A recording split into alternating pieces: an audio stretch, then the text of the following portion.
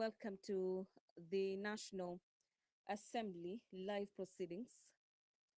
This being a proceeding of the House on the 20th of February, the year being 2025. We are so glad you're watching. And in the highlights in the order of business this afternoon are two procedural motions. The procedural motion is the extension of period for the consideration of the 2025 budget policy statement.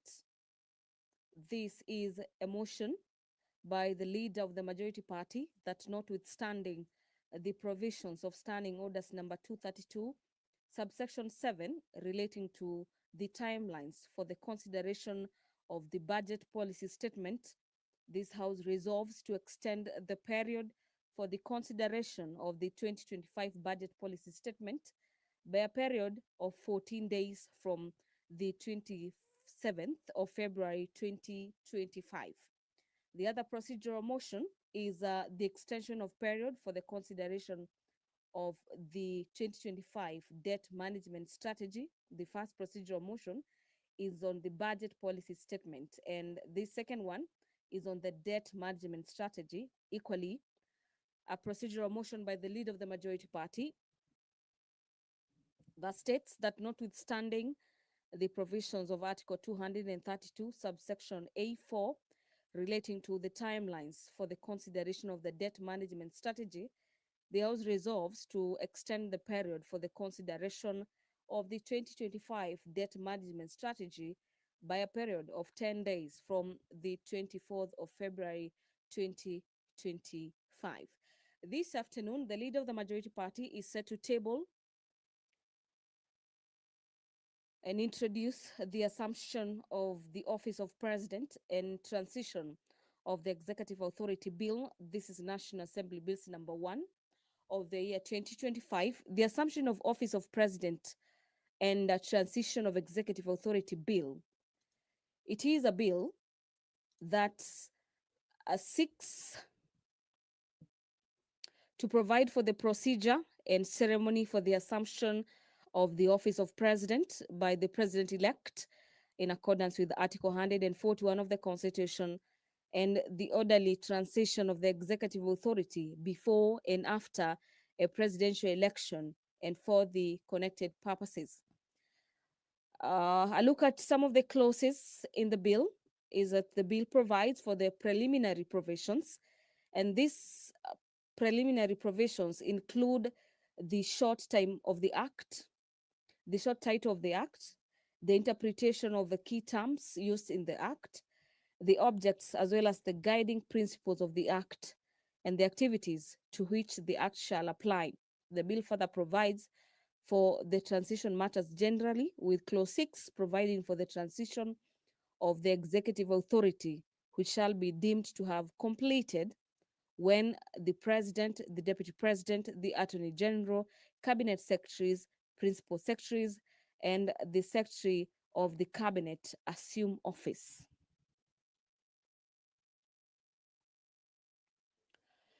Clause 19 to clause 22 of the bill provides for the swearing-in ceremony, with clause 19 stating that the swearing-in ceremony shall be conducted in the capital city in accordance with Article 141 of the Constitution, and further provides that the swearing-in, the day for the swearing-in of the president-elect shall be a public holiday.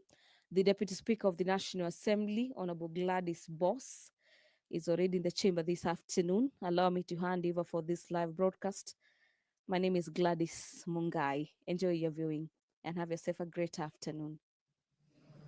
Honorable members, let us pray. Almighty God, who in your wisdom and goodness have appointed the officers of leaders and parliaments for the just welfare of the society, for the welfare of society and the just government of the people, we beseech you to behold with your abundant favor as your servants whom you have been pleased to call to the performance of important trusts in this republic. Let your blessings descend upon us here assembled, and grant that we treat and consider all matters that shall come under our deliberation in so just and faithful a manner as to promote your honor and glory, and to advance the peace, prosperity, and welfare of our country and of those whose interests you have committed to our charge. Amen.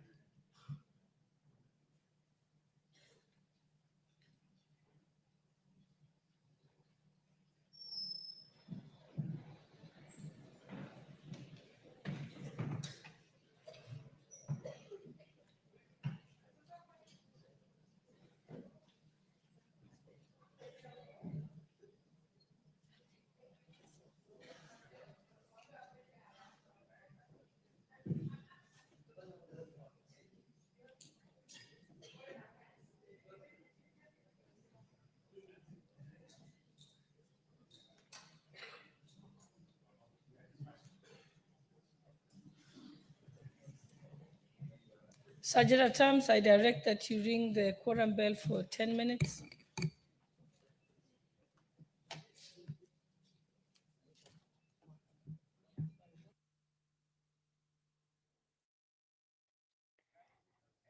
Dear viewers, the Deputy Speaker of the National Assembly,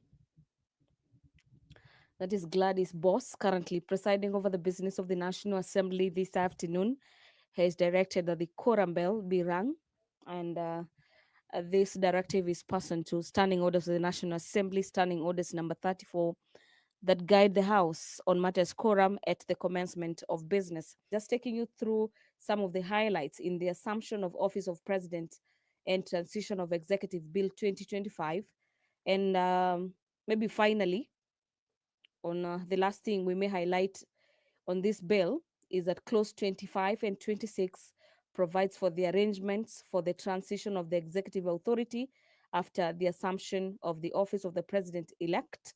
The bill expressly provides for the continuation in office of cabinet secretaries and other designated state officers that the cabinet that will serve in the cabinet pending the appointment of the incoming office holders. Clause 26 expressly provides that accounting officers in the executive shall continue acting in such capacity until the designation of another accounting officer by the cabinet secretary responsible for the matter relating to finance have been appointed. The Act further has restrictions of certain actions by state and public officers and the express prohibition of the acts and omissions designed to obstruct the smooth transition of the executive authority and the formation of the government in accordance to the laws of Kenya. Clause number 24 provides for the requirement of the handover reports and enlisting of what the handover reports shall contain. Basically, this is a bill with 32 clauses that members of parliament will be considering in the second and the third stages of the bill.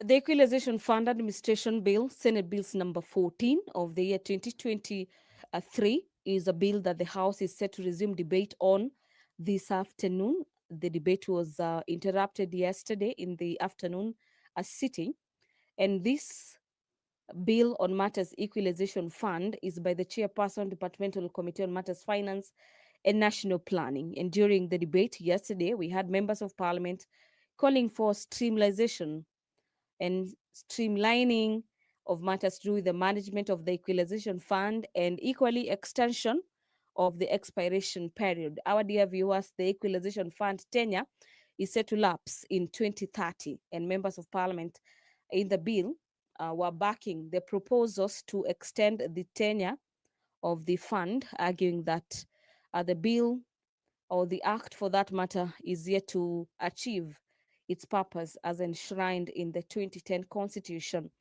The Insurance Professionals Bill, National Assembly Bills number 13 of the year 2024 by the chairperson, Departmental Committee on Matters Finance and National Planning, is a bill at the second stage.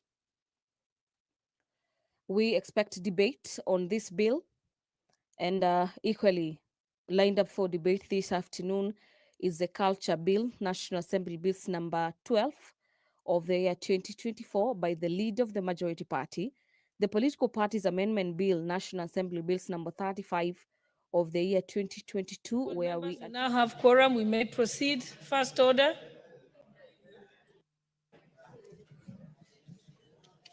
Order number 1, administration of oath.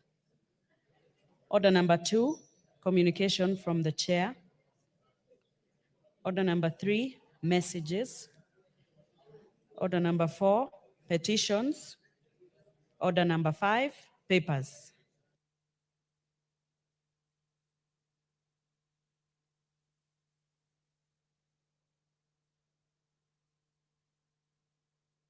You may proceed with the papers.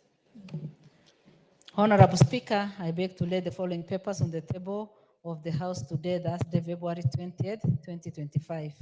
Reports of the Auditor General and financial statement for the years ended 30th June 2021, 30th June 2022, and 30th June 2023, and the certificates therein in respect of A.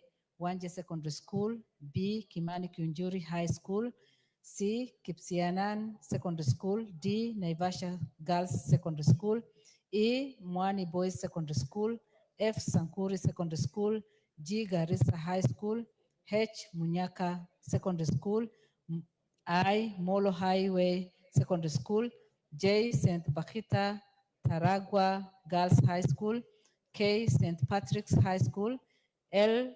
Metkei Girls Public Secondary School, MAIC Girls Secondary School, Loitoktok, N.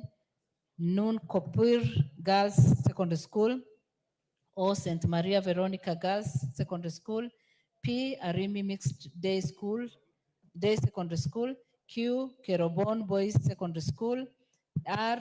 Colson Secondary School, S. Bishop Ketimu Gandu Girls High School, T. Our Lady Consolata Moigori High School, U. Bishop Sulemeti Chelemuk Girls High School, V. Namgoi Mixed Day Secondary School, W. Mpeketoni Boys High School, X. Mwani Girls High School, Y. Kisau Girls Secondary School, Z. Olotoktok Boys High School, A.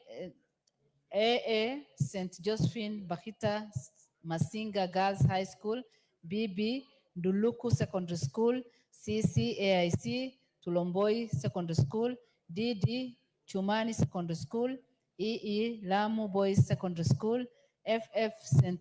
Bonaventure Kaherti Boys High School, GG Kimani Girls High School, HH St. Malivani Secondary School, II Dr. Kraft Memorial Secondary School, JJ St. Bakita Bahati Girls Secondary School, KK St. Anne Gudunguri Girls Secondary School, IILL Kimuri Secondary School, and MM Mayela Township Secondary School. Thank you, Honorable Speaker, and I lay. Honorable members, I would like to have your indulgence to reorder the order paper. So we'll now move to motion number 8 and 9. Then we will come back to 7, questions and statements, and then back to 6. Then after that, we can resume our order paper as usual. So let's.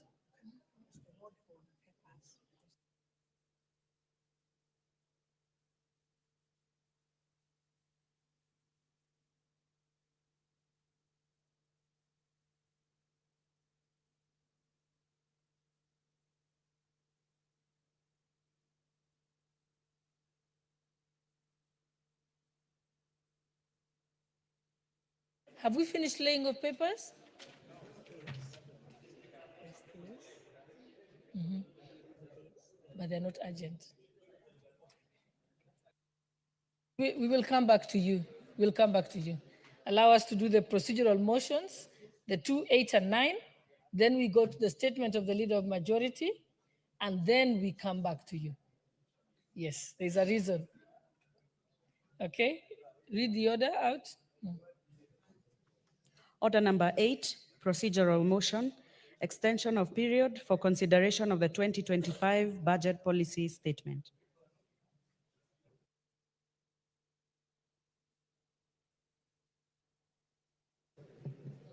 Thank you very much, Honorable Speaker. Honorable Speaker, I beg to move the following procedural motion, that notwithstanding the provisions of Standing Order number 232.7 relating to timelines for consideration of budget policy statement, this House resolves to extend the period for consideration of the 2025 budget policy statement by a period of 14 days from 27th February 2025. Honorable Speaker, the budget making process is one of the key critical roles of this House. And it really requires the complete active participation of all members, Honorable Speaker. And this procedural motion, therefore, Honorable Speaker, seeks to extend statutory timelines for consideration of the budget policy statement by at least 14 days, or in particular 14 days, Honorable Speaker. And this extension is necessitated by the fact that the Committee on Selection is yet to finalize the nomination of members to various committees. And it's actually the committee that is mandated to do that work, and its timeline has lapsed, Honorable Speaker. And it is for that reason that this very motion is being moved, so that this committee is constituted. As you're all aware, that the timeline lapsed of those select committees and the budget appropriation It's and appropriation committee. self-explanatory. Thank you. Exactly. You may call your seconder. So I therefore move this, Honorable Speaker, and I beg the Honorable Kangogo to second. I thank you, Honorable Speaker. What is this? Thank you, Madam Speaker, and I wish to second, Madam Speaker. Thank you.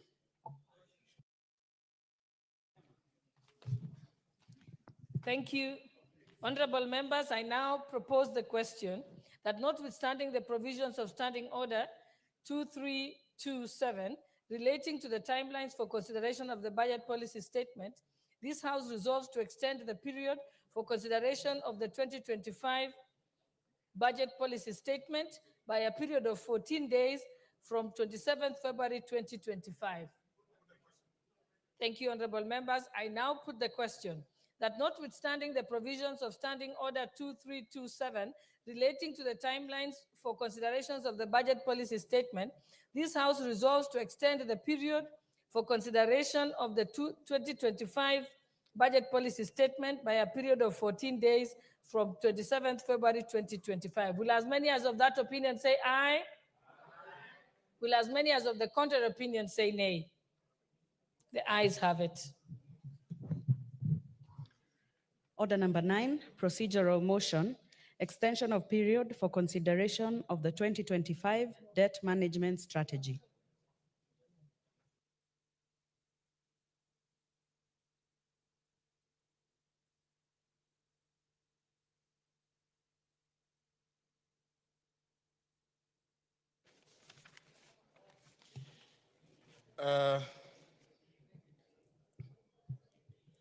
Honorable Speaker, I beg to move the following procedural motion, that notwithstanding the provision of Standing Order number 232-4 relating to timelines for consideration of debt management strategy, this House resolves to extend the period for consideration of the 2025 debt management strategy by a period of 10 days from 24th February 2025.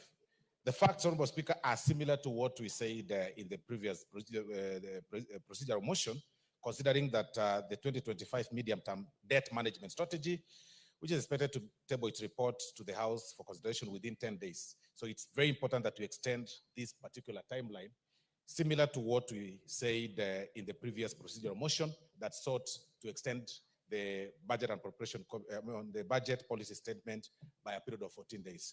So I beg to move on this, and I urge the Honorable Adams to second.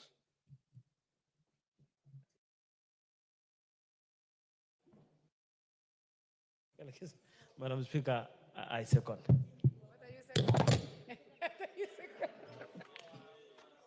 Honorable members, I now propose the question that notwithstanding the provisions of Standing Order 232A-4 relating to timelines for consideration of the debt management strategy, this House resolves to extend the period for consideration of the 2025 debt management strategy by a period of 10 days from the 24th of February 2025. Thank you, honorable members. I now put the question that notwithstanding the provisions of Standing Order 232A-4 relating to the timelines for consideration of the debt management strategy, this House resolves to extend the period for consideration of the 2025 debt management strategy by a period of 10 days from 24th February 2025. Will as many as of that opinion say aye? Aye. Will as many as of the contrary opinion say nay? The ayes have it. And then next we shall go back to order number 7, order number 5, sorry, for papers, because majority leader has.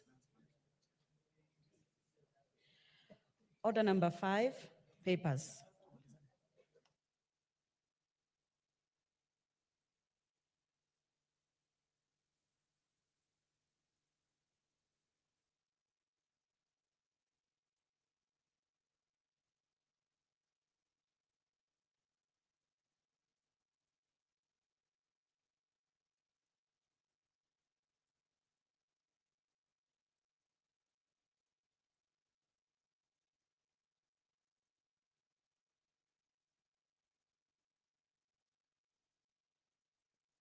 Okay, Chairperson, Administration. Thank you, Honorable Speaker. Honorable Speaker, I beg to lay the following papers on the table of the House today, Thursday, 20th February 2025. Report of the Departmental Committee on Administration and Internal Security on 1. Its consideration of the Birth and Death Registration Amendment Bill, National Assembly Bill number 37 of 2024. 2.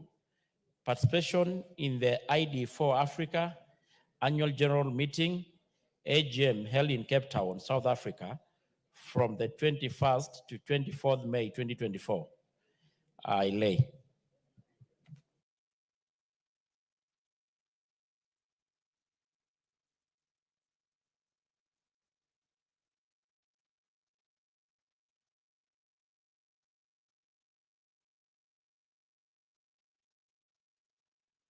The next paper, Chairperson, Transport.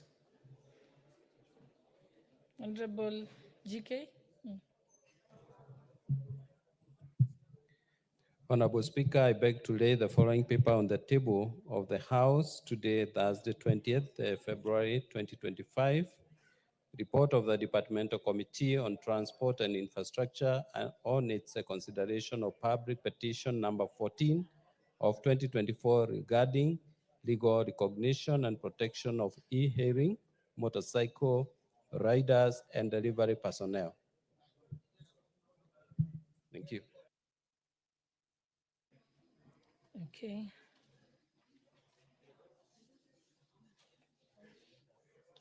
Now we can go back to order number 6. Honorable members, we can go back to order number 6. Order number 6, notices of motion.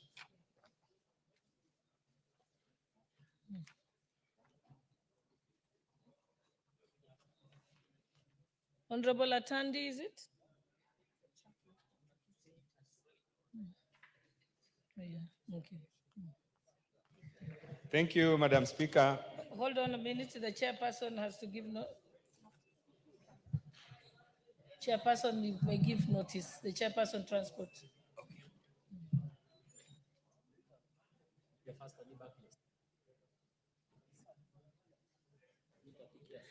Honorable Speaker, I beg to give notice of the following motion, that this House adopts the report of the Departmental Committee on Transport and Infrastructure on its consideration of public petition number 14 of 2024 regarding legal recognition and protection of e-hailing, motorcycle riders, and delivery personnel laid on the table of the House on Thursday, 20th February 2024.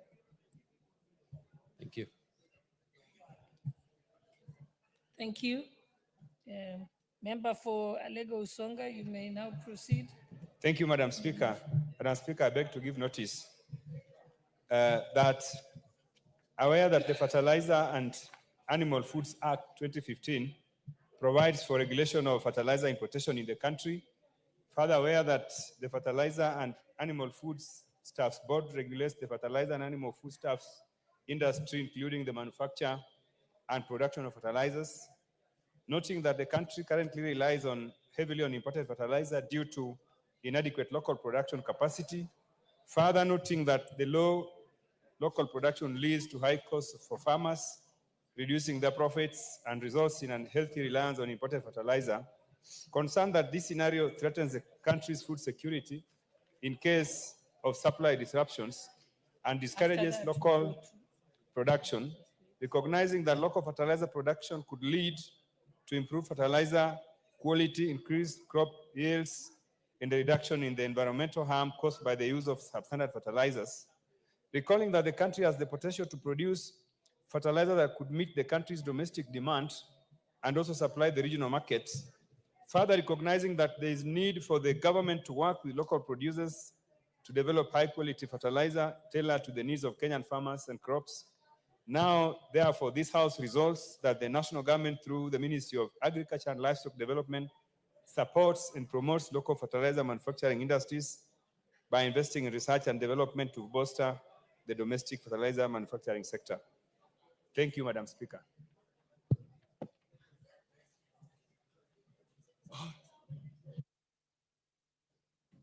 Next order. That would be order number 7. Order number 7, questions and statements. Majority Leader, you have your weekly statement on behalf of the Majority Leader. Thank you very much. Thank you very much, Honorable Speaker. Honorable Speaker, this is, I'll be holding brief for the Majority Leader for today.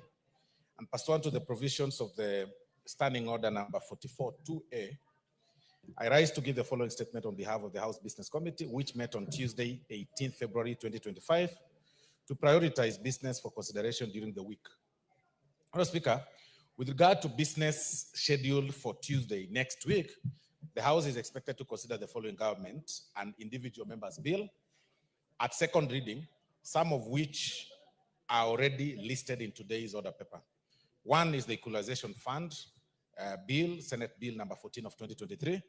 Two is the Political Parties Bill 2022, the Insurance Professionals Bill 2024, the Culture Bill 2024, the Public Finance Management Bill of number 2 Bill 2024, the Institute of Social Work Professionals Bill 2023, the Gold Processing Bill 2023 that was here in this very floor yesterday, Honorable Speaker, the National Police Service Commission Amendment Bill 2024, the Basic Education Bill Amendment Bill number 2023, and the Parliamentary Powers and Privileges Amendment Bill, Senate Bill number 37 of 2023. Honorable Speaker, the Committee on Selection will also conclude its consideration of the list of members proposed to be appointed to the 18 elapsed committees, including any consequential changes to other committees. This is it has been a topic in people's lips, and it's important for us to inform you that this will be concluded next week on Tuesday. In this regard, the House will consider the motion on the constitution of other lapsed committees, in addition to the motion to ratification of the agreements for the establishment of the African Finance Corporation. Mr. Speaker, as members will recall, you issued a communication guiding the House that the Liaison Committee would consider the supplementary estimates for the year 2024 and 2025 budget policy statement and debt management strategy. This is because the Select Committee on the budget, the Select Committee on Budget had its time lapse sometimes in this session, Honorable Speaker, and that is why that communication was issued. And this was a question by the delayed constitution of the Budget and Appropriation Committee and the Public Debt and Privatization Committee. As members have noticed in the supplementary order paper for today, Honorable Speaker, I intend to move a motion for extension of the period for the consideration. This has already been done, and when you reordered the order paper. And as a leadership, we had the Liaison Committee working with the departmental committees to fast track the consideration of the two committees or two budget documents and the supplementary estimates too, so as to enable the House to conclude with them soonest. Honorable Speaker, the House Business Committee also noted the status on the uptake of post-service medical by members, and as at last week, and commended and as last week, the enrolled members, there are several members that have enrolled willingly, and of course, they've also displayed their willingness to register to the scheme. And on behalf of the committee, we encourage members who have not enrolled to register soonest in order to allow the clerk to proceed with the administration administrative processes of actualizing the scheme without leaving any member behind. This must be re-emphasized, that the tables that you see on the corridors on your way to Parliament or to the chambers are for the members or the staff that are taking the registration of the post-service medical scheme by members, and members are encouraged. If you haven't and you're in this floor or in this chamber, you are encouraged to register as soon as possible so that that is expedited upon. And finally, Mr. Speaker, the House Business Committee will reconvene again on 25th of February 2025 to schedule business for the rest of that week. I now wish to lay the statement on the table of the House. I thank you, Honorable Speaker. Thank you, Honorable Osoro. And before we proceed with the other statements, allow me to take this opportunity to welcome the following schools that are seated in the public gallery. Compuera Academy from Dagoretti South Constituency, Nairobi County. And Harambee School, Makadara, Harambee School from Makadara Constituency, Nairobi County. I also wish to welcome another set of schools seated in the Speaker's Gallery. That's St. Clair Girls School from Gatundu South Constituency, Kiambu County. And I now call upon the Honorable KJ Kiare to welcome the schools on our behalf and also use the opportunity to make the announcements relating to the Scouts Founders Day. Thank you.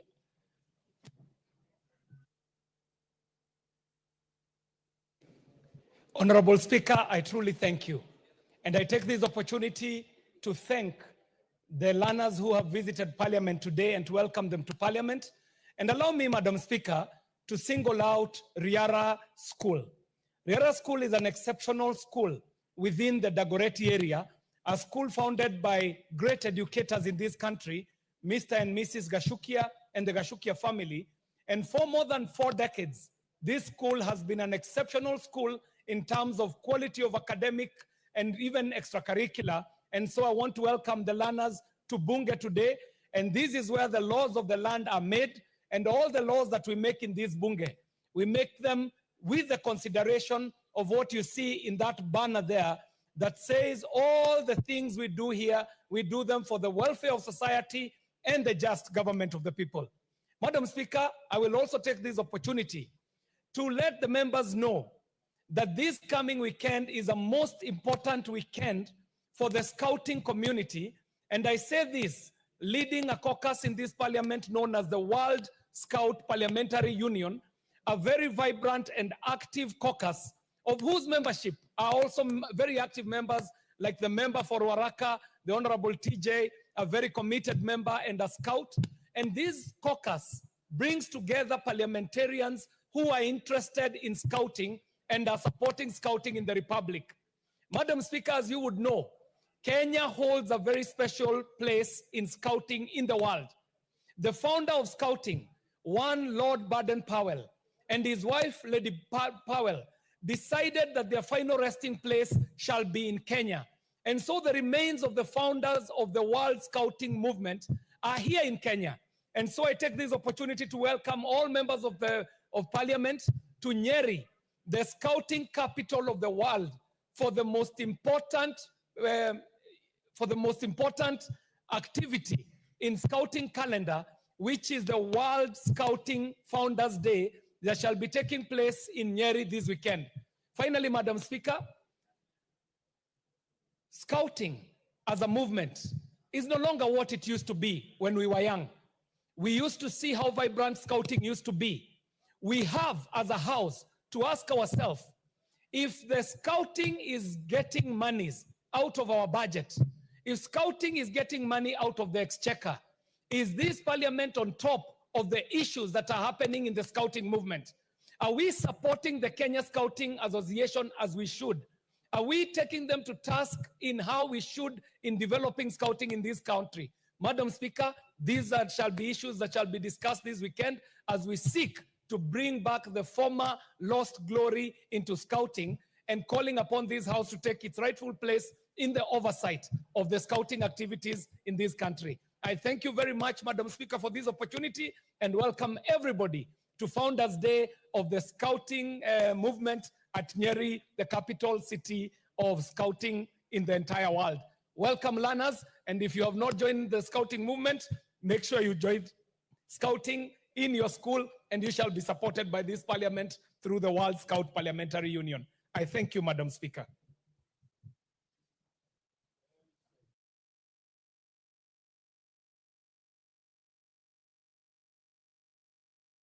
KJ, thank you very much. Honorable members, we are going to reorganize the order paper this way. We'll go to order number 10. Then we'll go to 15, and then we will go to 13. We will get there, honorable members. We'll get there. Next order. Order number 10, the Assumption of the Office of President and Transition of Executive Authority Bill, National Assembly Bill number 1 of 2025, first reading. A bill for an act of parliament to provide for the procedure and ceremony for the assumption of the office of president by the president-elect in accordance with Article 141 of the Constitution, the orderly transition of executive authority before and after a presidential election, and for connected purposes. Order number 15, the Public Finance Management Amendment number 2 Bill, National Assembly Bill number 26 of 2024, second reading. Majority Leader, Leader of the Majority Party, please proceed. Thank you very much, Honorable Speaker. Honorable Speaker, I beg to move that the Public Finance Management Bill 2024 be read the second time. Honorable Speaker, this bill was read for the first time on 19th June of 2024 and was then committed to the Committee for Consideration and Tabling of Report. I'd like to thank the committee for a job well done. Honorable Speaker, this bill seeks to amend the Public Finance Management Act, CAP 412, to align the timelines for the passing and consideration of the finance bill by the county assemblies and the National Assembly. And to be more specific, Honorable Speaker, Clause 2 of the bill seeks to amend Section 1292A of the Act to provide for clarity on and harmonization of timelines for passing of the finance bill between county assemblies and National Assembly. Just harmonizing. And it seeks to delete the words, except the finance bill in Section 1292A of the Act and Section 1292A of the Act, then provide as follows, Honorable Speaker, that following approval by the County Executive Committee, the County Executive Committee member for Finance shall submit to the County Assembly the budget estimates, supporting documents, and any other bill, Honorable Speaker, that requires to implement the budget, except the finance bill by 30th April in that year. Honorable Speaker, the key word in this particular amendment will be except the finance bill. That is what this particular bill seeks to include in that particular clause. Additionally, Honorable Speaker, Clause 3 of the bill seeks to introduce a new Section 131A to provide for similar procedures for submissions and considering the passing of the finance bill in the County Assembly as that of the National Assembly. So therefore, Honorable Speaker, that new Section 131A will then provide as follows, because it's actually a new one. Submission, consideration, and passing of the County Finance Bill. Number 131A, 1, County Executive Committee member for Finance shall submit to the County Assembly on or before 30th April the County Finance Bill setting out the revenue measures of the county government. There are clear timelines here, Honorable Speaker, that did not exist in the previous one. And following, and then it will provide under 2, that following submission of the County Finance Bill by County Executive Committee member for Finance, the relevant committee of the County Assembly shall introduce the bill in the County Assembly. 3 will provide that the County Assembly shall consider and pass the County Finance Bill with or without amendments in time for it to be presented for assent by 30th June each year. This hasn't been there, Honorable Speaker, and that really seeks to help, harmonize such things, Honorable Speaker. And 4 will provide for any recommendations made by the relevant committee of the County Assembly or resolution passed by the County Assembly on revenue matters shall ensure that the total amount of revenue raised is consistent with the approved fiscal framework. The word here is consistent with the approved fiscal framework. B, take into account the principles of equity, certainty, and ease of collection. C, consider the impact of the proposed changes on the composition of the tax revenue with reference to direct and indirect taxes. And then D, consider domestic, regional, and international tax trends. E, consider the impact on development and investment, employment, and economic growth. And F, Honorable Speaker, it will take into account the taxation and other tariff arrangements and obligations that Kenya has ratified, including the taxation and the tariff arrangements under the East African Community Treaty. And 5, Honorable Speaker, the recommendation of the County Executive Committee member for Finance shall be included in report and tabled in the County Assembly. So there has been disparities, Honorable Speaker. There hasn't been really a harmonized system between the County Executive Committee members and the County Assembly, because there was utmost autonomy by the County Executive Committees, which is detrimental now to the works of the County Assembly as an assembly. Honorable Speaker, Clause 4 of the bill seeks to appeal Section 133 to align the practice in the County Assembly to that of the National Assembly in consideration of the finance bill. This must be clear. You know, the only finance bill that Kenyans know or Kenyans are aware of is the finance bill by the National Assembly. Kenyans are unaware that every county assembly also has their own finance bill. So we want to realign that. This particular bill seeks to realign such so that we have a replica of what happens in the National Assembly as far as the finance bill is concerned, and should replicate to what happens in the county assemblies, Honorable Speaker. And that is what Section 133 seeks to amend. And it provides that not later than 90 days after passing the appropriation bill, the county assembly shall consider and approve the finance bill with or without amendments. Honorable Speaker, this is very important, because the casual way to which the county assemblies and the county governments run their business affairs, especially the business of the finance bills, Honorable Speaker, will be put to a stop. It now is well aligned within the law. Honorable Speaker, in conclusion, this bill contributes largely to the development of this country in terms of the finance sector. It contributes largely towards, of course, realigning the funds that come through such provisions that are introduced in the finance bill. And I therefore urge the honorable members to support this bill as it is. And I therefore beg to move, Honorable Speaker, and ask the Honorable Jared Okello to second.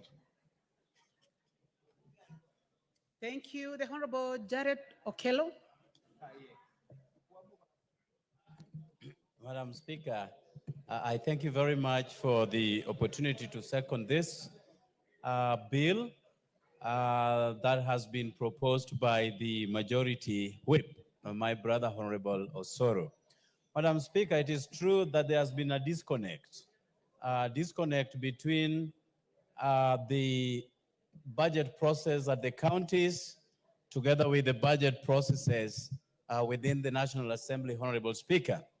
And this bill seeks to create a level of uniformity in our budgeting processes, Honorable Speaker. Certain times budgets are passed here, monies are appropriated, even those that going to the counties, yet the counties are not ready with their own budgets, Honorable Speaker. So they push Treasury to give them monies without necessarily having what that money is going to do in their various counties, Honorable Speaker. And therefore, this is a very important bill that will seek to cure that kind of disconnect, Honorable Speaker. Madam Speaker, again, counties do not come up with full disclosure. We know that there are certain times that the monies that they get as personal revenue or revenue mopped up by themselves in the counties are never reflected into the final budgets that they come up with. And therefore, we wonder that these counties make so much money, monies that we do not know about, monies that are able to run their affairs in the various counties, but yet they push the national government out of that fund that the shareable revenue. That is exactly what they're waiting for. So we ask ourselves, Honorable Speaker, that in order not to devolve corruption at the county levels, governors, together with their respective CECs in charge of finance, must come up with full disclosure so that we can know with exactitude how much is expended to these counties, Honorable Speaker. Madam Speaker, this bill, as it seeks to come up with a level of uniformity, also challenges counties to do the right things at the right time, Madam Speaker. And therefore, we believe that moving forward as a country, the two levels of government, because we have 48 levels of government or 48 governments in the country, the national government together with the 47 county governments, Madam Speaker, that there will be a level of sync in what they do. There will be reaching across the aisle so that whereas they are dependent or are they independent in what they do, there will be also a level of interdependentness, that the county governments will be listening to what happens in the national government, and the national government will, in return, consult very aggressively so by the county governments, Honorable Speaker. I therefore support this bill that has been proposed by the majority leader, and therefore I second, Madam Speaker, and I thank you for the opportunity.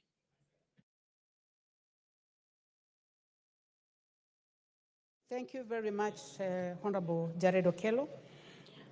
Honorable members, I now propose the question that the Public Finance Management Amendment Number 2 Bill, National Assembly Bill Number 26 of 2024 be read a second time. Honorable members, before I do that, I would like to take this opportunity, honorable members, to welcome students seated in the speakers gallery this afternoon, students from Muthaiga Junior School from Gilgil constituency, Nakuru County. You are welcome to the National Assembly to observe proceedings of the House. And honorable members, in line with that, I would like to invite the Honorable Martha Wangari to welcome the students.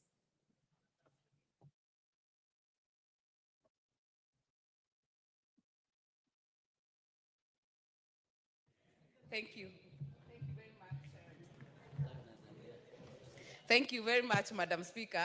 The reason you hear Honorable Mboko laughing is because this week I have been receiving schools right from Tuesday and the day before yesterday and yesterday. But Madam Speaker, today I am very delighted because we are hosting a school that is not from town. Yesterday and the day before we were hosting a school called Gilgil Day Secondary School. Today we are hosting a school from the rural Gilgil constituency from a ward called Elementaita. And Madam Speaker was visiting these young men and young boys and girls 2 weeks ago, and they were very excited to come to Parliament. So I just want to take this opportunity to encourage them that they can be able to learn something from us. And at the end of the day, in a few years to come, Madam Speaker, they will be the ones who will be sitting where we are sitting. And they are very excited today, Madam Speaker, because they have actually sat in the Speaker's gallery. I want to thank the Clerk's office again and the Speaker's office for allowing and making it possible. And you know, Madam Speaker, since the day not to forget, June the 25th, it's time we are now seeing children this session. So I hope we can be able to keep it up so that they can also be able to learn from us. And we also learn from them, Madam Speaker, because I was interacting with them outside there and they're asking you questions that you also have to research and also be able to answer. So Madam Speaker, thank you for the indulgence and thank you for this chance. Thank you. Thank you, Honorable Martha Wangari. Honorable members, now we can proceed to debate, and I would like to give the first opportunity to the Honorable Rahim Dawood, member for North Imenti.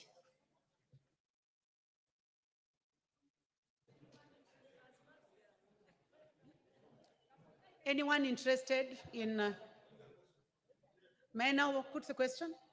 Honorable members, is it the mood of the House that I put the question? Will as many as are of that opinion say aye? Will as many as have a contrary opinion say nay? Therefore, honorable members, I now put the question that the Public Finance Management Amendment number 2 bill, National Assembly Bill number 26 of 2024 be read a second time. Will as many as of that opinion say aye? Will as many as of a contrary opinion say nay? The ayes have it. Next order.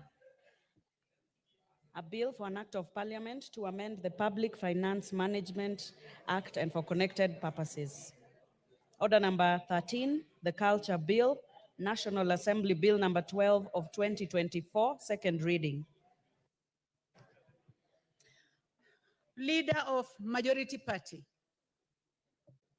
Thank you very much, Honorable Speaker. Honorable Speaker, I beg to move that the Culture Bill 2024 be read for the second time. Honorable Speaker, first of all, I wish to commend the Departmental Committee on Sports and Culture for a job well done in this particular bill, Honorable Speaker.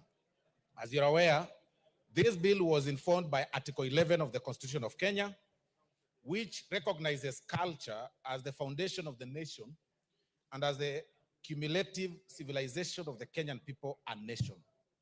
It commits the government to promote all forms of national and cultural expressions through literature, the arts, traditional celebrations, science, communications, information, mass media, publications, libraries, and other cultural heritage. Notably, since independence, Kenya has never enacted a comprehensive legislative framework to support the integration of culture and cultural heritage in the national development agenda. And therefore, Kenya is yet to fully harness the potential of culture, cultural property, cultural heritage, creative industries, and Kenya's cultural diversity to promote and enhance social culture, political, and even economic department, Honorable Speaker, or development, Honorable Speaker. Kenya's traditional values and morals have been seriously eroded, Honorable Speaker, leading to exploitation of cultural diversity that fuels ethnic animosity and division. Because we are really watering down our cultural beliefs and morals. And through the enactment of the Cultural Bill 2024, Kenya shall be in a position to address these issues in a systematic and comprehensive way, Honorable Speaker. Additionally, this bill is also intended to facilitate the implementation of international conventions and treaties that have been ratified by Kenya, including the International Conventions on Economic, Social, and Cultural Rights of 1966, the UNESCO Convention on the Protection of the World Cultural and National Heritage of 1972, and even the UNESCO Convention of the Safeguarding of Intangible Cultural Heritage of 2003. But, Honorable Speaker, let me give an overview of this bill. This bill, Honorable Speaker, as presented before this House, has 33 clauses, and it seeks to give effect to 11(2)(a) of the Constitution, which mandates the state to promote all forms of national and cultural expression through literature, through arts, through traditional celebrations, through science, through communication, through information, through mass media, through publication, through libraries, and also through cultural heritage. In fact, this also, Honorable Speaker, aligns very well with the current education system, commonly known as the CBC, which seeks to align students with their, strengths, with, or rather it does, the system itself gives in what you call a SWOT analysis, for lack of a better word, Honorable Speaker, that then will give students a clear line of thought on where they want to go. So this particular bill, Honorable Speaker, puts those particular elements of arts in place, the traditional celebrations, the science, and all those things that involves our lives, Honorable Speaker. Part 1 to 4, in particular, of the bill deals with preliminary matters, which includes the interpretation of key terms and the object of the purpose of the bill. This, of course, it gives then effects of Article 11 of the Constitution, to align itself with Article 11 of the Constitution, Speaker. And Clause 4 of the bill sets out the guiding principles, which includes the national values and principles set out in Article 10, 27, 201, and 232 of the Constitution, giving equal recognition, Honorable Speaker, dignity and respect to all cultures, including cultures of minorities or marginalized people. Honorable Speaker, this question of giving dignity to culture is very important. We must appreciate different cultures. We must appreciate that we come from different cultures and different beliefs.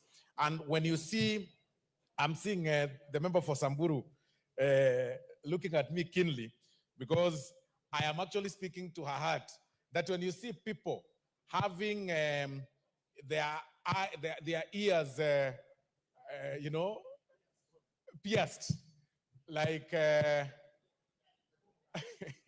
like what I see some honorable members, you know, we've seen those several honorable members having their ears pierced. We should appreciate their culture and honor them as they are. And that is what this bill, Honorable Speaker, seeks to do. You appreciate their culture, it has a history, it has a reason to why that is done. So part 1 to 4 seeks to define such. Part 11 of this bill, Honorable Speaker, which is clause 5 to 19 of the bill, establishes the management of culture in Kenya, which, and delineates the functions of both the national and county governments in clause 5 and 6 respectively. Currently, as it is, by the mere fact that cultures have been led under the management of the county governments, there is really little that the national governments can do. And this particular bill, Honorable Speaker, now seeks now to give clear roles, distinct roles of both the national government and the county governments as far as cultures or the management of culture is concerned. Because we are slowly, if we are not very keen, we are slowly losing our cultures because of course, of several factors. Clause 7 provides for the establishment of a cultural database by the national government and by the county governments, which shall preserve information on culture and cultural heritage. Because this part also provides for the access of the information so that one is able to learn and see what, Speaker, if you can protect me from the members behind me. No, I will, the honorable member for Thika is holding a meeting, Honorable Speaker, if you can protect me for.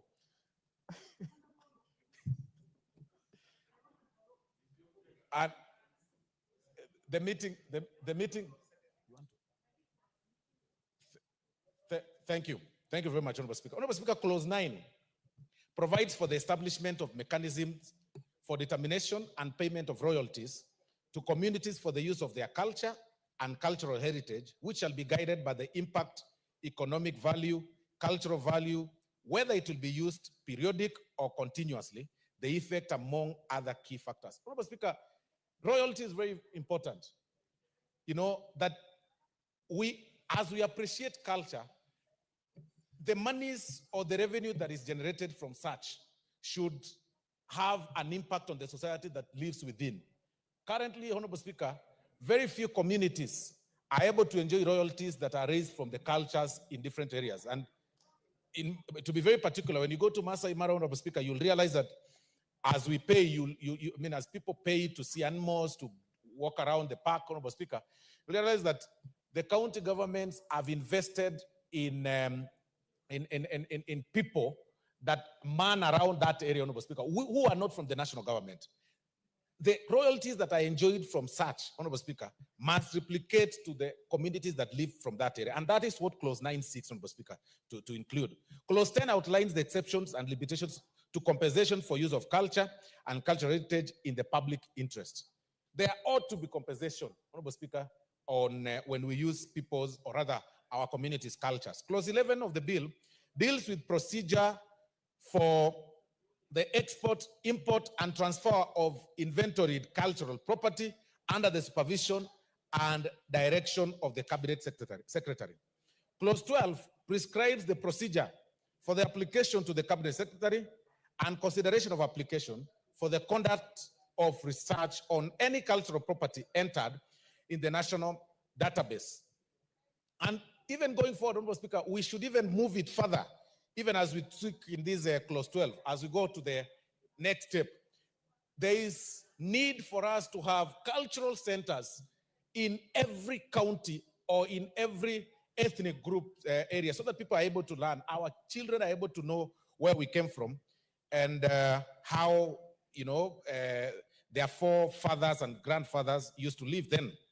Clause 13, 14, and 15 provides for the procedure for the registration of cultural property, the manner of notification when registration has been refused, and the validity of a register and certificate of registration of a cultural property. Clause 17 and 18 deal with the recognition, promotion, and protection of cultural expressions. Clause 19 of the bill, Honorable Speaker, deals with circumstances under which a tangible cultural heritage shall be seized and disposed of under this particular act, Honorable Speaker. And then we move to part 3, which is the final part of this particular bill, Honorable Speaker. It runs from clause 20 to 29 of the bill, and it sets out the offenses and penalties. The offenses include theft of the cultural property, sale of protected cultural property, where you want to enrich yourself on the land that belongs to a particular culture or particular community for cultural purposes, forgery or fraud relating to cultural property, damage to cultural expressions, exportation of cultural property without permit, and unauthorized removal of cultural property, Honorable Speaker. These penalties attract a fine of up to 200,000 shillings to imprisonment or imprisonment for a term not exceeding 2 years, or even both, Honorable Speaker. Other offenses provided for in the bill, Honorable Speaker, are failure to comply with the conditions for the registration of cultural property, undertaking research into it. Yes, I hear Honorable Mboko seeks clarity. The bill seeks to set penalties and fines for those people who mess around with such, and you can be fined up to 200,000 shillings or imprisonment for a term not exceeding 2 years, or both, Members are invited, of course, as we move to the next stage, to seek amendments or to raise if they consider that too little, or to reduce if they consider it a bit more retributive. Other offenses, Honorable Speaker, provided for in the bill are failure to comply with the conditions for the registration of cultural property, undertaking such research into cultural property without permit. You go to some place, you just want to do a cultural research without permit, loaning cultural properties without a permit, damage to inventoried cultural property, wrongful possession of cultural property.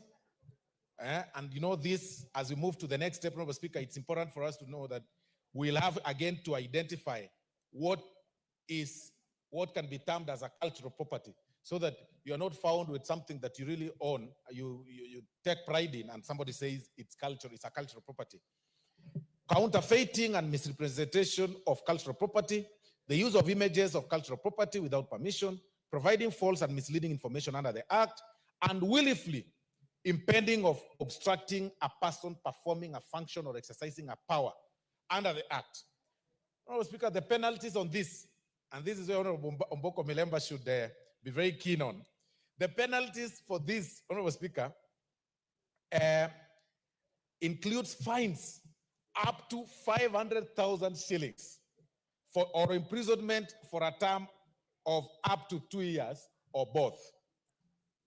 Again, this House is invited, of course, to make any amendment as we go to the next step, because I still feel that there are members, of course, who feel like the 2 years are very small or very little for such an offender, and they should be raised maybe perhaps to 5. But as it is 2 years or both. Honorable Speaker, part 4 of the bill, I beg your pardon, Honorable Speaker, I had said that the part 3 was the final one. This is now the very final one. 4 of the bill runs from clause 30 to 33 of the bill, and it gives the general provisions in related to fees and charges and transitional matters. The schedule to the bill provides for the National Cultural Institution, and that is the Kenya Cultural Center, national libraries, the National Museums of Kenya, the Kenya National Archives, and the Documentation Service. Some of these things exist, Honorable Speaker. but they're not really well marketed in the country. And long are gone, days have, things are changing over time, and people are really moving to now modern cultures instead of going and maintaining the history. Mr. Speaker, I have had a chance to look at the report of the Departmental Committee on Sports and Culture on its consideration of the Culture Bill, and I'm aware that the committee will be proposing amendments during the Committee of the Whole House.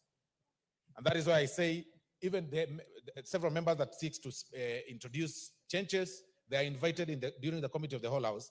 And we do agree with the proposed amendment by the committee as they seek to bring better clarity in the bill, as well as to ensure that the bill does not conflict with the existing Protection of Traditional Knowledge and Cultural Extension Act, that is CAP 218A. Honourable Speaker, in conclusion, I wish to request the honourable members to support the bill, because this bill, Honourable Speaker, will ensure that the cultural property, and cultural heritage are embedded in all spheres of national development agenda. I therefore beg to move, Honourable Speaker, and I ask the Chairman, Departmental Committee of Legal and Justice Affairs, Manenos, to second. Manenos Affairs. Proceed, Member for Tharaka and Chair. Thank you very much, Madam Speaker. Madam Speaker, the mover and the chief whip of the majority is actually being hilarious by saying that these manenos of law are actually under Justice and Legal Affairs. Allow me, Madam Speaker, to second the bill.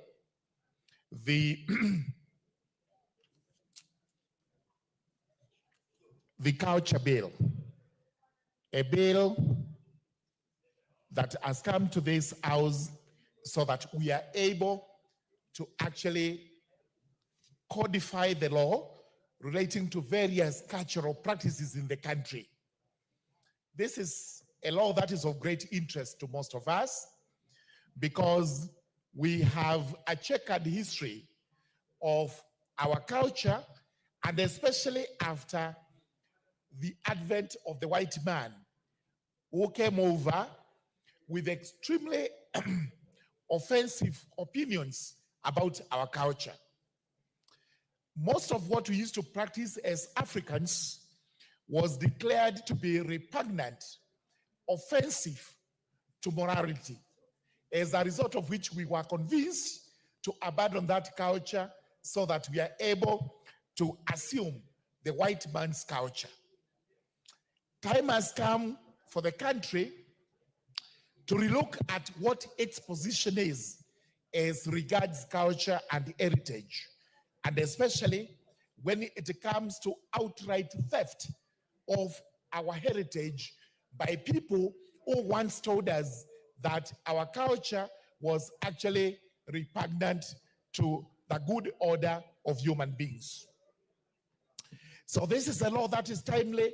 This is a law that we should look at as a house, and I would encourage every member of parliament to obtain a copy of this bill, go through it, and make an argument in support especially, so that we are able to preserve our culture, we are able to preserve our heritage, and where possible, we are also able to make out a living from such culture and heritage. So I have looked at this bill.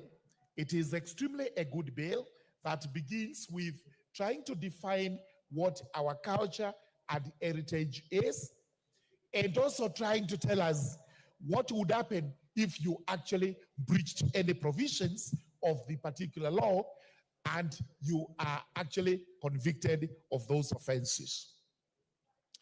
Culture needs to be managed, and we have seen our traditional practices sometimes coming into play when we are doing national events or we are carrying out other cultural events.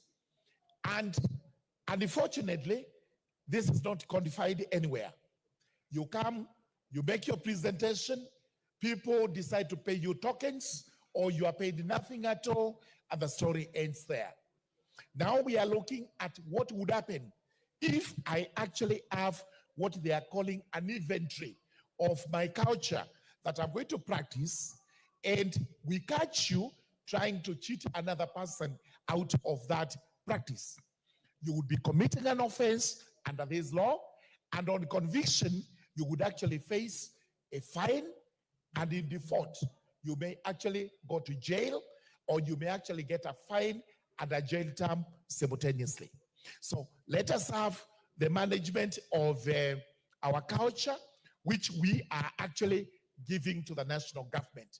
Because sometimes we feel the county governments may not have the capacity to manage this culture, but they would have a role in establishing the databases and the areas that have to be codified as heritage.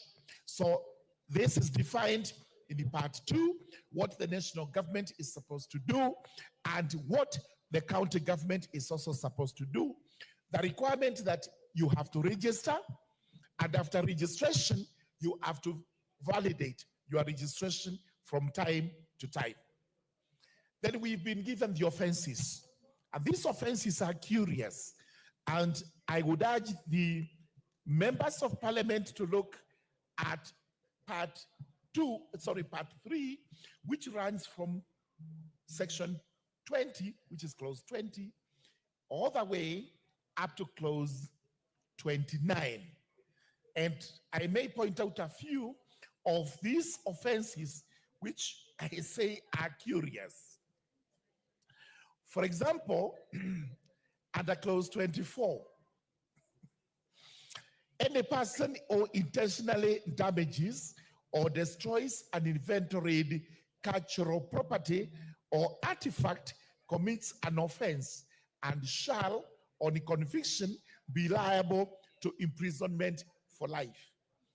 Honorable members, you have to look at this because it may be disproportionate, such that if you ever commit any of the offenses under section 24, you would actually be jailed for life. And the discretion of the court is taken away. I think this may be disproportionate, and we may just have to relook at it when we go to the committee of the whole house. What is also interesting is 25. A person who is found in possession of cultural property to which he or she has no lawful right commits an offense. Again, we have to define what it means to be in possession, because some of these cultural properties are inherited. They are actually inborn with the person, and therefore he may not know when to license that property or not to license the property, and therefore you may actually be convicted of an offense which there would be no, what we know in law as mens rea. And we move on to see the powers of the cabinet secretary, which are to actually make regulations, and this is after public participation, so that every person is informed of what is going to happen when it comes to safeguarding the heritage and the cultural practices which we actually have. And finally, it's important to say that I come from a community that is extremely rich in culture, the Tharaka community in Tharaka Nithi. This is why every year all of us congregate at a place known as Uragate near the Meru National Park for an annual event, the Tharaka Nithi cultural event. And this is very interesting because while we are able to attract as many visitors as we can, there are no regulations on what happens apart from to bring in the Tharaka dancers and their friends from the rest of the county and the Meru county and the cultures that surround Ukambani, and that is all. I think we need a law like this one, which will actually tell us what it is we can do, what we cannot do, and what we are likely to benefit from when we have such events every year.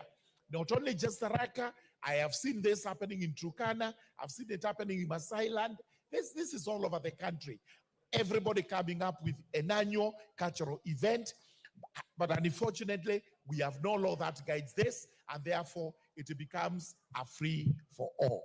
So with these remarks, it is important that we look at this law, and thereafter, let us look at what regulations are likely to be made, and eventually we will now be back on track away from that mentality that we used to have, that everything that is African is repugnant to justice and morality. That must come to an end now, and we start seeing ourselves as a cultured people, a people who have their own culture, which culture we must protect. I know there are areas that we may not have been right. Some practices were actually not as good in terms of human beings' rights, in terms of modern practices, and those we have discarded. But there's a lot more that we have, which we are going to protect under this law, including areas, places that we have termed as heritages of certain communities, which areas must be protected. So with those very many remarks, I beg to second this bill. Thank you very much.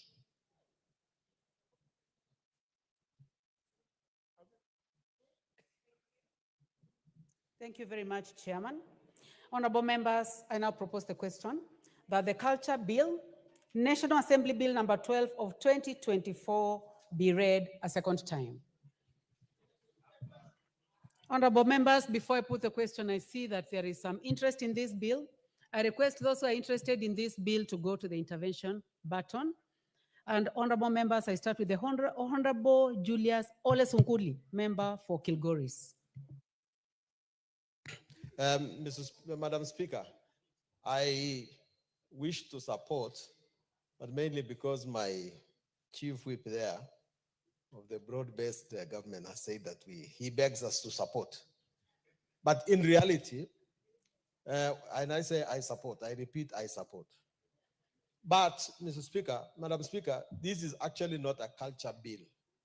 It should have been called a cultural artifacts bill. Because what it basically does is to protect the use of artifacts, the things that are cultural.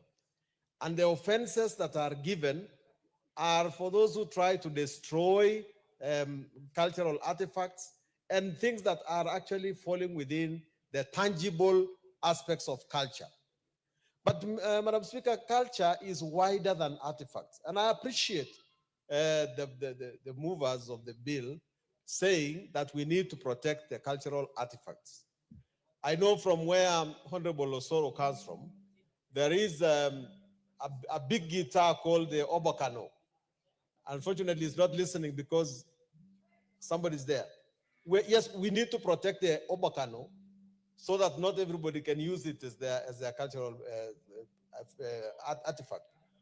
Or the Chiondo, or Kiondo from central Kenya. Or the kind of things that we have in Maasai land. We are happy that nowadays everybody wants to wear a Maasai shuka. But Madam Speaker, we need a law that is going to address what benefits there will come for those of us who have made this wide contribution to the culture of Kenya. And also that we try and prevent counterfeits of these things. I went to a Chinese market one day at a place called Liu, and I saw Maasai beads being counterfeited there. I think if these things are done within Kenya, there should be a law that will protect them. But that is just about artifacts. This bill, therefore, needs a lot of work to be done on it. And the first thing we need to do, which has not been done, is actually to address the real issue. First of all, I don't understand why this bill creates an offense called doing research without permission. I mean, I don't know where the author of that offense is coming from, because research is what actually promotes culture. If somebody wants to know the origins of the Embu dance or the origins of the coastal dances, I think that they should not go and ask anybody for a permit for it. The person could research on that culture, write about the culture, publish the culture, and sell the books about that culture. That culture will become known from in Kenya and outside Kenya. So we would like to see that when amendments are made, this idea that you need to seek permission in order to research a particular culture should be removed from our offenses. There is never any excuse why we outlaw research. Research should be done, and there should be no clearing house for research, because in the first place, we are giving this authority to people who themselves do not know what the culture is. Secondly, Madam Speaker, when you look at this law, and it comes to the real issues about culture itself, and that is made in clause 9 of the bill, everything about the cultural law has been given to the counties and to the cabinet secretary. Now, if you want an example of the Maasai culture, the Maasai culture is practiced by the Maasai people. And the Maasai people live in Narok, they live in Kajiado, they live in Tanzania, they live the map generally. If you want to include the Samburu, you want to include the Gems. I do not see why this is given to the county governments to be their jurisdiction. This should be a national policy, not supposed to be restricted to a particular county. And if you give it to a county to make the law, does it become subsidiary legislation or does it become the main law? This bill should have taken more public participation and put what it wanted to say inside the bill, instead of saying that the law is, let the cabinet minister make the law. That is not law. These things should say exactly what the national policy should be, because they say that the county government should make the law in line with the national policy. But where is the national policy about culture right now? There is none. It ought to have been put in this law so that we know what actually the law is saying about culture. So, Madam Speaker, the way I see it myself, a lot needs to be done in this bill. Either we begin with it and then keep on building on it. I think not enough public participation was done. It escaped all of us during the public participation period, because we would have said what we wanted to put in this bill.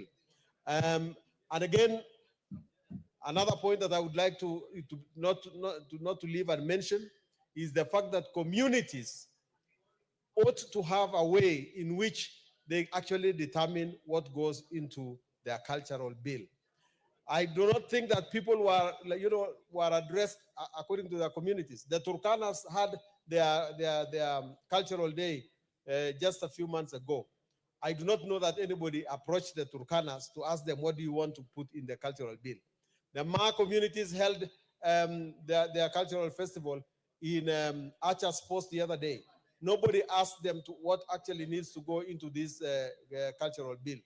The Kalenjin people held their functions in Mount Elgon the other day. Nobody actually approached them to ask them what needs to go into their cultural bill. The coastal area is very rich with culture. Everybody, everywhere, culture is roaring and it's being practiced. But we need to do more. We need to ask communities, what do you want to go into this bill of culture? Otherwise, a lot of work needs to be done. But again, in honor of the chief whip who says we support this bill, let us support it as a work in progress. I support.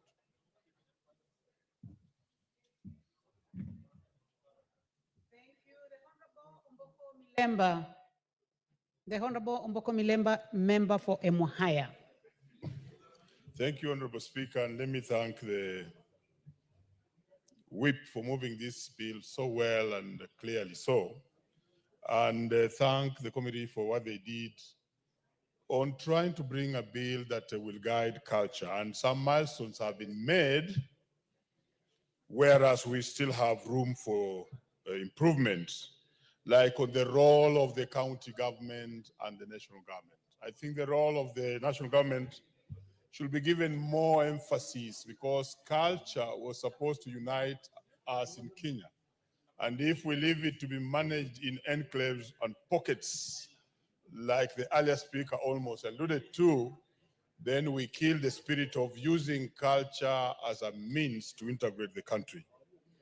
Another milestone was the issue of royalties, which I really loved, because many foreigners and people use cultural artifacts and other expressions without payment. The Maasais, I think, have suffered most because their regalia and other artifactual materials are being used. There is also the issue of database, great milestone highlighted by the bill, because this will assist us to keep track of what is going on within the different cultures and even count them, know the progress. Honorable Speaker, there's the issue of the artifacts transfer and what it contains and so on and so forth. Creation of cultural centers in every county, great.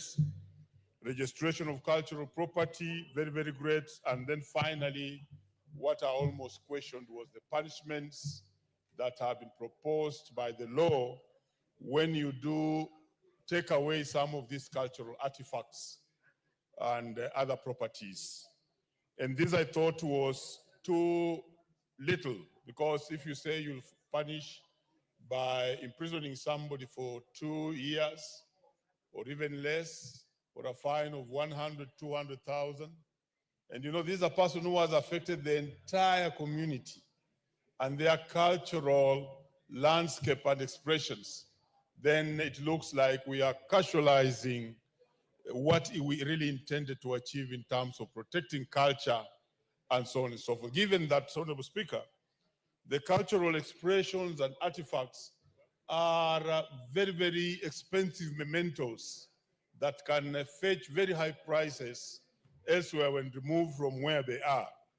I talk about this as I look at where I come from, the strong culture of the Abasiekwe community, who are the only rainmakers in this country, and whom in 1963, when it was over raining in Nairobi and we wanted to get independence, they were invited to come and stop the rains.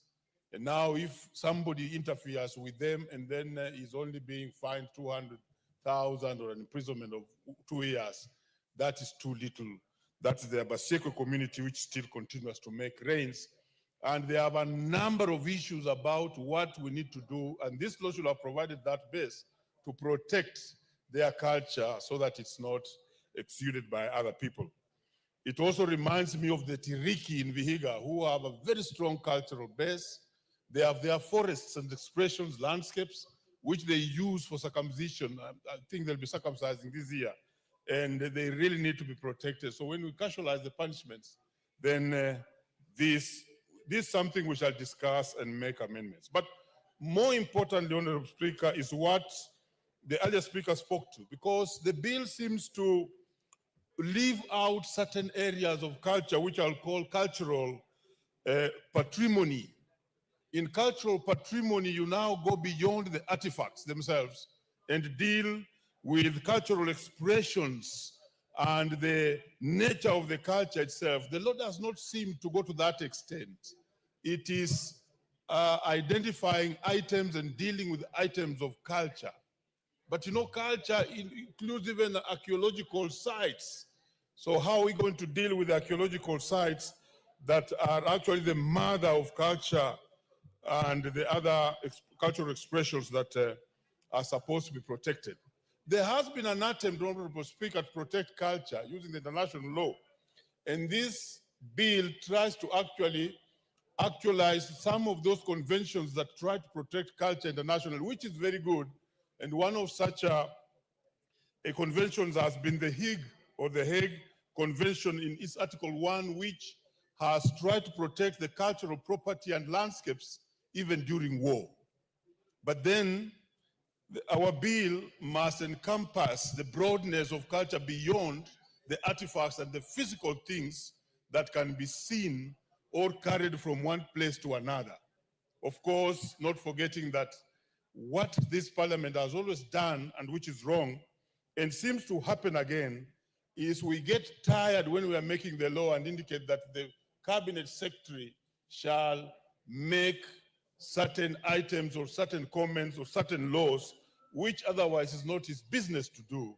And this bill has also gone that direction. And therefore, for the third reading, we need to go into the details and make sure that we make a complete law, even if it should be full, because culture is very broad, but it's a law that will be a beginning to protect our cultural practices moving forward. Thank you, Honorable Speaker.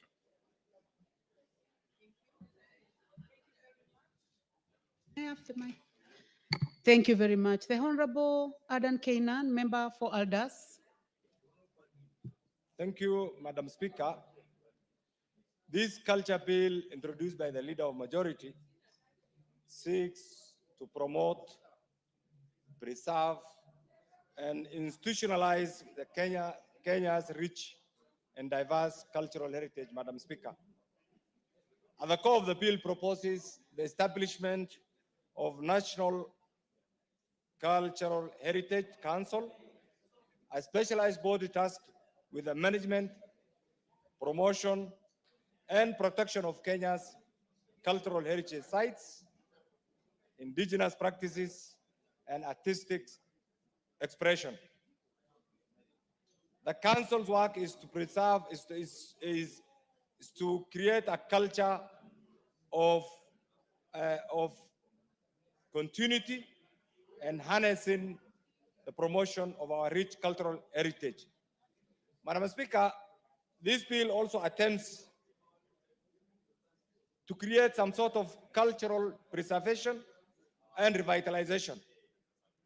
Kenya, Madam Speaker, is home to over 40 ethnic communities with distinct traditions, languages, artistic expression, and therefore this bill is timely because it attempts to safeguard the endangered languages like the Ogiek, the super language of my good friend, the Honorable Mili, and also attempts to protect sacred sites like the Kaya forest of the Mijikenda and preserve traditional craftsmanship such as the Masai beadwork and the Lamu Swahili architecture. Madam Speaker, if you look at the face of Kenya and you look at the Mili Odhiambo and her language, the super language, and I'm sure they have been consumed by the rich Luo culture, they're still struggling, and therefore we need to create a special place for them so that even after the next generation, the super community is still remembered. Madam Speaker, this bill also will boost tourism and economic growth. Cultural heritage is a key driver of heritage tourism, Madam Speaker, which contributes significantly to Kenya's economy. Therefore, by promoting cultural festivals such as the Lake Turkana Cultural Festival, the Lamu Swahili Cultural Festival, and other, e.g. like the Lake Turkana Cultural Festival, Lamu Cultural Festival, and historical landmarks such as Fort Jesus, the Great Rift Valley prehistorical sites. The bill positions Kenya as a premier cultural tourism destination, Madam Speaker. And therefore, this in turn is expected to create job opportunities, support local artisans, and attract international investment. Madam Speaker, this bill, once passed, will also contribute to the strengthening of our national identity and unity. Madam Speaker, Kenya is a diverse nation. I always say that Kenya is a collection of many nation states. The rich historical, cultural heritage of these communities must be documented, contextualized, put into a form that can easily be used by the current generation and the future generation, Madam Speaker. And therefore, this cultural heritage, Madam Speaker, plays a fundamental role in our national identity and cohesion. And this is what this country requires. Madam Speaker, when the colonialists brought us together with our diverse cultural heritage, we attempted to get a Kenyan culture in the form of one language, one heritage, one identity, and we're still struggling. And therefore today, if you ask me, that is one thing that we should prioritize as leadership so that we have the Kenyan culture, the Kenyan identity, the Kenyan dress, the Kenyan way of thinking, the Kenyan way of doing things, so that that becomes the unique Kenyan identification. And therefore, I hope this bill, once passed, Madam Speaker, will accelerate our shared history and indigenous knowledge system, Madam Speaker. And therefore, again, once that is done, once that is done, we'll see a as the bill aims to instill patriotism, encourage cultural pride, and bridge ethnic divides, ultimately reinforcing the sense of being a Kenyan, Madam Speaker. And this is one thing that has been lacking. Madam Speaker, over the years, we have prided ourselves. And this is one thing that really affects our national unity. Kenyans are known for their resilience. Kenyans are known for their focus. Kenyans are known for their rich cultural heritage. But Madam Speaker, what we have lacked is a law that will help us coalesce around that identity and project and promote and protect that Kenyan identity that will demonstrate the uniqueness of the Kenyan culture, not only locally, but also internationally, thus earning Kenya being a unique tourist destination, Madam Speaker. Madam Speaker, countries like Turkey, I wish you had that. Countries like Turkey, countries like United Arab Emirates, countries like Japan benefit from tourism. And yet they lack so many other natural resources, Madam Speaker.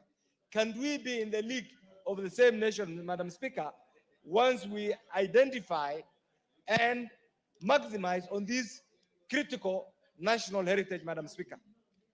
Madam Speaker, over the years also, there has been an attempt, because of this lack of identity, to profile, to stigmatize, and to divide the Kenyan society along regional lines, along regionalism, along tribal lines, Madam Speaker, along negative ethnicity, Madam Speaker.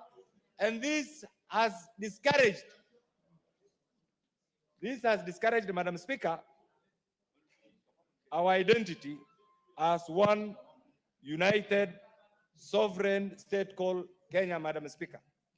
Madam Speaker, immediately after independence, we attempted to promote English at the expense of Kiswahili, Madam Speaker, which is a local, our own indigenous language, Madam Speaker. Madam Speaker, it's the high time that we also identify English is very good. It's the language of the white-collar job seekers. But equally, Madam Speaker, we also need to promote Kiswahili so that the Kenyan communities, Kiswahili is a collection of many languages, the Arabic language, the Turkish language, the Portuguese language, the Bantu language, and many other languages, Madam Speaker. And therefore, at times when we interact with our colleagues from the East African community, in particular the Tanzanians, we are lost. Which is the most refined Kiswahili? Is it the Kenyan Kiswahili, or the Tanzanian Kiswahili, or the East African Kiswahili, or the Central African Kiswahili, Madam Speaker? Madam Speaker, it's because of this that once this bill is passed, we hope and pray that some of these things will be collected, put together, and give us a clear identity. Madam Speaker, on the face of it, there are clear gaps in this particular bill, which must also be addressed. Madam Speaker, we currently have the National Museum of Kenya, we have the Kenya National Archive, and we have the Kenya Film Corporation. Madam Speaker, the role of these organizations must also be clearly acknowledged in order to avoid any perceived jurisdictional conflict, Madam Speaker. Because it is very easy to legislate this, and yet tomorrow, National Museum will come and say, this bill encroaches on their mandate. The National Archive will come and say, this bill encroaches on their mandate. The Kenya Film Commission will also say, this bill encroaches on their mandate. Madam Speaker, in the third reading, we must look at this, and I'm sure with the proper legal minds, this can also be addressed, Madam Speaker. Madam Speaker, this also requires, once this bill is passed, there is need to build capacity. Because we have many professionals, academic professionals. We need to have specialized people to deal with our culture, to deal with this particular, the implementation of this particular bill, Madam Speaker. Madam Speaker, we have passed many laws, many laws. Madam Speaker, at times enforcement becomes a problem. We pass laws, and this country is known. Madam Speaker, in 1999, I had the privilege, and allow me to say this, I had the privilege of being a member of the finance bill. And finance committee, sorry, the finance committee, and we went to Malaysia.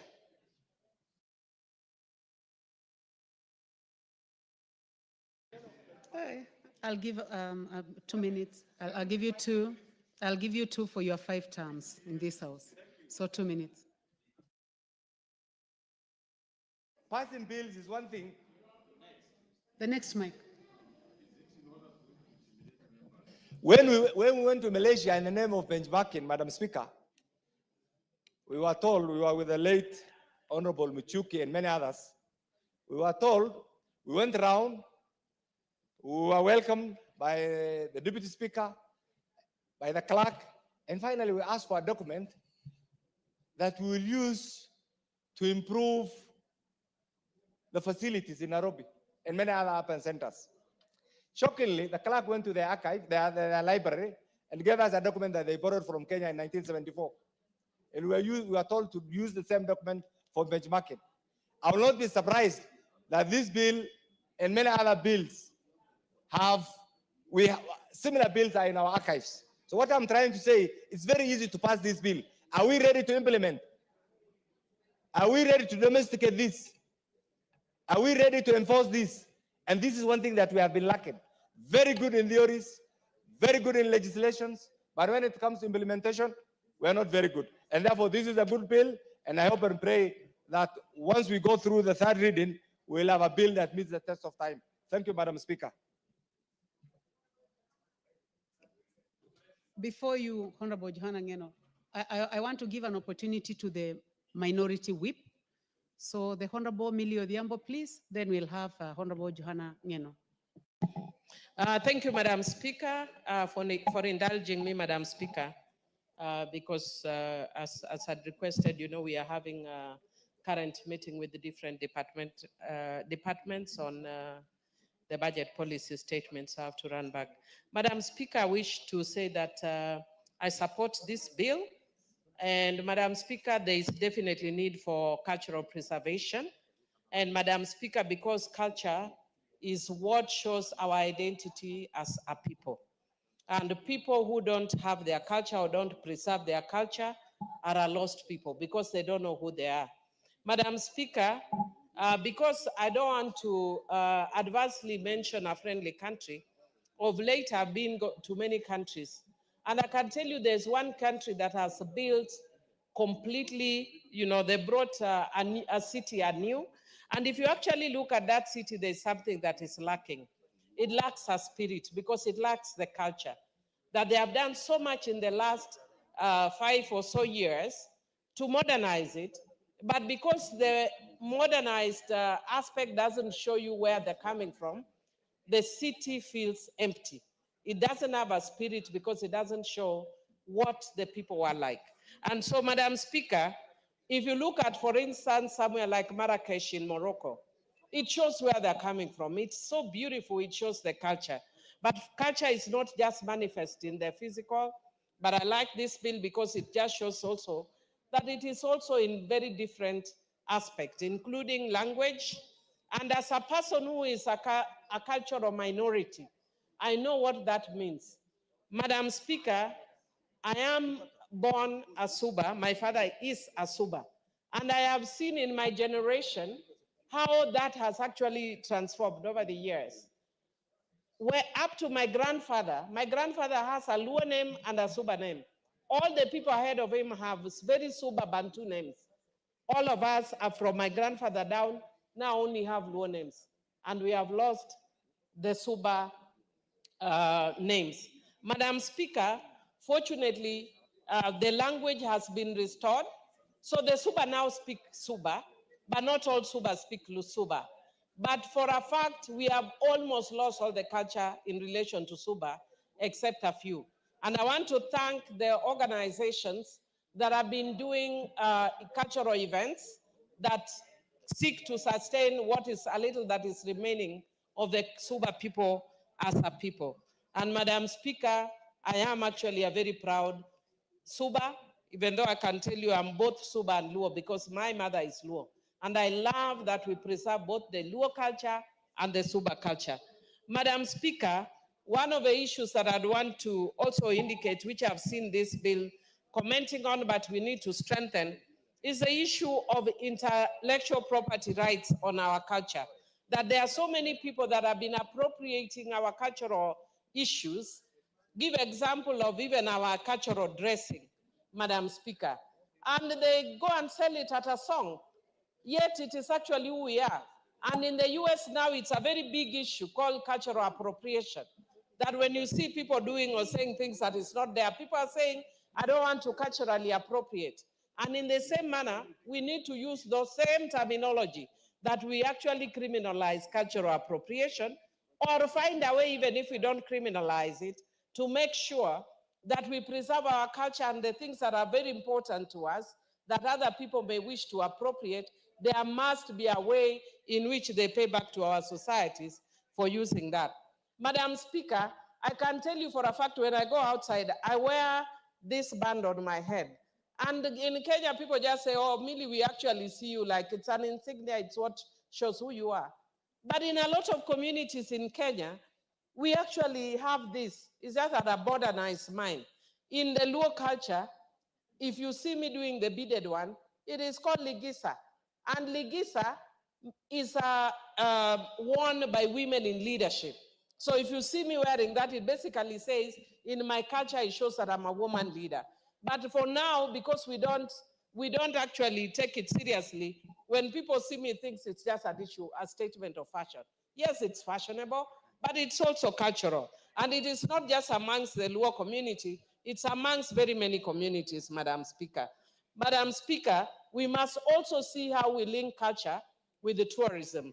I want to thank the Parliament that they recently organized a very good training, and the training was on PPP, public-private partnerships. And Madam Speaker, one of the things that I actually picked up from that is the immense potential of linking tourism and culture.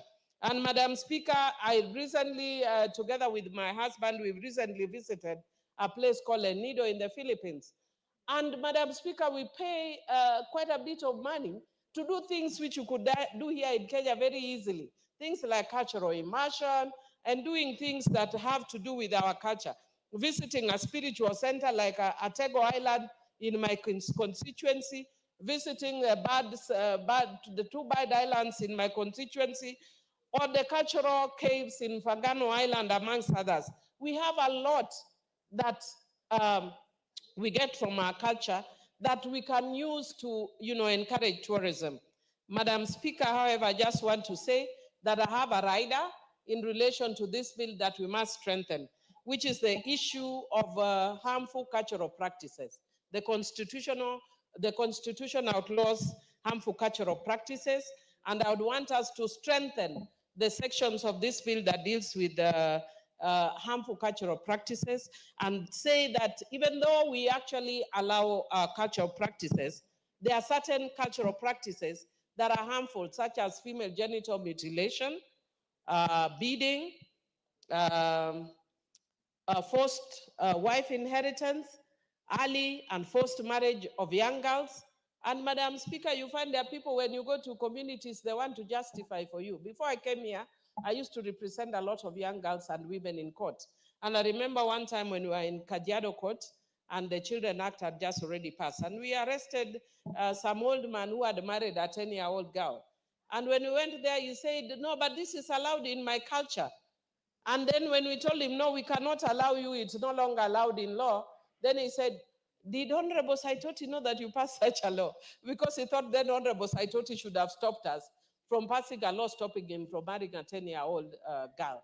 So because of that, Madam Speaker, we must put a rider that even though we have culture, there are certain cultural practices that are retrogressive. But also, Madam Speaker, one of the things that I want us to do is to enhance the historical bit where we have now distorted culture. And Madam Speaker, if you actually look at our historical issues, you discover, for instance, amongst the Luo community, women were really respected and exalted. But now people are actually doing the reverse. If you look at the bigger clans in Luo, they start with a female name. It's almost like the House of Mumbi. We start with the Kanyamwa, Kanyadoto, Kanyekela, Kanya something. They are all about women. But now we are being told women cannot lead. Who told you women cannot lead? We are in charge of clans. So if you are in charge of clans, why can we then not lead? We must put our history correctly and our history respected and exalted women. And I want to say that I'm very happy the House of Mumbi has actually kept that. And so we know that's why you see a lot of women in Kikuyu land get elected, because they preserve that history. But in some of our areas, we are losing that. And so we have people creating their own stories about what was there in culture. Madam Speaker, I support and I look at it more keenly so that I see if there are areas, the areas that I've spoken, if they are not well covered, that will bring amendment. I support. Thank you. Thank you. The Honorable Johanna Ngeno.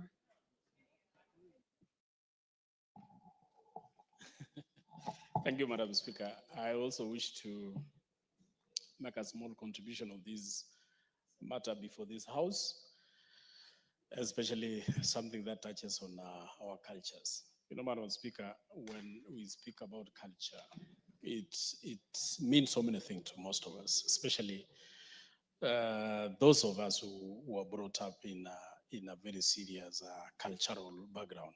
Madam Speaker, when I grew up, a friend of mine who was a teacher used to tell me that an cultured person is an uncivilized person.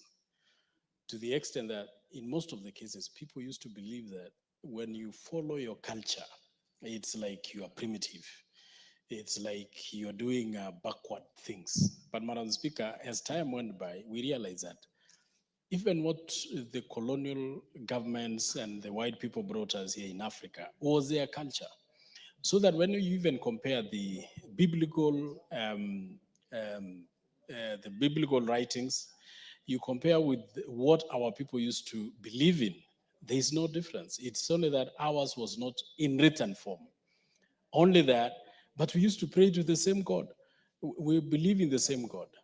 It's only the names are different. But what we were calling our God is the same God that the Bible teaches us. The cultures that we had, the way we prayed and how we behaved, the way we circumcised our boys, and all that, Madam Speaker, is an indication that our culture was just thrown out because somebody else wanted us to adopt their culture so that we forget about ours.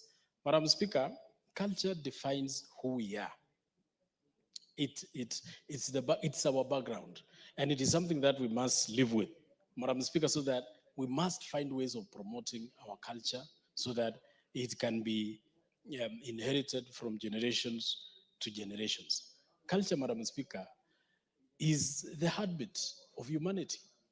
It is actually how most of us were brought up, and if you were to ask everybody, they were brought up in a certain culture. Even if it is those who were brought up in Nairobi, still they will go back to their cultures. They will be taught on how their people used to behave, the kind of clothing people used to have, etc., etc. So therefore, Madam Speaker, I wish to support this particular bill that touches on how to protect the cultural artifacts, the identity of our nation and our people. And of course, Madam Speaker, to look into what exactly do we need to do so that our culture is not lost. Madam Speaker, first we talk about the artifacts. Artifacts, Madam Speaker, are tools which were used by our people, and each and every people, each and every community has their own ways or their own means or their own artifacts, Madam Speaker. And this one ranges from clothing to the kind of artifacts they used to use, whether when they were going to pray or their praying sites, or what they use also to appease the enemies, or what they used to when they want to appease their gods, when they want to give blessings, when they want to do their traditional circumcisions, even when the elders were having their drinks and like the current kind of drinking. Madam Speaker, those are cultural artifacts that we must protect by all means. Madam Speaker, I remember at the beginning of Kibaki government, I think it was around 2003, 4, the people from the Kalenjin community who had lost a very great warrior and an overseer and a Laibon called Koitalel Samoa, disputed and petitioned the government to ensure that they return the artifacts which had been looted by the colonial government at that time and took them away to their country. And at that time, Madam Speaker, the president of that time helped that community to bring back their artifacts, only that they did not surrender the skull or the head of the Libon. Madam Speaker, those artifacts have a very serious meaning to the communities where that Libon came from. And that is why it was very important that they bring back those particular artifacts. Madam Speaker, even in many other areas, many other communities, even the sub-tribes where we come from, there are artifacts which were confiscated, like the stools, the three-legged stools, which were used for prayers and were used also for blessings, and which were confiscated by the Europeans. Madam Speaker, there are those ones that remained. There are those ones that we still have in our homes. And this law, Madam Speaker, protects the misuse and the looting and the stealing of these particular artifacts, which can help or which were used as our traditional memories for traditional use. Madam Speaker, when we talk about culture, culture also touches on the cultural clothing. Every community, Madam Speaker, in this country have their own traditional clothing, their own cultural clothing. And Madam Speaker, I would wish also one day in this house, Madam Speaker, we introduce a cultural day where every member, because at least we all come from particular backgrounds, particular communities, so that we can say this is a cultural day where every member of this house will wear their cultural clothing, so that we dress the way our communities used to dress. And you will be shocked, Madam Speaker, because we have our dresses, cultural dresses that fits us so well, and they are so good, so that when you see our ladies, if they were to put on those particular clothings and dresses, Madam Speaker, you'll be shocked at how beautiful they look. And even men, when they put on those particular dresses, clothes, Madam Speaker, you will imagine how also men handsomely look, apart from the ones we wear in Parliament. Like when we put on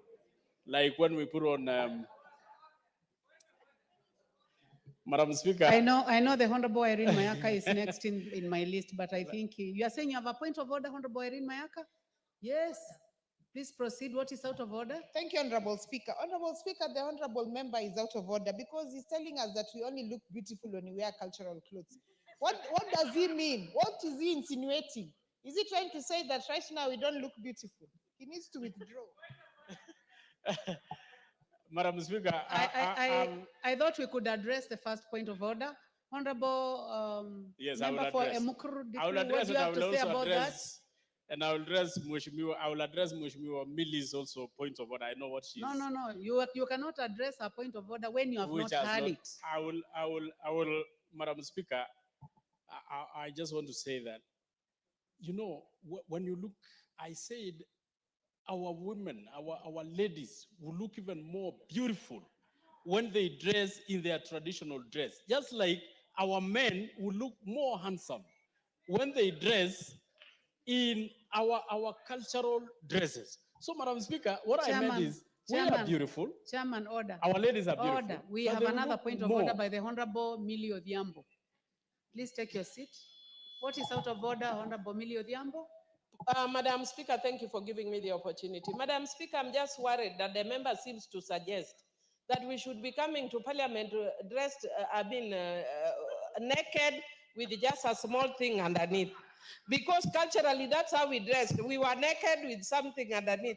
Madam Speaker, is that really in order? Is that what we are implying? Our culture, we were half naked, Madam Speaker. The world is evolving, and that is part of culture. So are you suggesting that members should be coming to the house naked? Madam Speaker, we should be proud of our culture. And it doesn't matter how that culture looked like. Whether we used to put on, and after all, Madam Speaker, when you look at the kind of dressing that we have today, our ladies are almost naked.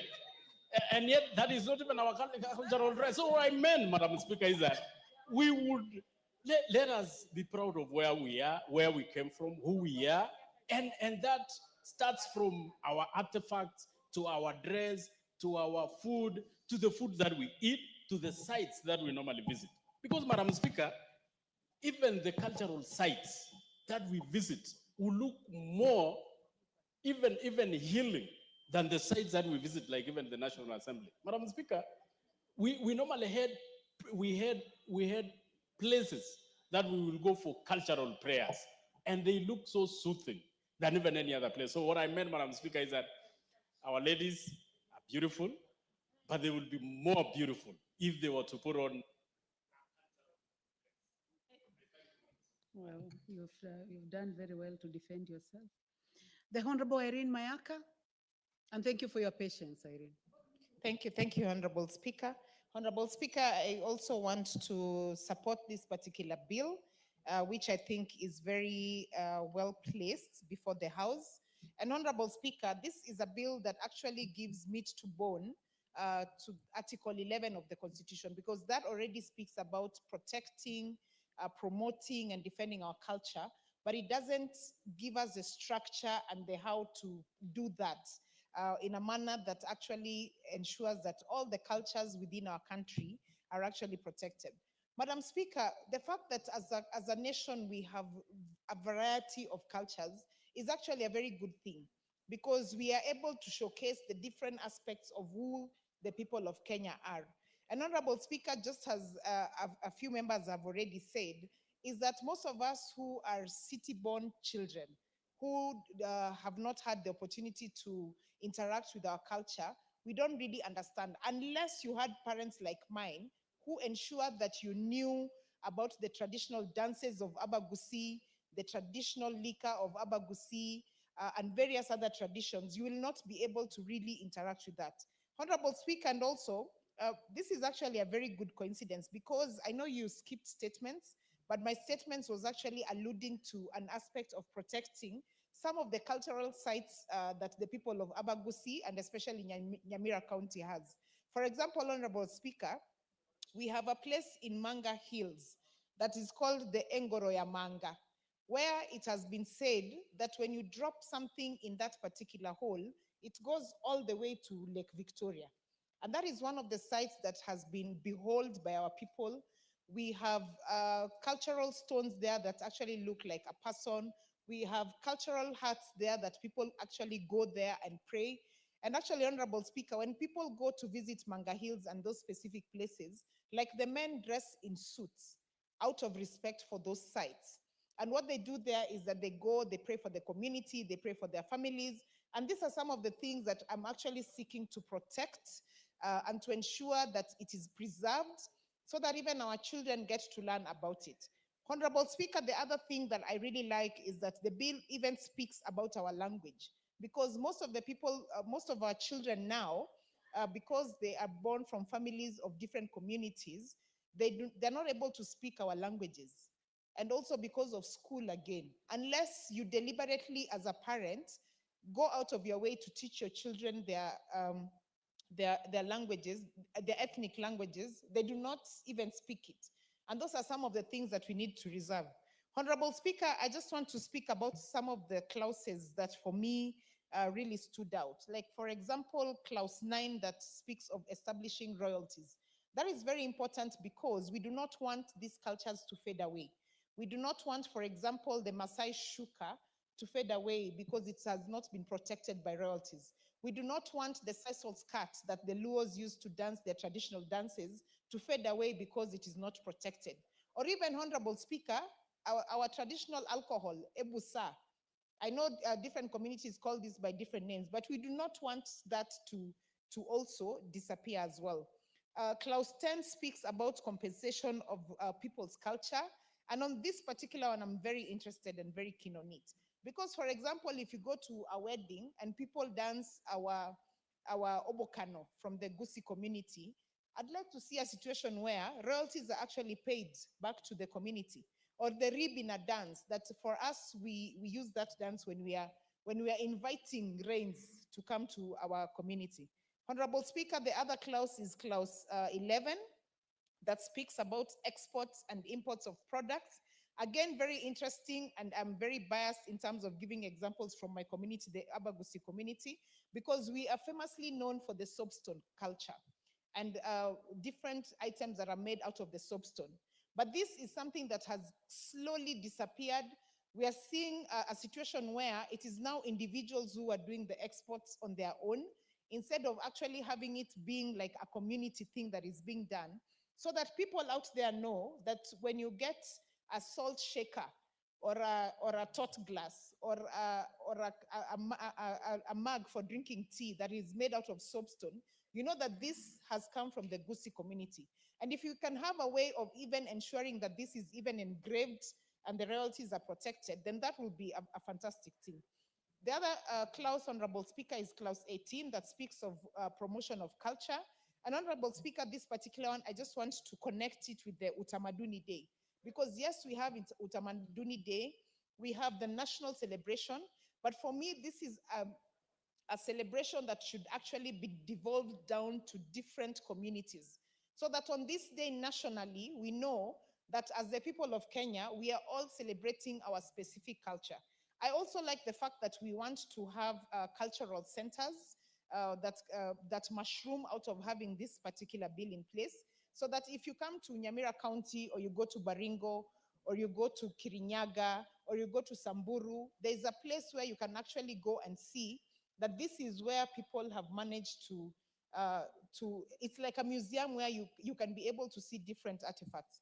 In Nyamira, for example, Honorable Speaker, we have a restaurant that the owner of that restaurant has actually set aside one area where you can go into our traditional huts, you can see how the busa was being made, you can have an opportunity to eat our traditional vegetables, chinsaga, managu. You can be able to eat our traditional ugali. You can be able to see the setup of the Gusii families and how where the eldest son would stay in the homestead, and the younger sons and the wife and all that. But having said that, Honorable Speaker, about all the beauties of our culture that we can actually defend, for me, the one thing that I also want us to be very careful is the promotion of the retrogressive culture. And this we need to check the bill and confirm, which we will do, so that if there's any particular place that does not categorically speak about the retrogressive culture, then we can set that aside. Retrogressive in the sense of, for example, for us, the FGM practice. That is definitely not a culture that we would want to promote. So we have to be very careful to ensure that these cultures that are very retrogressive are not encouraged. Honorable Speaker, having said that, and so that I also save time for the other members, is that yes, I really want us to celebrate this bill, but also I do not want this to be one of those bills that is just put on the shelf somewhere after its assent. My wish is that, and I know the majority party represented by Honorable Naomi Zia, and they can listen, is that the day that the president assents to this bill, that there's an actual celebration awareness at State House of all the cultures in this country alongside that signing of that bill, so that everybody in this country is aware that we do have a bill in place that is going to protect our culture. We don't want a situation where when you talk about the bill outside there and everyone asks you, when was that assented to? We don't have anything like that. So the awareness, the communication out there has to be extremely powerful so that everyone is really aware of that. And finally, Honorable Speaker, and I like that some of the concerns that we voiced here about Kenya not having a national outfit when we go for national functions or when our athletes represent us out there. At least at the Paris Olympics, we had some sort of a national culture that portrayed the Maasai culture that was worn out there. And it was very exciting that majority of the other participants from other countries actually recognized that Kenya has a beautiful outfit. I wish we could even adopt that as our national dress for our party. So, I mean, sorry, not for our party, for our country, so that anytime we have representation out there of people going to represent the country, they can wear our national outfit. Having said that, Honorable Speaker, I do support the bill and I submit. I thank you. Thank you very much. The Honorable Ferdinand Wanyonyi, member for Kwanza. At long last. Madam Speaker, I want to take this opportunity, first of all, to thank all the members that you have contributed on this bill. And I think they have actually exhausted the bill.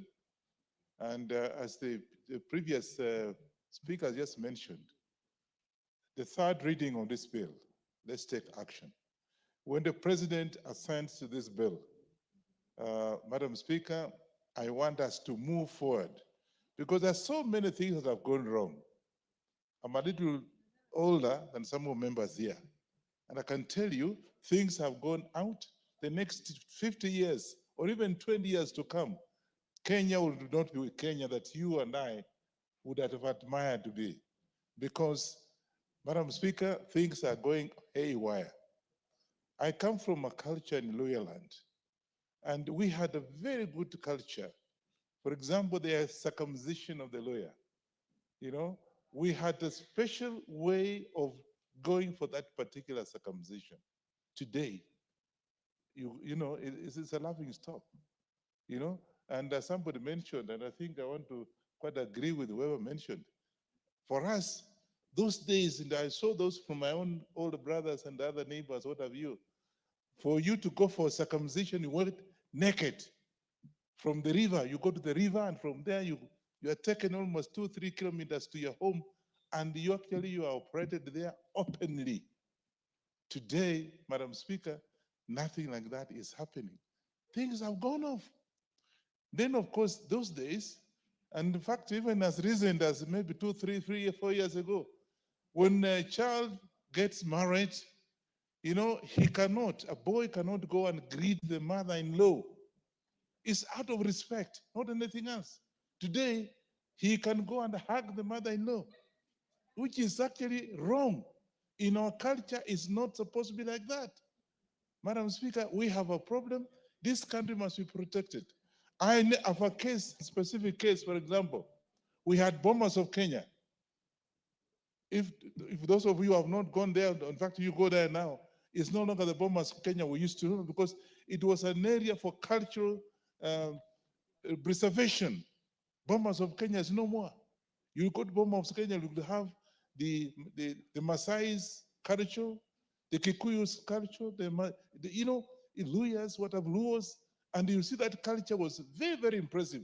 You're there, you pay the money, and you are there for some time, and of course you come back and say, okay, is this how this community behave?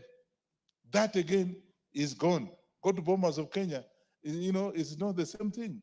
It's now just a business area doing other things. So we should actually, because I was asking my colleague here, we have a ministry for culture and sports. That ministry must be revived. That ministry must be given guidelines to be able to preserve some of those cultures that actually are very, very important for us to be able to maintain. Because I know for sure that the colonialists came, and when they came, you know, people now want to behave like a Muzungu. But look, that again is now something under the bridge. We just have to behave our own way. We have to revive. For example, in Luhya culture, if a child goes to get married, he has to pay almost 13 cows. Today, there's nothing like that. There's nothing like that. And it's a culture that actually a Luhya boy marry another person from another area, you pay the money before anything else, even before the wedding. Today, it's no longer there. It's just to understand each other. Like my brother who was okay, I don't want to mention that. But that again, Madam Speaker, we should do something about it.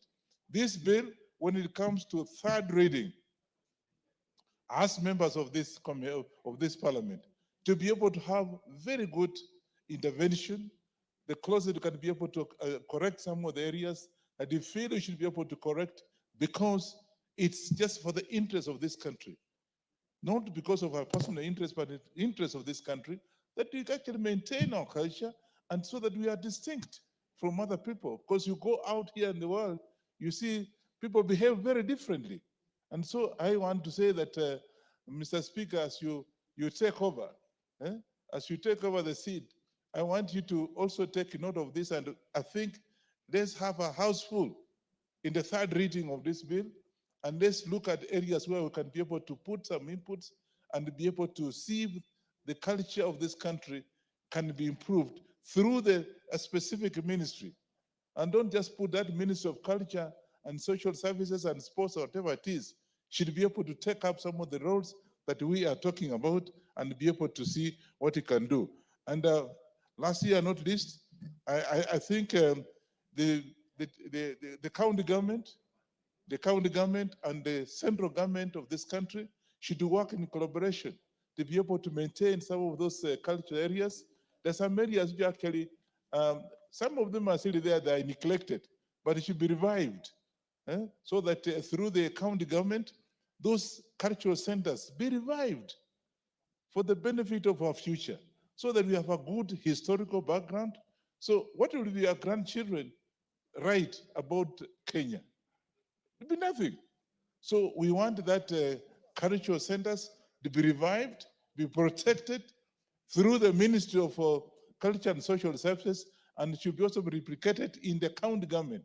Should have the similar ministry or department in the culture in the county government to be able to maintain these areas, because it's important, Mr.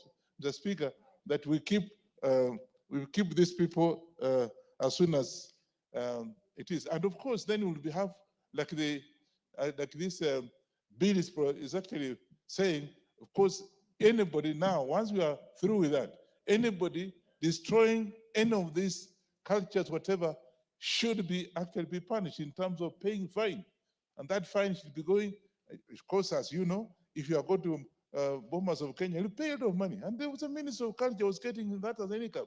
Similarly, anybody interfering with any of these cultural centers should be, and of course the behavior, whatever it is, should be fined. And those things are being fined through wazee wa mtaa, or the communities can be able to come up with whatever. So that again is something that we have to revive for the benefit of our country. I want to take this opportunity to thank the leader of the majority to have come up with this particular bill, and I think it's very timely, and I hope and pray that we'll support it to the last thing and be able to have it implemented immediately. His Excellency puts a concert on the same. I want to thank you and I support this bill. The Honorable John Waweru.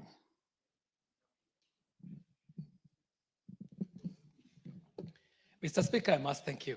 I must thank you profusely for giving me this opportunity.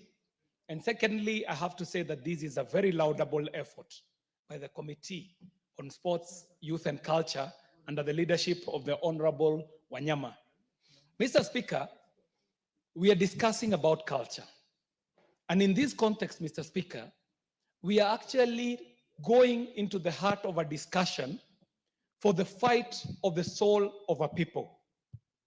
Mr. Speaker, it has been said before that if you want to disenfranchise an individual, what you do is you deny them their mother tongue and you take their father's name.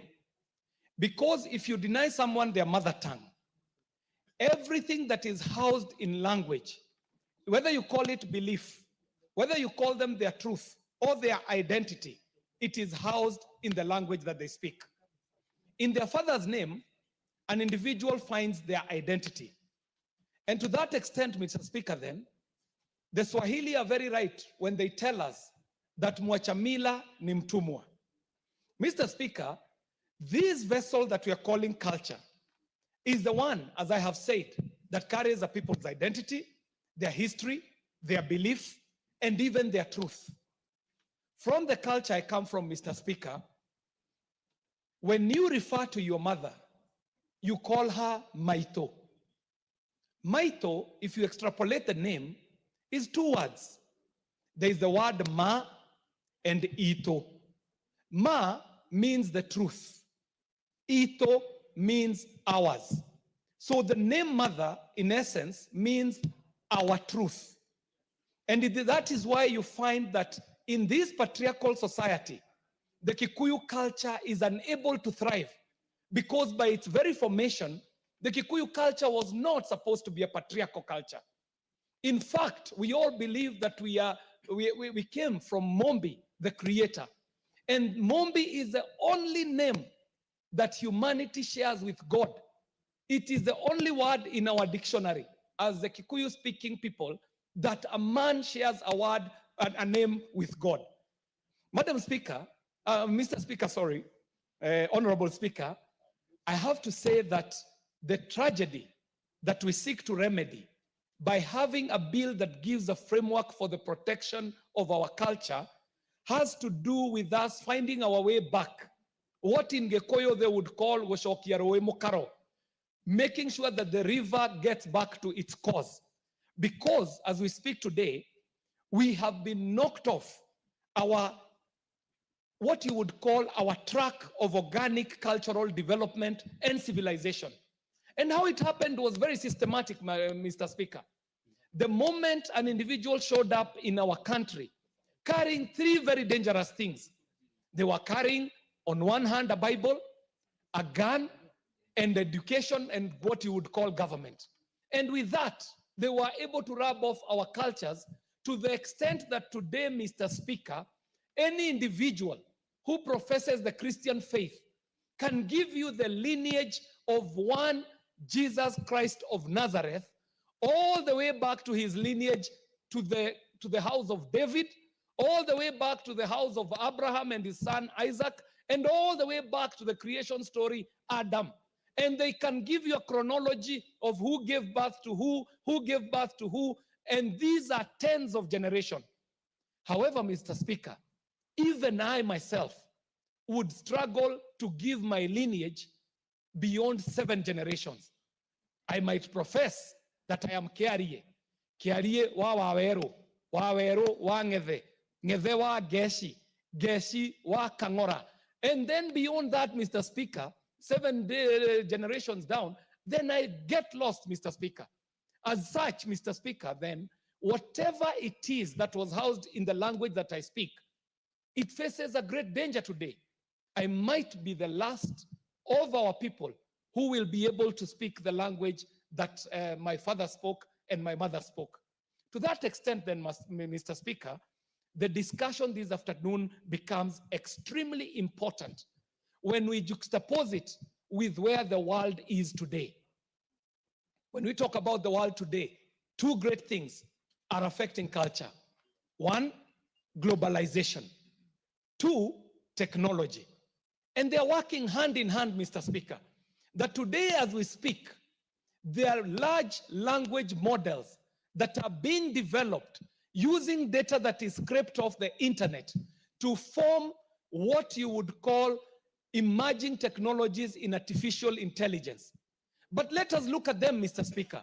The language models that we are speaking about today in the world of artificial intelligence and emerging technologies, of the data that they are scraping out of the internet, we are told that 46.5% of that data is in one language, English. German follows closely, Russian follows after, but then, at what point then will my Gikuyu language or my Kamba language from my lineage be onboarded onto this new development in what we are calling the 4th Industrial Revolution? As such, Mr. Speaker, what has been happening then is a lot of cultural appropriation. We know that in this country, there are artifacts that throughout history have been plucked out of our country and are in exhibition and being monetized in capitals abroad, in museums abroad, Mr. Speaker. The man-eating lions of Tsavo, 2 of them, male lions that did not have a mane, a spectacle to behold. When they were shot by a man called Peterson, they were then taken to some museums in Western capitals where they are to date. We are told by historians that one Koitalel Arap Samoei was decapitated, and his head and maybe the skull at that point was taken to museums abroad. Those museums do have entry fee. There are researchers who make big researches out of the data that is in those museums. However, is the Savo community benefiting from this appropriation of this culture? Are the Kipsigis benefiting from their leader being exhibited in a museum for now close to a century and some more years? So that, Mr. Speaker, then, the need for a comprehensive legislative framework that enables us to support the integration of culture, the cultural properties in this country, and cultural heritage becomes a priority, Mr. Speaker. Now, here is the critique, Mr. Speaker, that even as we are speaking to this bill as is, it is one devoid of specificities, Mr. Speaker, that in the format that it is and the style that it is big on cultural artifacts.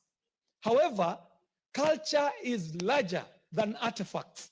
There are many elements of culture that are not covered in this bill as it exists. So much so that the option we have as a House is to either pass it as it is and then seek for places to amend later, or we might decide then, and in the third reading, Mr. Speaker, we might find a place in the clauses that exist or introduce new clauses where we are able to cover a wider definition of culture rather than zero in on just cultural artifacts. But now the bill has presented, Mr. Speaker, because it is big on cultural artifacts, then we can talk about issues to do with intellectual property. Mr. Speaker, whatever is covered here on intellectual property is a bit shallow. And my question was whether that shall be covered in subsequent or subsidiary legislation, maybe in regulation, or whether there shall be another bill that comes to take care of intellectual property. But finally, Mr. Speaker, I have to say that the essence is urgent. One, for the preservation of our culture and the protection of our culture. But secondly, Mr. Speaker, and most importantly, this House is the House that ratifies international treaties, international conventions. And so, Mr. Speaker, the treaties that we have ratified, some by UNESCO and many others to do with culture, have been given life and effect by us processing a bill that takes care of culture. The Constitution, Mr. Speaker, in Article 11, also is given effect by us passing this bill. And it is for that reason, Mr. Speaker, that I stand to support and seek to amend in the third reading. I thank you very much, Mr. Speaker, for the opportunity to speak on this bill. The Honorable Christine Ombaka.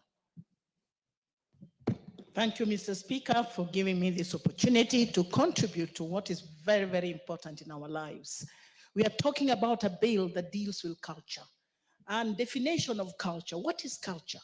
It's a way of life as lived by a people at a particular time in history. It means that culture is our way of life. It's the language we speak, it's the song we sing, it's the food, the dress that we have, the food we eat, the sports, everything about our lives is culture. But it is as lived by a people at a particular time in history. It means that culture evolves. It is dynamic. It changes from time to time. The people of the past had their own culture. It moved on and changed on, and we acquired others, and we dropped other ways of culture, other ways of survival, and we moved on and acquired others. That's like language dies. When a language dies, then that culture is finished. That culture, the people of that language will not exist because the language has died. It is important to realize that culture is our identity. If it dies, we are dead. It is cardinal. It is in our lives. It is part and parcel of us. It is our gene that if it is not there, we are not human beings. Unfortunately, our culture, African culture, Kenyan culture, all the tribes that we have, 42 or 43 that we have. These are cultures that are very, very important, but they have been interfered with in the past through colonialism. And it is still being interfered with. It is still changing. It is still not the same as a long time ago. But we need to preserve them because we are preserving our identity. We will be laughed at if we do not preserve it. If I lose my Luo language, where will I belong? What will people think of me? But our children are losing it, and we are not caring. We do not give a hoot about the language that our children are speaking today. They are mixing up English and Swahili and a bit of their local language. Sometimes they speak pure American English, and they cannot utter a word, even the word thank you, even the word asante sana, they cannot speak it because they speak European language. We are, as parents, have also failed in preserving the culture of our people because we enjoy to see our children speak British or American English. Secondly, we have tried in this country to preserve culture through the museums that we have. But unfortunately, again, these museums, they're shallow. I was in a committee of sports last parliament, and we had a chance to visit a number of museums that we had. It was shameful to see how shallow, how empty they were. There were no anything that would indicate the culture of our people. They were scanty, they were too old, they were torn apart. We need to create or come up with what we can show to our children as part of what is in the museum. The museums are not having the right things. They're too old, too broken apart. Nobody seems to put money there to ensure that even our museums have the items, the artifacts that require our understanding of the past. That is missing. The school system has tried, I must say that, because we normally have school music festivals, drama festivals. These are events that help us nurture the past, bring out the past. Our children try to wear those clothes of long ago so that they can sing these songs when they come for competition. But it's just for competition and the story is over. We do not carry it forward. We do not say, we do not care about the clothes that we used to wear in the past and keep them and reserve them somewhere in the museum. It is just for events for a period over 1 day, 2 days, and it's over. It's unfortunate that we do not celebrate our culture. We need to do that constantly. In this country, we also have Heroes Day. We celebrate our heroes, the people of the past, what they did for us, how great men and women they were, and we celebrate them. But at least there we conquer, there we have done well, because it's every year we celebrate the great men and women of this country, of the past and of the present. They've done marvelously well. In my community, recently in Nyanza, last December, that's 3 months ago, we had a celebration, a 2-day celebration, which was called Pinyu Luo. Pinyu Luo simply means Luo world, the Luo world. And we invited guests from all over. We were tracing the history of the Luo people, right from Sudan, and how they spread out in so many countries in this world. They're in Uganda, they're in Tanzania, they're in West Africa, they're everywhere. So many countries. And many people came to celebrate the Luo culture at that time. There were music, good food of long ago, and men and women who know the history of the Luo movement from Sudan to here. Even today, we were burying or we were praying for a great professor, Professor Bethuel Alan Ogot, who has written a lot about the Luo culture in many, many books and articles. In one of the presentations last December, before he passed away, he told us the power of women, how women were highly respected, and how even in the Luo movement from Sudan, the people who led the Luo movement, a number of them were women. He highlighted the role that women played in history in the Luo people. But somehow today we are losing it. Nobody cares about the role that women play historically in various movements, historical movements, in wars and anything else. Appreciation and making sure that we conserve the names, the activities, and the roles that they play. It is therefore very important that this bill must be supported because it is a bill that is helping in preserving a culture that is dying. The Kenyan culture is rich. We are 42 communities. And that does not mean we are divided. It simply means all these communities with their cultures can make us very strong as a united nation. Kenya is a united nation. 42 communities form a nation. And so we need to celebrate the cultures that we have, the 42 cultures that we have. I know culture is dying, but we need to still fight very hard to protect it. We need to protect Gotramogi. That is a hill where our ancestors settled when they arrived in Kenya those many years.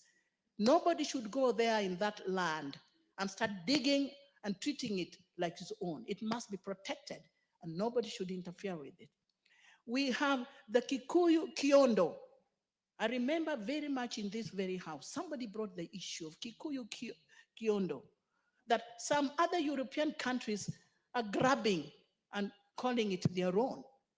It is owned by the Kikuyus because that is a traditional basket that they weave that is part and parcel of their identity. But some people, foreigners, have grabbed it and made it their own. So that is where the catch is. We are losing what we have to the European countries. We need to grab back our culture that they've taken, what they're making so much money on that belong to us. We need it here, right here. Because if we don't watch it, they will grab everything and they will take us back to their country and make money out of us. Very soon, you will call that slavery. They will soon pick us up and take us over there if they're taking some of our property that we need to protect. I'd like to conclude, because I'm rushing somewhere else, to say that I support very, very highly this very bill because I'm supporting our identity, I'm supporting our way of life, I'm supporting the Kenyan people who are protecting and fighting for their communities, fighting for their values, fighting for their way of life as lived by a people of today's culture. Thank you, and thank you for giving me this opportunity, Mr. Speaker. The Honorable Naomi Wako.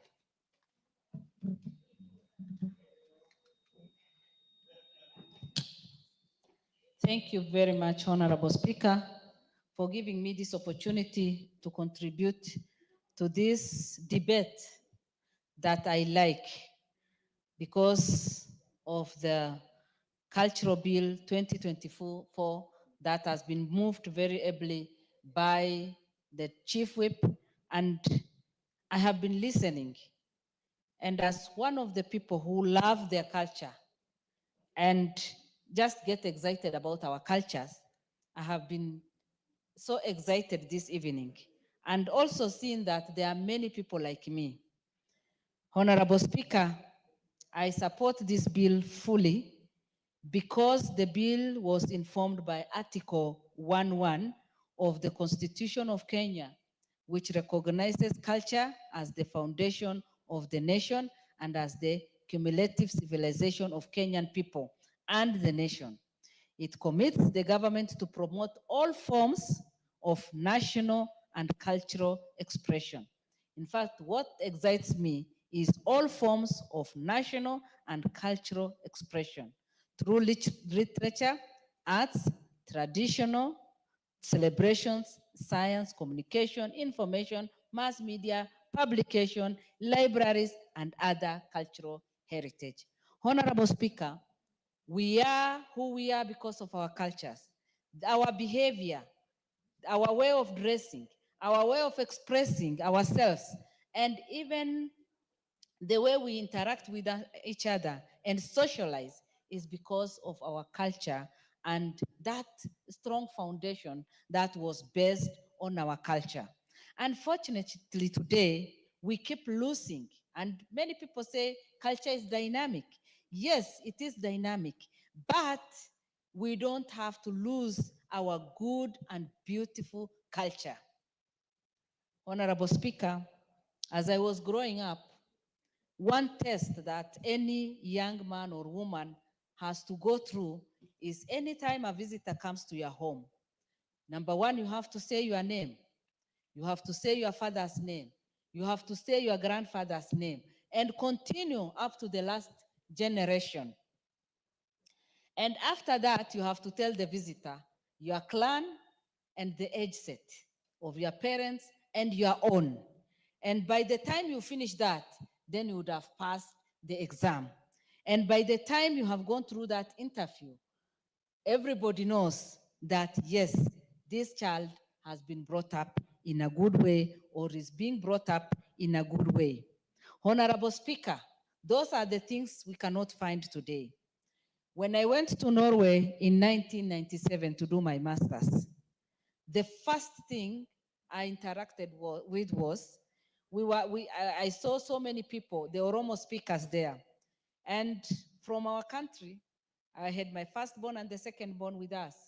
And we were always proudly speaking about, Kenya and very good English in everything. But within very few months, we realized that speaking our own language was the best thing that we would have done for ourselves. And within 3 months, we were able again to bring back our children, and we started speaking our language, which brought a lot of value. And anytime we interacted with other Africans, we would also speak our language, and everybody celebrated with us. And since then, speaking our language in our home is our priority. Practicing the good cultural practices is another thing that we have always done. Honorable Speaker, the more we practice our good cultural practices, the more we will grow our country and also keep our valuable heritage, whereby other people in Western world today, you don't have what you see in our country.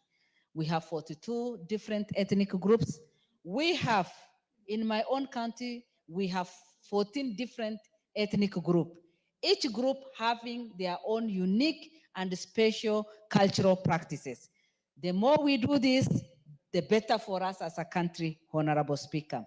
I support this bill because since independence, it is important for us to know that since independence, Kenya has never enacted comprehensive legislative framework to support the integration of culture and cultural heritage in national development agenda.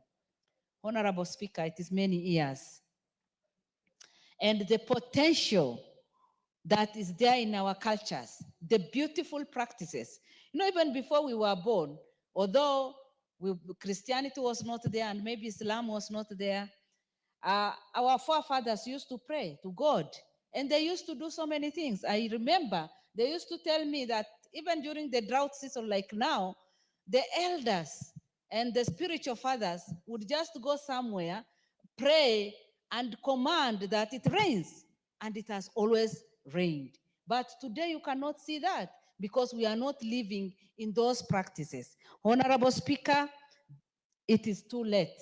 In fact, this bill would have been there many years ago, so that our young people can enjoy and so that we can harness the potential of our culture.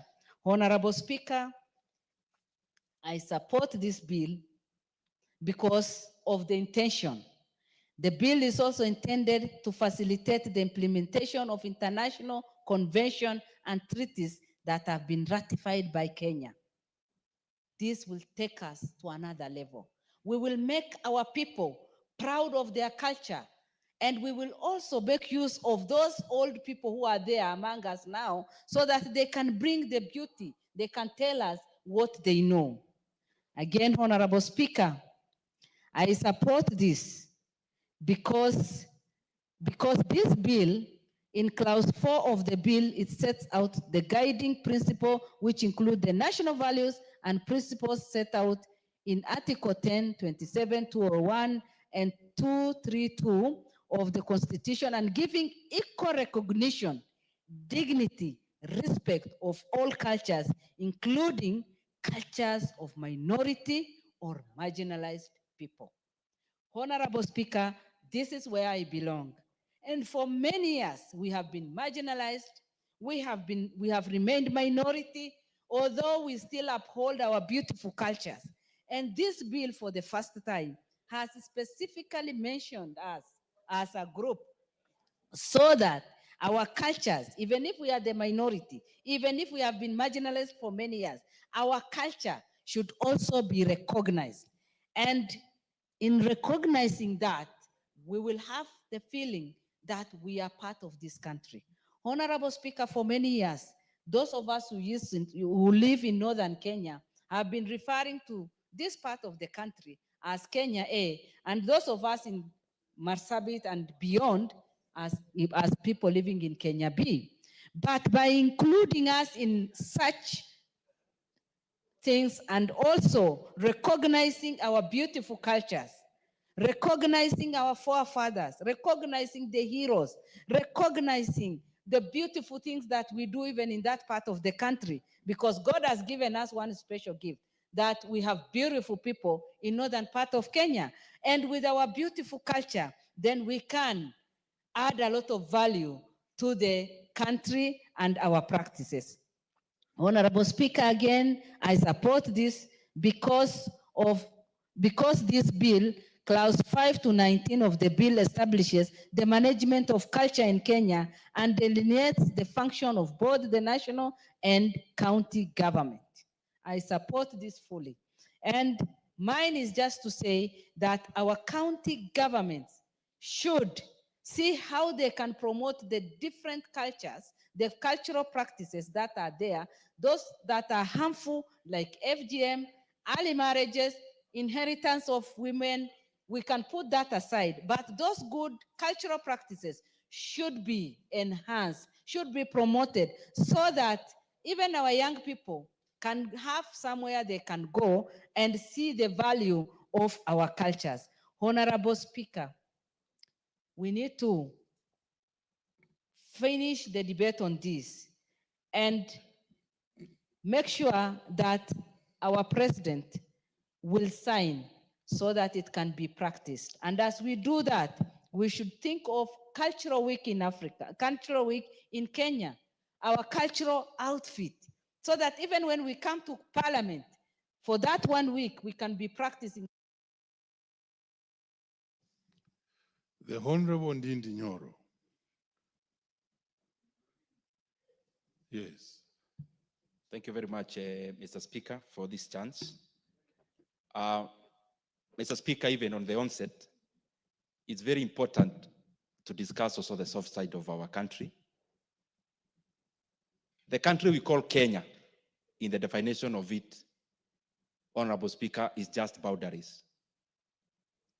And I'm saying so because many times we confuse between several things. One, what is the country, the republic, the nation, the government, and the state. Honorable Speaker, what we call a country is just by the boundaries that define where Kenya lies.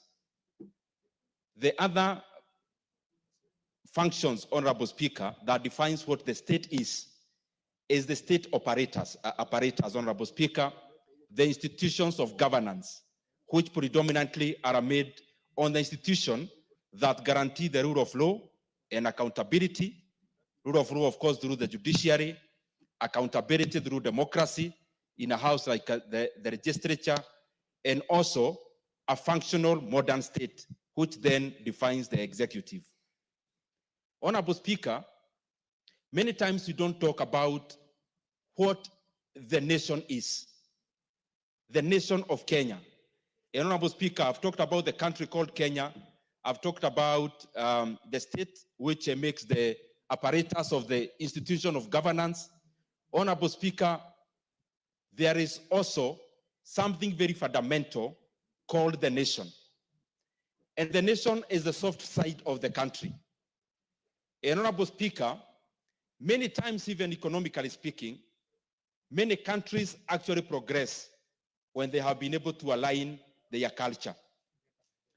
And Honorable Speaker, many times we confuse the culture and the language. That is only one side of what we call the nation or shared identity or shared values. The soft side of the country, Honorable Speaker, encompasses and answers the question of who are we as a country, who are we as a citizenry.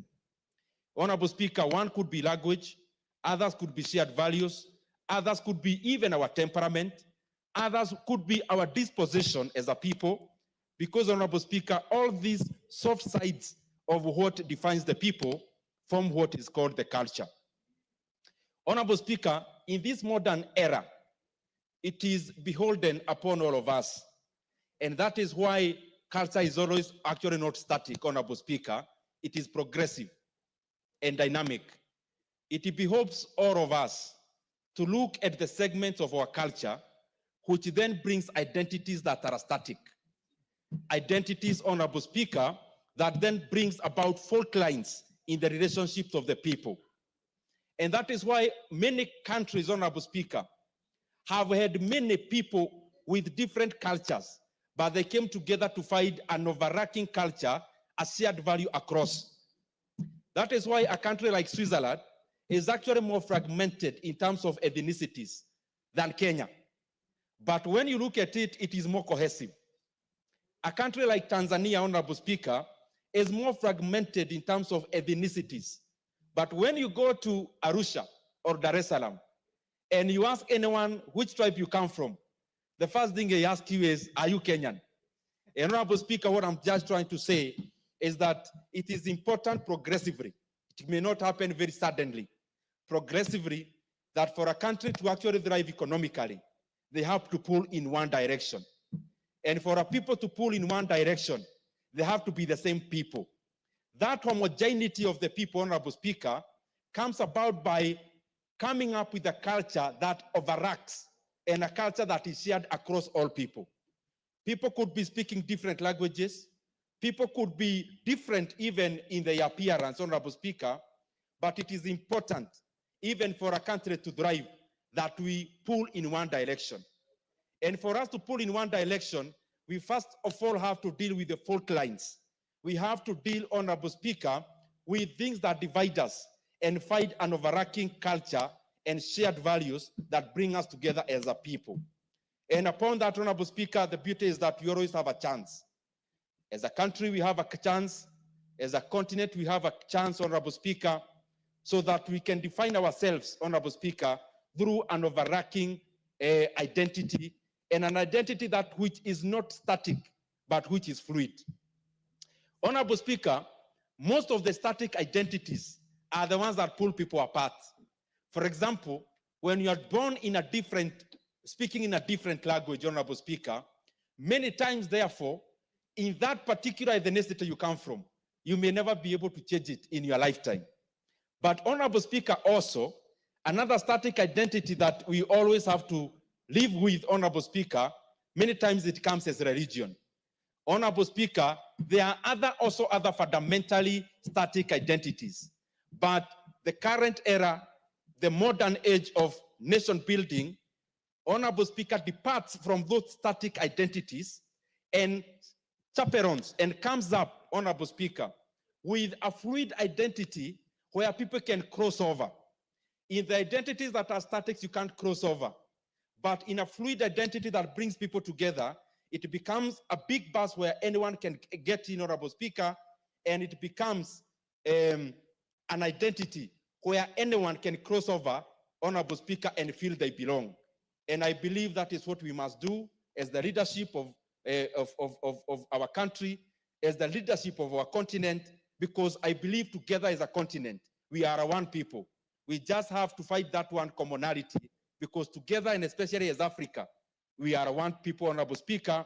We must act as one people. We must pull in one direction so that our continent can actually have better days ahead. And even the same should percolate to the individual states, to the individual nations, Honorable Speaker, to the individual countries, so that we continue building a cohesive society. I thank you, Honorable Speaker. Very well. Sounds like the Hegelian philosophy or something of that type. Let's hear from Honorable Wilberforce Oundo.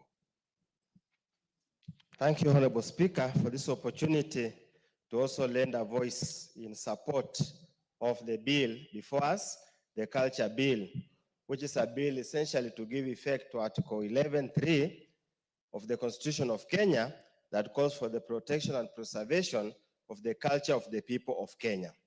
Honorable Speaker, culture espouses the entire life of the individual. Culture espouses is the glue that binds the individual to the community. And what is a community? Honorable Speaker, when you look at the bill, they attempt to define a community. And a community defines a culturally homogeneous and consciously distinct group of people who share any of the following attributes: common ancestry, similar cultural mode of livelihood or language, geographical space, ecological space, or community of interest. Honorable Speaker,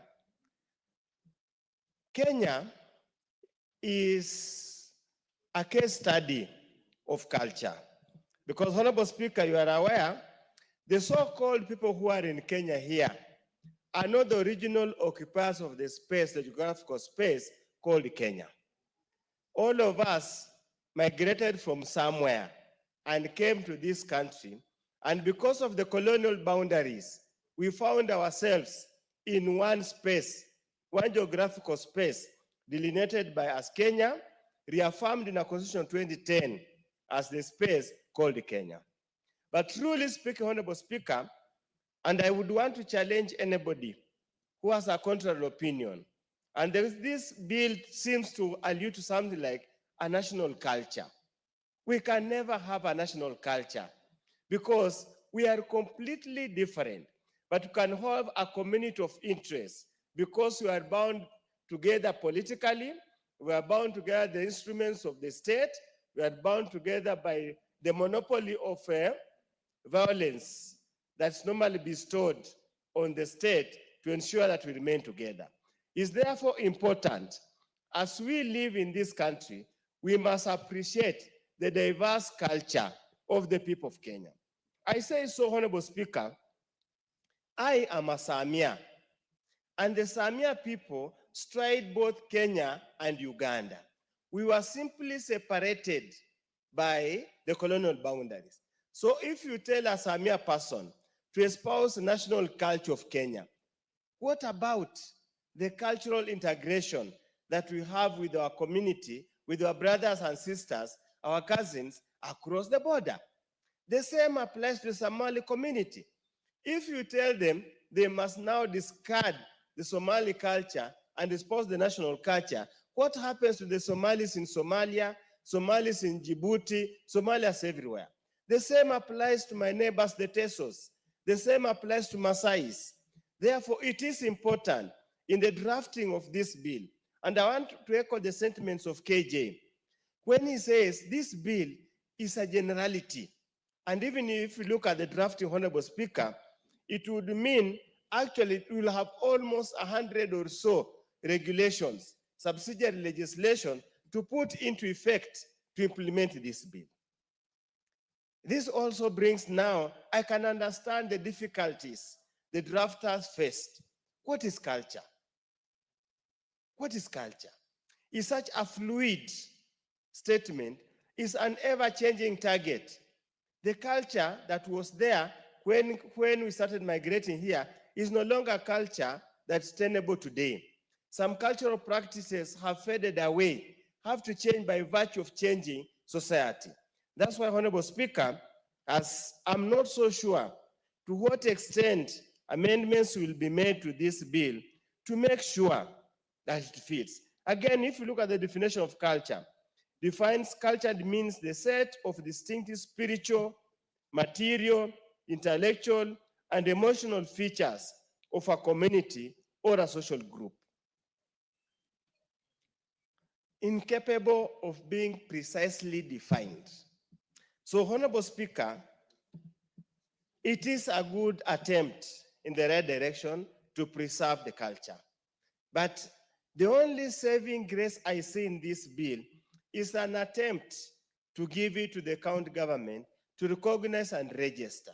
But again, Honorable Speaker, in a heterogeneous society, community, for example, like Busia County, to what extent can the county government record and preserve the cultures of Tesos, the cultures of Samias, the cultures of Marach, the cultures of Bahayos, the cultures of Banyalas, the cultures of the Luos who have come to stay with us, the culture of the Subas who have come to stay with us, Honorable Speaker.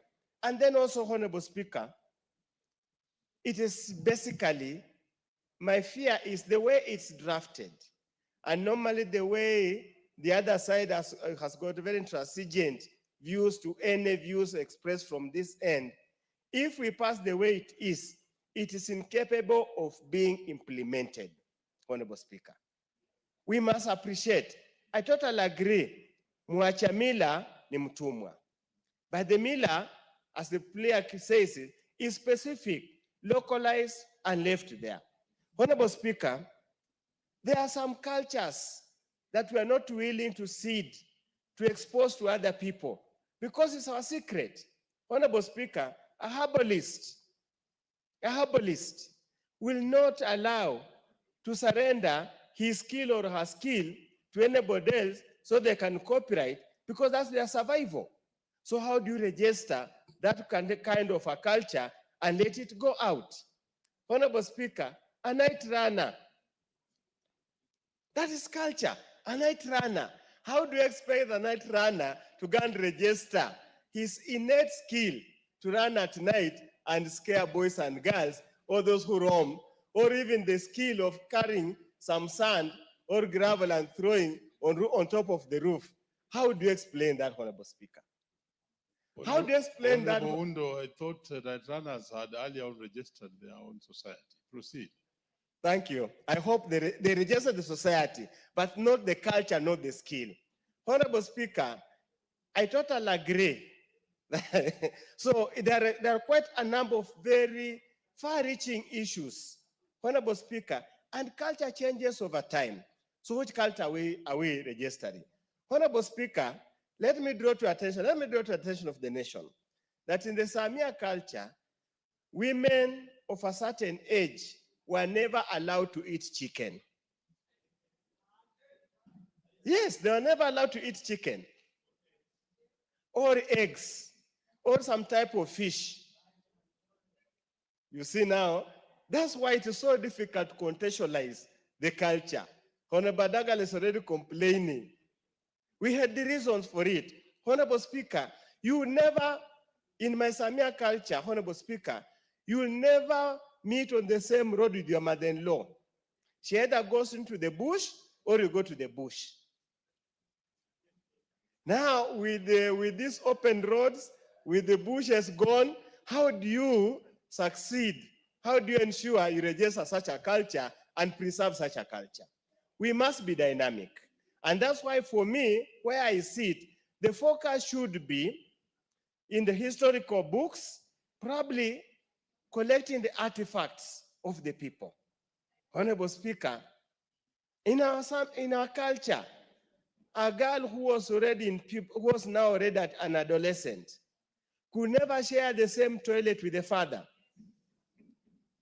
Sure, never. Cow. But now, Honorable Speaker, we come to Nairobi, we live in 10 by 10, there's only one toilet. The culture is gone. And that's why you find some of these two small things are starting to emerge. So, Honorable Speaker, and even issues of wife inheritance, Honorable Speaker, the women's rights came and sensationalized the issue and made it look so bad.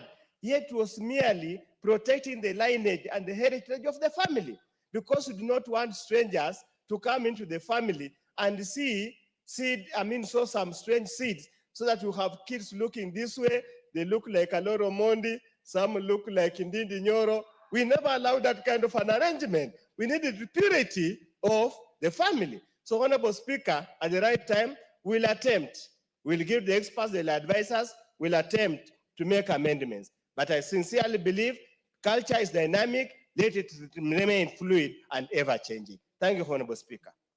The Honorable Jamatia.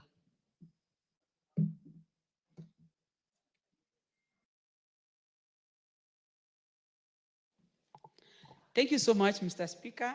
I want to, from the onset, want to support this cultural bill. And I want to say it is a very timely bill. It is a bill that is going to give us a lot of unity as a country. And before I even go so far, I want to quote and read a quote from one of the British Parliament legislator those days, or someone who addressed British Parliament in 2nd February 1835. His name is Lord Macaulay. He said, "I have traveled across the length and the breadth of Africa, and I have not seen one person who is a beggar, who is a thief. Such a wealth I have seen in this country, such high moral values, people of such caliber, that I do not think we would ever conquer this country unless we break the very backbone of this nation, which is our spiritual, cultural heritage. And therefore, I propose that we replace our old and ancient education system, our culture. For if the African think that all that is foreign and English is good, the greater and greater than their own, they will lose their self-esteem, their native culture, and they will become what we want them. A truly dominant nation it is. This is the year 1835, Mr. Speaker. This is a calculated move that was done in fragmentation of African culture. We are back to discussion today in one of the British colony, Kenya. And what is haunting us today is how we can bring back our culture. The proponents of the bill has really attempted so much, as Honorable Wundo has said, to give us how a best way possible on how we can preserve and have our culture in place. But the bill speaks so much on the hardware. If you look at African culture is based so much on the software, Mr. Speaker. It is how we passed down. We were not able to write down our cultures and histories. And that is why we found ourselves in these fragmented situations. Mr. Speaker, I want to be very particular on many things. I am a believer of cultures, specifically my culture. I am a Tugen, a Kalenjin. And in Tugen culture, if you look around and everyone speaks about their culture, African culture is so similar. If you go to the Nilotic of the Luoland, you come all the way to Kisii, come all the way to the Kalenjin nation, it is all basically African way of life.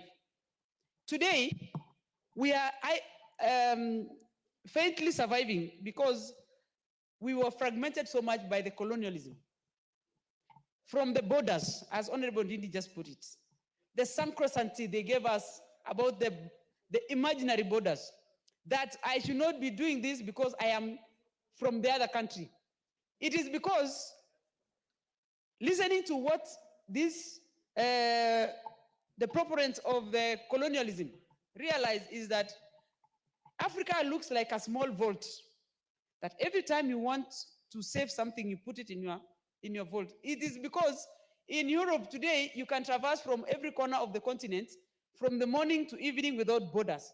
But when you come to Africa, if I want to go to my nearby neighbor, Tanzania, Uganda, South Sudan here, I need a visa. And it all eroded our culture because we were just one family. I want to speak about our dressings. I really want to look forward to a day when all of us in this house will be comfortably walking in and out with our culture or cultural dresses. I want to dress in my Tugen dress and showcase my beads, whether I am half naked or whatever. It is always what we were priding on so much. There are many other ways that Africa were proud in their cultures, and many of them is artificial African cultures, and it's what we call artificial intelligence today, Mr. Speaker, like the rainmaking. That is artificial intelligence. There was a way our young mothers and our old mothers, the grandmothers, would walk in and know a small girl of around 18 years is pregnant without necessarily going to test in the hospital, because there was no way, but there was a way they would just know. There are also ways that you cannot marry from this other clan because of the historical and passing of specifically on diseases that ever happen in some clans, that you are told as a young girl, you are only guided to be married from this point of family or clan or whatever. Also, we used to have and pride on polygamy. Most of the families here are products of members here in the floor or this house are products of polygamy. Today, we are being told we shun our polygamy status or culture and embrace homosexuality. It's a wild thinking of how Africans would easily pick other people's culture and, easily shun away or throw away their cultures. Like spiritual, for instance, Mr. Speaker. If I was born in India today, I would be an Hindu. If I was born in America, probably I was a Christian. If I was born in Iraq or Syria or somewhere, I would be probably a Muslim. I am born in Africa. What is my religion? It is because Africans were not religious. They were spiritual people. They believe in a deity that not necessarily given a name. And that is why if you go to Marsabit, you will see we pray through the sun and the moon. In the Islamic, every time they go through the Ramadan season, their artificial intelligence at that time of African would show them that the moon would have to behave this way so that when they fast, they have to take that time and because they were going to stay for long without eating, and all those had its own interpretation. Mr. Speaker, African culture is actually adored. As we speak today, every colonial master, be it a British, a French, Germany, Spain, and all name it, have the artifacts of Africans in their own colonies or in their own countries. I want us, as Kenya, we will need to raid on British Museum and get our artifacts and bring back to Kenya. We are bringing this culture bill because we are going back to the roots and we are taking back our cultures with pride. We want to eat our food. Nowadays, if you go to hospitals, you find young children having diabetics because of the social food that we have exposed ourselves. We eat junk food all the time. But on those days, in my culture, because of the less food we used to have, if you are eating proteins, let's say milk, you can't drink milk and eat meat at the same time. And it was also a balanced diet. You could not eat a lot of starch without having vitamins in it. And also, we used to balance with natural food like honey. If you come to Baringo today, every household believes honey is medicinal. And when we used to take care of our father's goats and cows, we used to take honey in the morning. We could take them all the time because it was nourishing. And every time we take honey, you don't get cough easily. You don't get sick anytime or many times. It used to be almost like a whole meal. Because when you take honey, Mr. Speaker, you most likely going to take a whole day. So otherwise, Mr. Speaker, I want to say categorically that this bill should be enhanced as it goes through the process. We want to ask the president, as he signs it, it should be mandated with a proper cultural day. We need to dress properly. And when the bill is being signed, we need also to give it as a sign of patriotism. during the cultural day of Moi Day, those days, we need, or Utamaduni Day, it must give us the patriotism through our culture. Thank you, Mr. Speaker.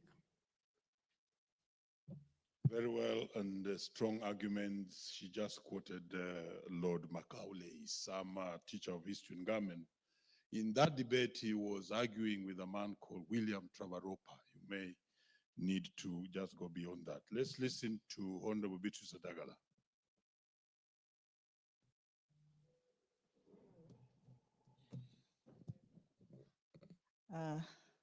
Thank you, Mr. Speaker, for giving me this opportunity also to voice my concern on this bill.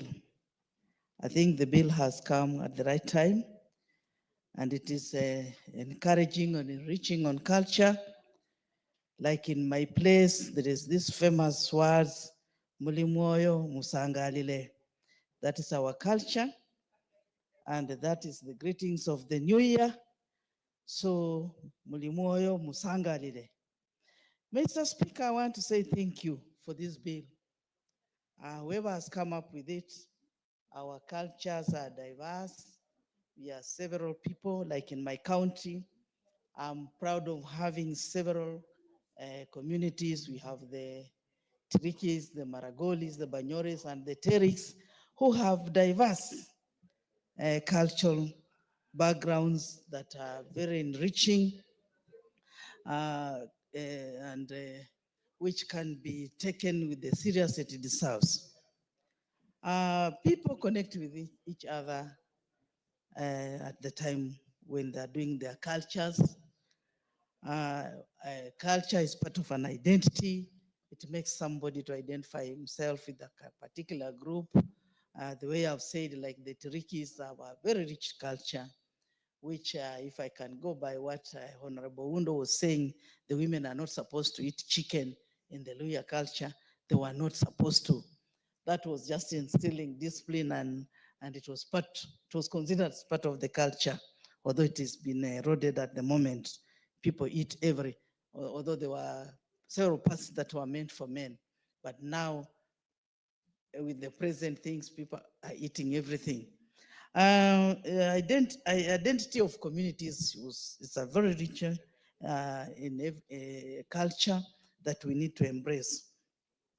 Communities were identified with the various activities, like in Vihiga, the Trikis have a very rich cultural circumcision. The Bunyores are the rainmakers, they are known for that. The Teriks have theirs, and the Maragolis have a very rich Maragoli culture too. So these ones we need to encourage. We need to encourage them so that they don't get away. Some of them have very rich education values that they teach our children. We can be wondering where some of these things have gone. The children may not be knowing. Speaker, protect me from Undo, Professor Undo, and the Superman. They're making Professor a lot of noise. Undo, calm down. Thank Yes. you. Proceed, Honorable Dagala. Thank you, Mr. Speaker, for protecting me. These men are shouting like it's a marketplace. In fact, I was actually explaining my rich culture because I'm a proud Tiriki girl and a proud Maragoli woman. So these are very rich cultures that we need to tap into it. We need to protect. We need them. We need our children to learn out of a lot of things from the elders, the culture, how things used to be done. Let us not just take culture like something that is backward, that it is looked at it. Our Ipusa, like we are going to have it in August, it's a very rich culture. We feel very nice in August when we shall be doing our thing in Hamisi. So let us not look at this bill. It has come at the right time. Every culture must be preserved. Every community, they have diverse. The Maasais have theirs, others have theirs. Okay, somebody has said we have people in Uganda and Tanzania. I know we have Maragolis in Kigumba. We have, and they still maintain that. Even the Subas are here. They are my uncles. And we share a lot of things with them. So let us not look at culture and think that we can dilute culture Culture is one of the best things that brings us as communities together. Like in August, in December 26th, the Maragolis have a culture. You'll get Maragolis who are in Uganda, Maragolis who are in Migori, Maragolis who are all over. Maragoli nation, they all come together. So therefore, this bill, it wants to cure some of these things that we have forgotten. We have made our children to look like you get a child who is supposed to say Goku, is saying something else, is saying Shosho. A child who is supposed to say this. We are bringing confusion to our children. I think this bill is going to cure some of these small things. If they have not been included in, I think we need to add more. Add more meat on it. We see where things can be changed there and there, and it becomes too low. This is a most best cultural bill that has ever come. And this one should also be encouraged in counties. Counties should also have theirs. Like my county, we should have, every community should have their day. The Tirikis should have their day. The Maragolis their day. The Tedics theirs. The Banyores theirs. So that we celebrate our culture, and then maybe once in a while we can have a particular one day where all these communities can come together and have one day that we do our culture. Therefore, culture promotes well-being so much. It promotes people, social cohesion. It makes people like boys who are growing up those days knowing very well, these are our sisters, these are our mothers. Right now, culture is being eroded. You get small boys raping old women. You get old women, men raping small kids. Where is the society heading to? I think this bill will cure all this social. It will promote well-being and social cohesion of our societies. Economic growth. This culture is very rich. Like the Maasai are known all over for their welcoming gestures and what they do. Let us promote this so that it will economically, we get so many tourists coming to see our diverse culture. Let us not ape the Europeans, the outsiders, the West world, what they do. Some of the things they do are very backward. We don't have to teach our children those kind of things. Let us teach our children our values of our communities. And when we actually, like we used to have an old man in Hamis who used to play the famous Isukuti. Well, let us put our regalias, our things together. We bring visitors. Tourists should come. When they come to see Ingonga Murui, or they come to see our three stones, our Mahiga in Vihiga there, they will be seeing most of the things there, and it will be of an economic growth in our area. We shall get so many tourists visiting. We shall, hospitality industries will spring up. We shall have our children getting employment. Our youth who are jobless will get jobs. And this is just by encouraging our culture. This culture will be, will also, on innovation side, it will assist us.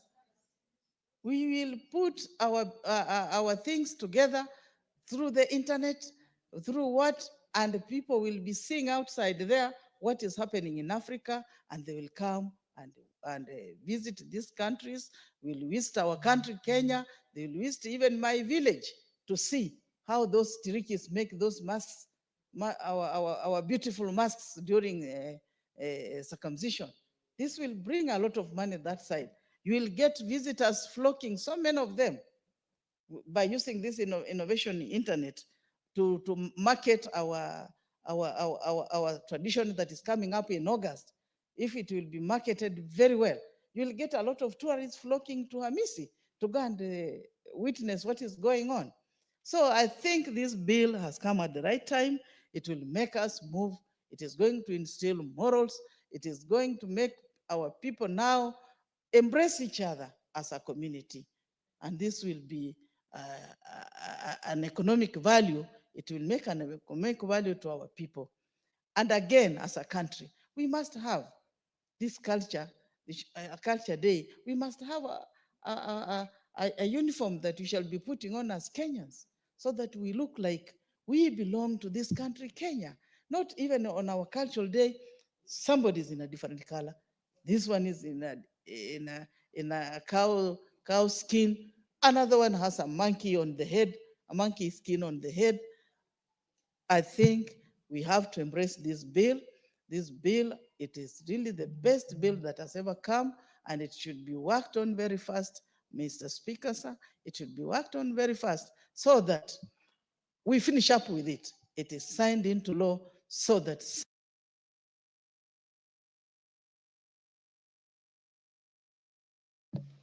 You have had your bite. The Honorable Karoli Omondi. Thank you very much, Honorable Speaker. Let me begin by clarifying to the world that in spite of Honorable Undo's sentiment that Ndindi Nyoro and I are probably serial inheritors, we are serial monogamists, but I have no problem with widowed women remarrying. I just don't call it inheritance. I think we all deserve companionship. Mr. Speaker, our constitution in Article 11 declares culture as the foundation of our nation. And actually what this bill seeks to achieve is to actualize Article 11, sub-article 3 of the Constitution, which calls for the monetization of culture and cultural norms of communities, where the use of our culture can generate compensation in terms of payment of royalties to various communities. That is the main purpose of this bill. Culture is our cumulative civilization expressed in very many forms. If you look at the bill, you have art representation of culture, you have artistic, historical monuments, archaeological artifacts, ethnological interests, works of art, manuscripts, archives, meaning literature, furniture, musical instruments. It is also religious, it is social, it is economic, it is accumulative of all the civilization. In other words, the knowledge of a people at any particular point in time. Culture by its nature is not static. Culture changes. And in my view, I think we can still achieve a national culture. Because if you study most of the cultural practices, or cultural norms, or cultural art, or ethnology, or historical archaeological artifacts, they are expressions of various ideas borrowed from various different people at different times. And I believe if we work hard, we can still achieve a national culture for Kenya, borrowed from the good of every community. Much of the culture we know today probably will consider it archaic or as the English taught us, repugnant to justice and morality in a few years to come. Let me also acknowledge that what this particular bill is trying to do is to create a framework to monetize culture for communities. That is what it is trying to do. Culture by itself is very difficult to patent because, as you see in the bill, it belongs to a wide scope of people called a community, who could be 1 million, 4 million, 10 million people. And to create a patent or a legal framework in which to monetize it is very difficult for individuals. So what this bill is actually trying to do is to create a legal framework where communities can monetize their culture through what we call cultural industries. And just to reinforce my conviction that we are still on in a motion that we can create the complete, completely a new culture. I will want to quote the words of one famous English poet I like very much, Lord Tennyson, in his poem, Uses, where he says, "I am part of all that I've met." In other words, every interaction you have with somebody else should enrich you, and you should borrow whatever the cultural practices that will advance your knowledge and standing in society. I cannot rest from travels, yet all experience is an arc wherethrough.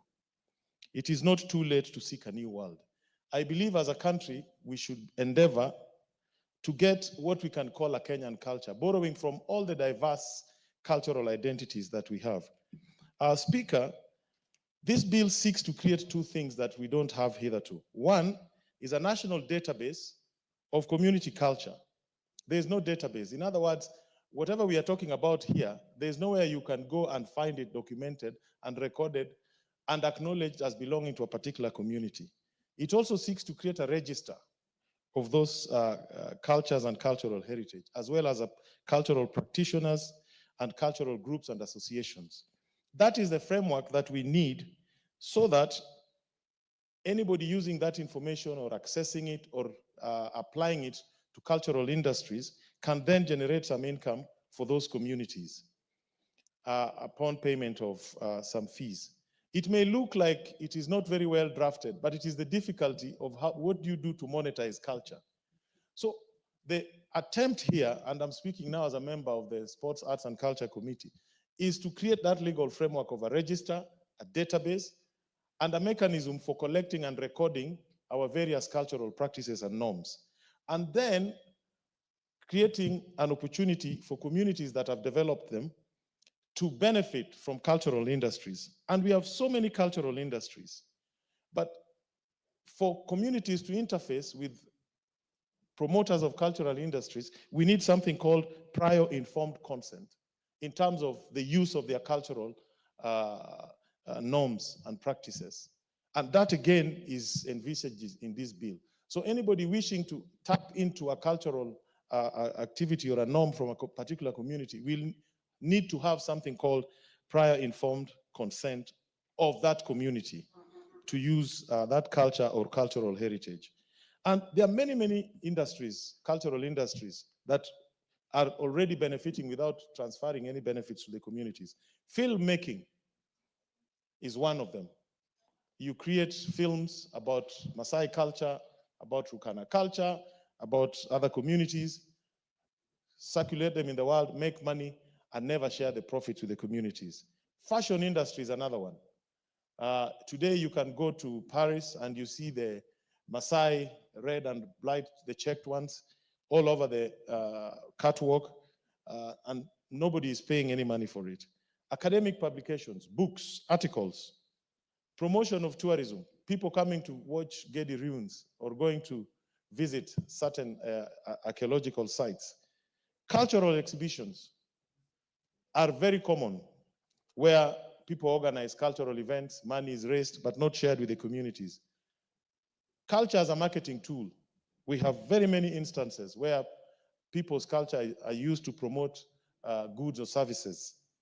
Art items, paintings, artifacts, musical productions, yeah. Medicine, somebody talked about that. You know, in Kwale, there's actually a community that has traditional mechanisms for birth control that are as effective as whatever you'll get from Pfizer. But it has not been patented and it belongs to the community. Design of clothes, furniture, as well as industrial production of foodstuffs. You find a lot of traditional cuisine has been taken over by industries, packaged and sold. And those revenues are not shared by the community. So what I would like to urge members is to actually look at the bill very positively and understand that what we are trying to do here is to create that framework. And much of the work will be by way of regulations. But it would be good to hear views to strengthen the bill at this particular stage. But the whole idea is that the cultural industries can now be given the framework within which to pay compensation and royalties to our communities for the use of their culture and cultural heritage. Thank you very much, Honorable Speaker.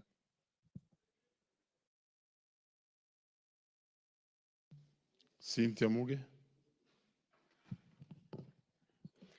Thank you, Honorable Speaker, for giving me an opportunity to add my voice to this bill. First, I want to appreciate the leader of majority and the drafters of this bill for the effort they have made in bringing to us a bill that tries to address the issues and the concerns that we've had for a very long time regarding culture. Honorable Speaker, I want to appreciate three aspects of this bill. These are the first aspect, Honorable Speaker, is that this bill is trying to operationalize an article in the Constitution that provides for the cultural heritage of this country, Honorable Speaker, and it is there for protecting it. The second aspect, Honorable Speaker, that I want to appreciate is that it has apportioned responsibility to the county governments, Honorable Speaker, that the county governments then are encouraged to be able to, one, own the cultures in their counties, and secondly, Honorable Speaker, they're supposed to then make an effort to make sure that they display those cultures. Honorable Speaker, we must appreciate that this country has diverse cultures. And there's a saying, Honorable Speaker, that says the strength lies in the differences. It does not lie in the similarities. And this is where our strength as a country, Honorable Speaker, and as a culture lies, that we have diversity in culture. We have a lot of different cultures in this country, and that is where we draw our strength from. Again, Honorable Speaker, I want to appreciate this committee also for trying to be able to sort out what I'd like to call the hardware. The hardware in this case, Honorable Speaker, is the items that are going to regulate, one, the item that most of the members have spoken to. How then are these counties, how then are the people who are custodians of this culture able to then leverage on that culture to make an income? It is a very progressive way of trying to see to it that that happens in this country. And I appreciate this bill for trying to put those items across.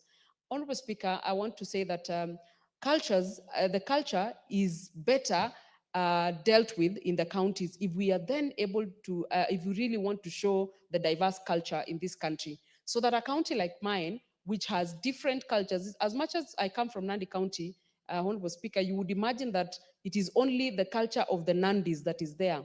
But Honorable Speaker, we have other people who live in Nandi. We have Luyas who live in Nandi. And we also celebrate their culture because they have different cultures regarding different matters. Honorable Speaker, we have how they undertake their cultural practices, like the ceremonies, be it marriage, be it circumcision. There's a way they do it. And in my county, Honorable Speaker, when it is time for the young men to be taken for that ceremony, we all come out to be able to spectate and see how the Luya community that has a different culture in my county go about their own. The Nandi people also, Honorable Speaker, have a very good way that they do their own. And they even have sayings regarding it, Honorable Speaker, that they, and I quote, Honorable Speaker, Tumdanyo Manaiji, Honorable Speaker, so that we have there's a way that they do it in that same place. And Honorable Speaker, it is fair and it is good that the culture is preserved as it is for the future generations, so that when my young sons and daughters come of age, they can be able to appreciate how their people used to do things, how their people used to go about marriages, because many things have changed. In our culture, for instance, there used to be a lot of ceremonies regarding marriage. There used to be a lot of processes regarding it. But nowadays, Honorable Speaker, you just find it being done casually. And I think that is something that we must hold on to, because a people who do not have a culture do not have anything in their hearts and in their souls, Honorable Speaker. So I appreciate, Honorable Speaker, that this particular bill is trying to address the hardware of it. However, Honorable Speaker, I must say that culture is a very huge component, a component that cannot be addressed, especially through a bill. And I like to say, Honorable Speaker, that to a higher and a larger extent, we cannot conclusively, we cannot adequately be able to legislate culture. We cannot adequately do it. And therefore, Honorable Speaker, we should just endeavor to make sure that it is in the hearts and in the souls of the people, so that these people can be able to portray the culture, because culture really is a way of life. It is how we do things. It is how we relate. It is how we live. It is a lot of things that we cannot be able to put on paper and be able to do justice to it. What we want to do, Honorable Speaker, and this is my suggestion, is number one, the heading of the bill, I do not feel like the heading relates properly or does justice to the content that is in the bill. And when the committee of the whole House, Honorable Speaker, sits, I will be keen to be able to introduce an amendment so that, Honorable Speaker, we can customize the title of the bill so that it can speak to the matters that are actually in this bill, as opposed to what it has right now. Because, Honorable Speaker, justice to the word culture that is in this country, Kenya alone, has not received any kind of justice in the contents in this bill. And therefore, Honorable Speaker, that is why the bill comes to the House, so that all of us can be able to put our heads together, we can be able to put our thoughts together, we can be able to enrich the bill further and be able to make it more inclusive, Honorable Speaker. Honorable Speaker, we must also look at how we address issues, because there are cultural practices, Honorable Speaker, that are outdated, and they are just not outdated, Honorable Speaker, they are just bad. They are bad cultural practices. For instance, Honorable Speaker, my county and my people used to do female genital mutilation. It was a cultural practice for my community. And Honorable Speaker, we all agree that FGM is not a thing to carry from the cultural practices we used to have before. And therefore, Honorable Speaker, we must be in a position to look at the cultural practices that were good that we left behind and that were bad that deserve to be left behind as a progressive nation and as a progressive people. Honorable Speaker, the social behaviors is part of culture. And this is what we need to pay attention, Honorable Speaker, because even if we do the hardware of culture and we do not have the software of culture, then we have nothing going on at all, Honorable Speaker. So that then we are able to speak to how then do we make sure that the generations that are coming are able to carry the culture that we used to have as a people and even enrich it better, Honorable Speaker, because as much as we are protecting culture, as much as we are supporting the culture and saying we must be able to always remember it, we must also be progressive so that we are not left behind. I appreciate this bill, Honorable Speaker, because it has really attempted to be able to sort out the hardware of it, like I have said, and protect some of the items. You hear us in Nandi County, Honorable Speaker, we are still asking for the head of Koitalel Samoe to be brought back here. Why? Because Koitalel Samoe is a person that means a lot to the people of Nandi. And we therefore, Honorable Speaker, appreciate this bill because it actually criminalizes anyone who holds any of those artifacts, anyone who holds any of those items that we feel is part of our culture, are criminals. So we want to be able to support this bill so that can be able to sort that part of it, and then we can be able to have items like the head of our hero, Koitalel Samoe, back to our place, so that, Honorable Speaker, we can then be able to tell our story and give evidence of our story and where we came from. So, Honorable Speaker, I support this bill.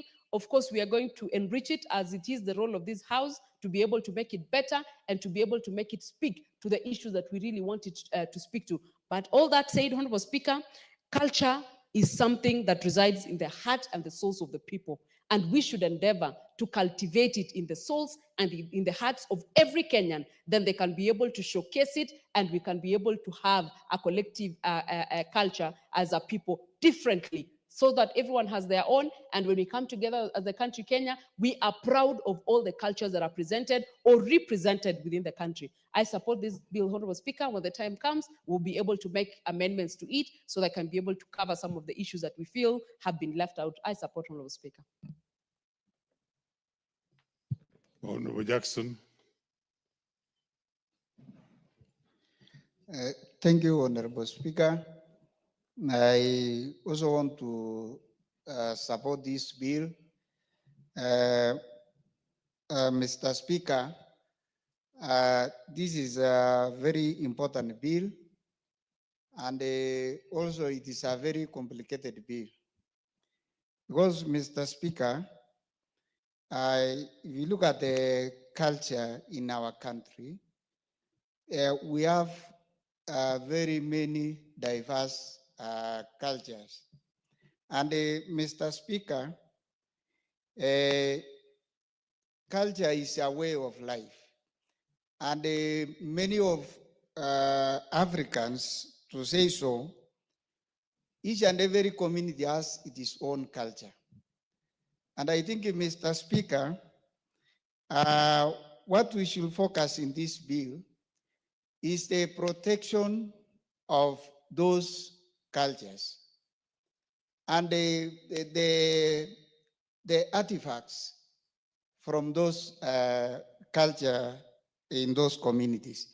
Because, Mr. Speaker, if you look at maybe the Maasai culture, is totally different from any other community culture. And I think, Mr. Speaker, what is maybe good in another group of people can totally be different from another. And I think culture has been there since. We are not trying to say let's create culture. And Mr. Speaker, yes, culture is good.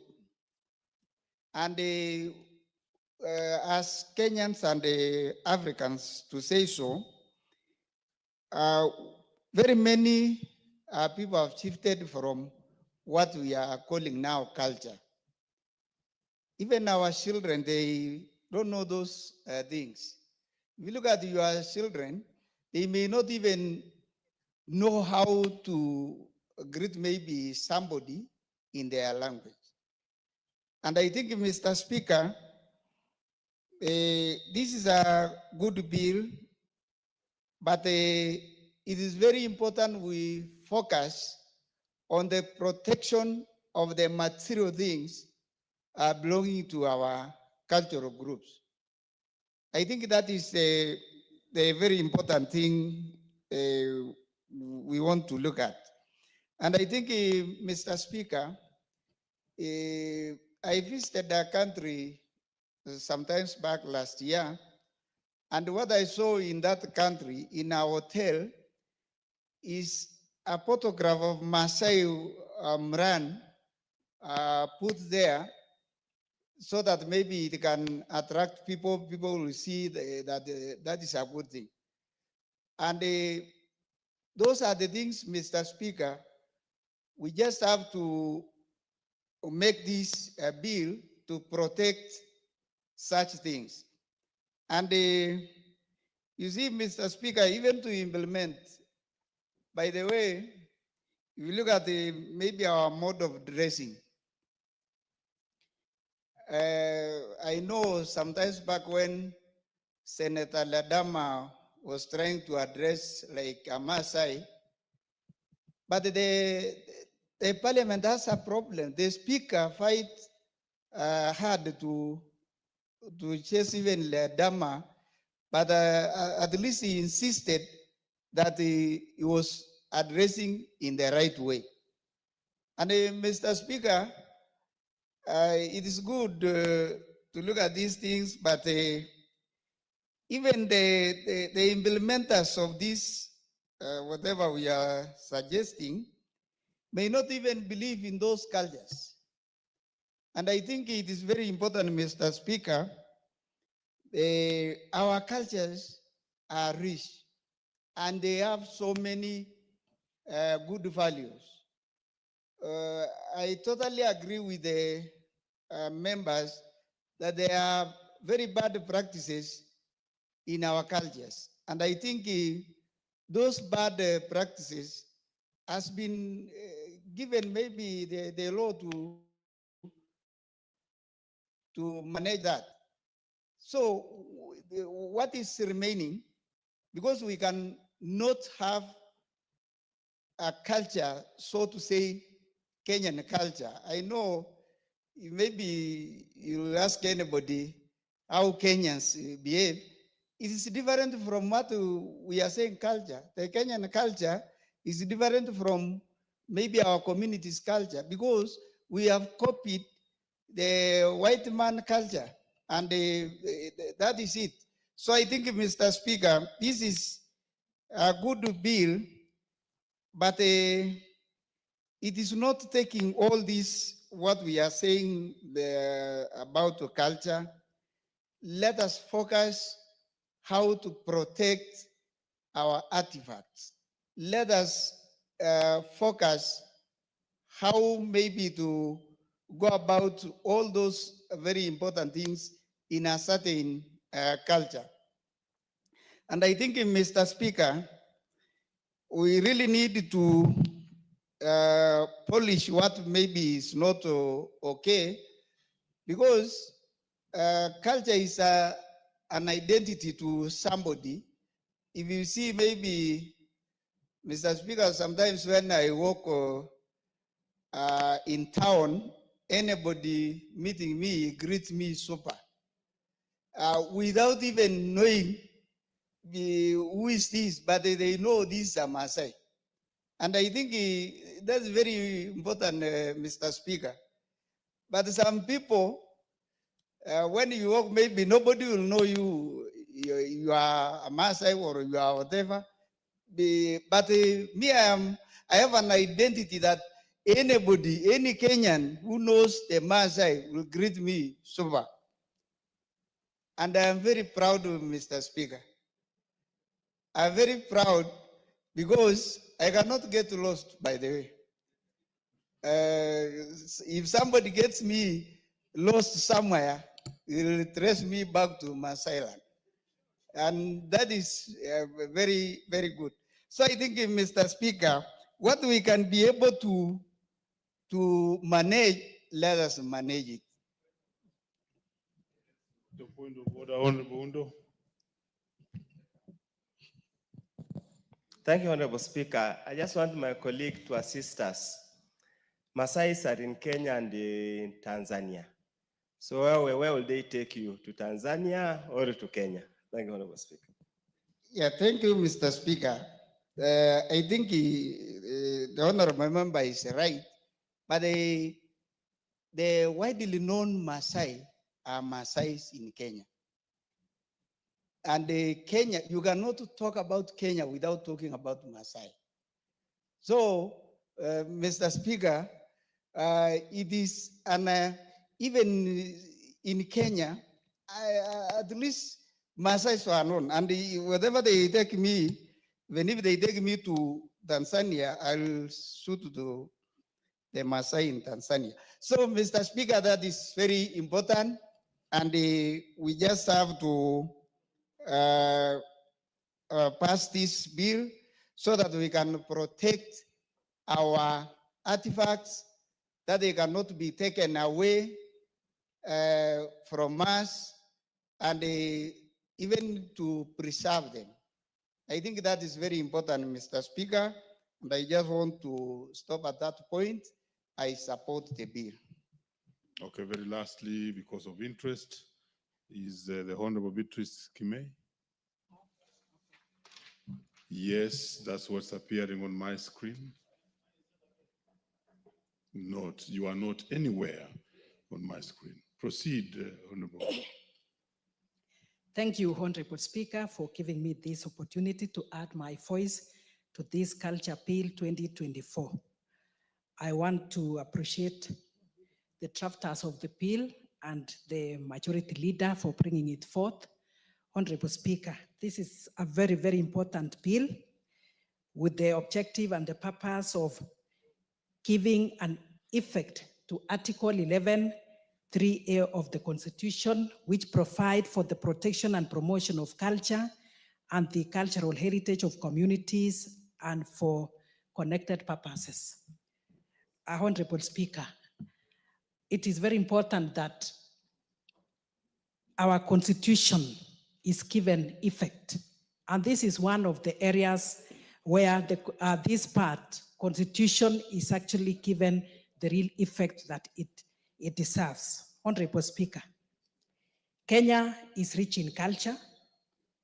Kenya is diverse in culture. Culture is dynamic. And culture in this country, every community has their own cultural practices, cultural beliefs, cultural norms.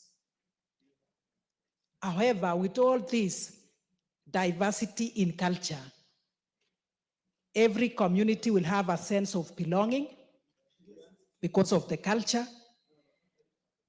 And even with that, different cultures, I want to appreciate that us as Kenyans, we admire and appreciate the different communities with their culture. That is why when we talk of the national days, some of these communities are given opportunity to perform, be it in dancing, be it in and maybe the plays that we normally watch. And that is to tell us that to some extent, we've been appreciating culture as a country, but we've not done to the best of our ability.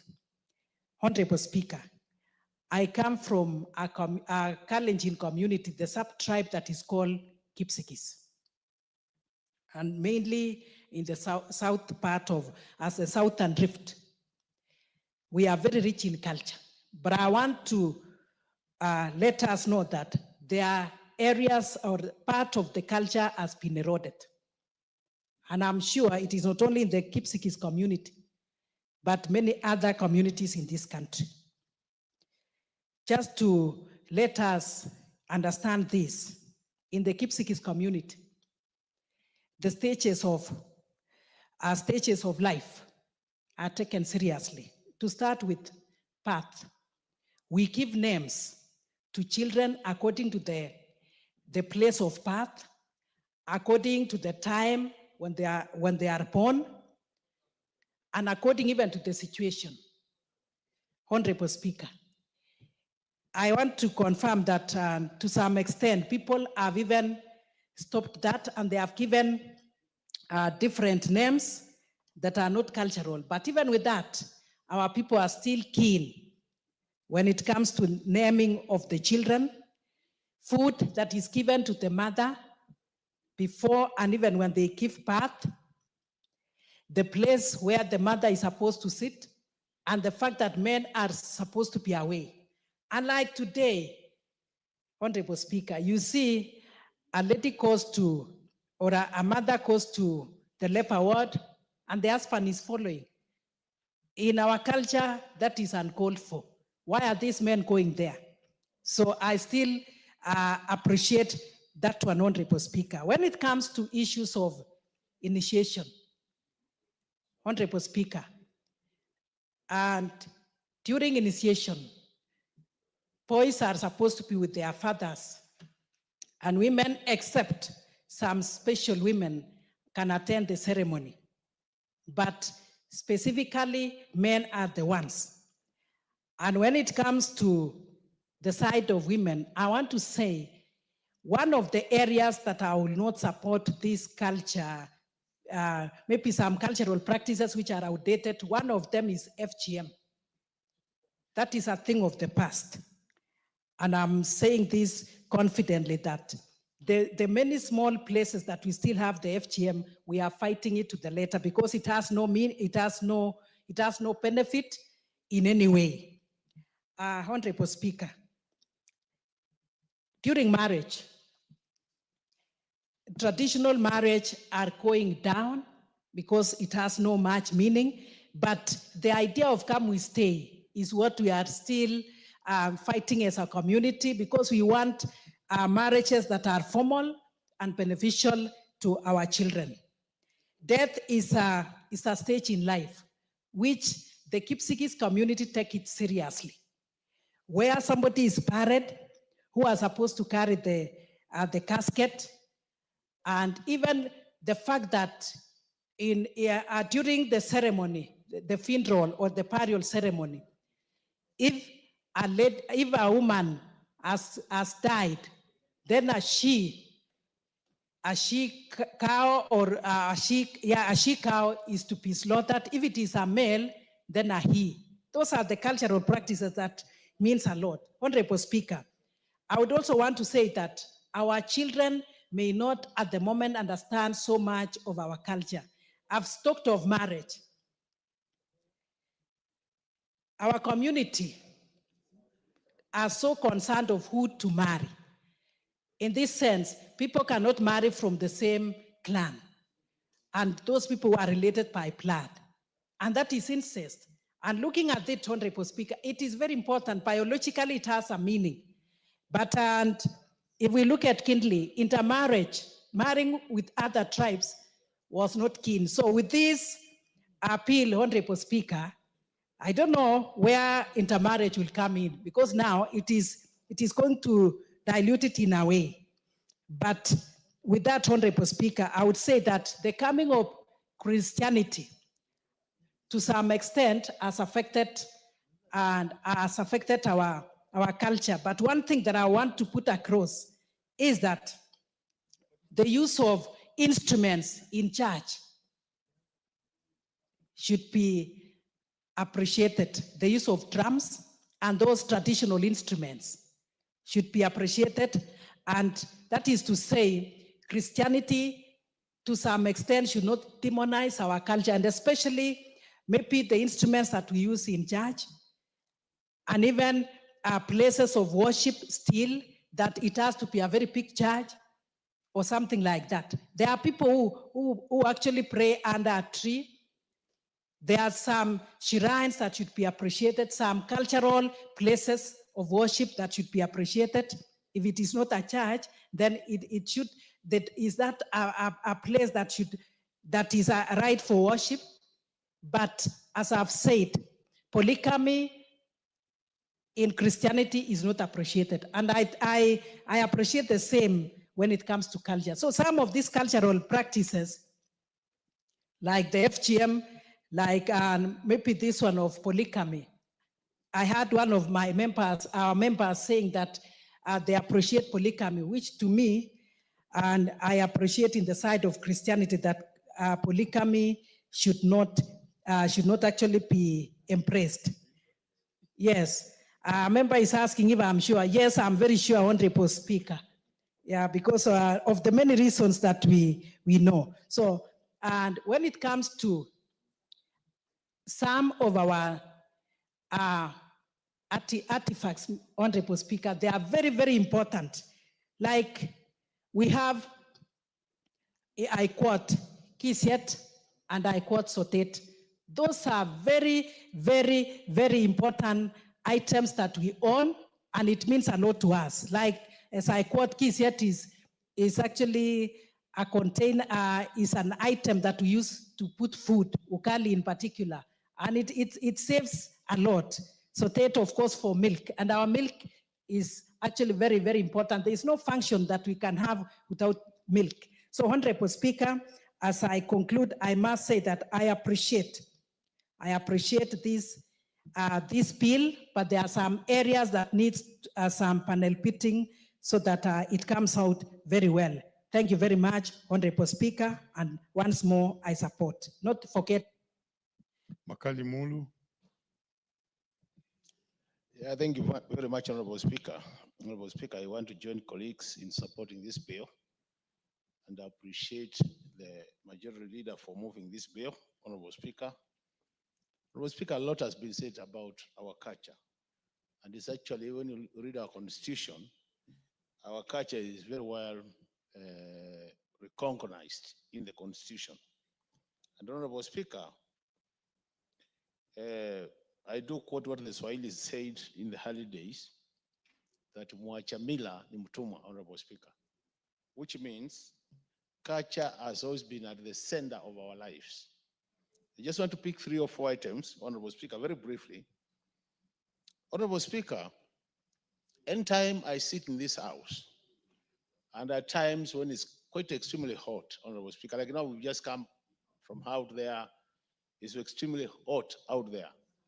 And you come here, you're in your suit, you're in your tie, and when you look at our own rules, matters dressing, we say you can't get to this chamber without a suit and a tie. And I always wonder, Honorable Speaker, why can't we have our own dressing code? Use one of our culture, like the Maasais have mastered their own culture, and have our national dress, which is suitable for our own climate and weather conditions. So, Honorable Speaker, to me, we take our culture seriously. These are some of the things we'll be benefiting from. The other thing, Honorable Speaker, is our food. If you visit any part of this country, they have their own, what you used to call traditional foods. And Honorable Speaker, you'll be surprised. Diseases like blood pressure, diseases like blood sugar, diseases like heart-related diseases, Honorable Speaker, actual diseases are lifestyle diseases. In the old days, Honorable Speaker, you find very few people having this kind of disease. Why? Because we used to eat our own traditional food, which had been tested over time, and in most cases, it had very minimal harm to our body, Honorable Speaker. So I think, Honorable Speaker, if we refer back and start appreciating our culture, you realize that even the money we are spending going to hospitals, we must start really, Honorable Speaker, using less. The other matter, Honorable Speaker, is the issue of respect. I'm sure where you come from, Honorable Speaker, in the olden days, if you met a young person, there was a way you were expected to greet that young person. And to some extent, it demonstrated respect for your culture. In that case, Honorable Speaker, you find that when an old person, like for example, from where I come from, when an old person gets to a matatu, it is expected that a young person should be able to wake up and give room for the old person in the old days, Honorable Speaker. But these days, you get to a matatu, Honorable Speaker, you find that a small boy who is about 10, 15 years, Honorable Speaker, is seated, and an old man who is about 50 years, Honorable Speaker, or 60 years, is standing. And you will not even be surprised, Honorable Speaker, to realize that this small boy is seated next to a mother or a grandmother, and the mother cannot even request the young boy to give room for the old man, Honorable Speaker. So you're just saying our culture, Honorable Speaker, in the old days are a way of demonstrating respect to the elderly. And as time goes now, Honorable Speaker, this is something we are losing. And I think really how I wish we were able to go back to some of these good cultural practices because they are there, Honorable Speaker. The other thing, Honorable Speaker, is the issue of initiation, Honorable Speaker. You realize that in most communities in this country, initiation was taken like a mentorship program. That when young boys go through that process, at the same time, they'll be mentored to how do you behave when you become a man, Honorable Speaker. And now we are losing all this by ensuring that we take all our kids to the hospital where they just get cut and they go home. Nobody tells them now that you are cut, you are a man, and this is what when you become an adult, you should behave. And that's why we have a lot of challenges, even with the way we live, Honorable Speaker. The last item, Honorable Speaker, so that I give room for the next motion, is the issue the way we used to celebrate good times when we are happy. You know, some cultures had traditional dances, some cultures had other ways of celebrating happiness when a child is born or when you are married. But you realize that, Honorable Speaker, because of this modern way of living, Honorable Speaker, we are losing some of these good, very original ways of celebrating our achievements.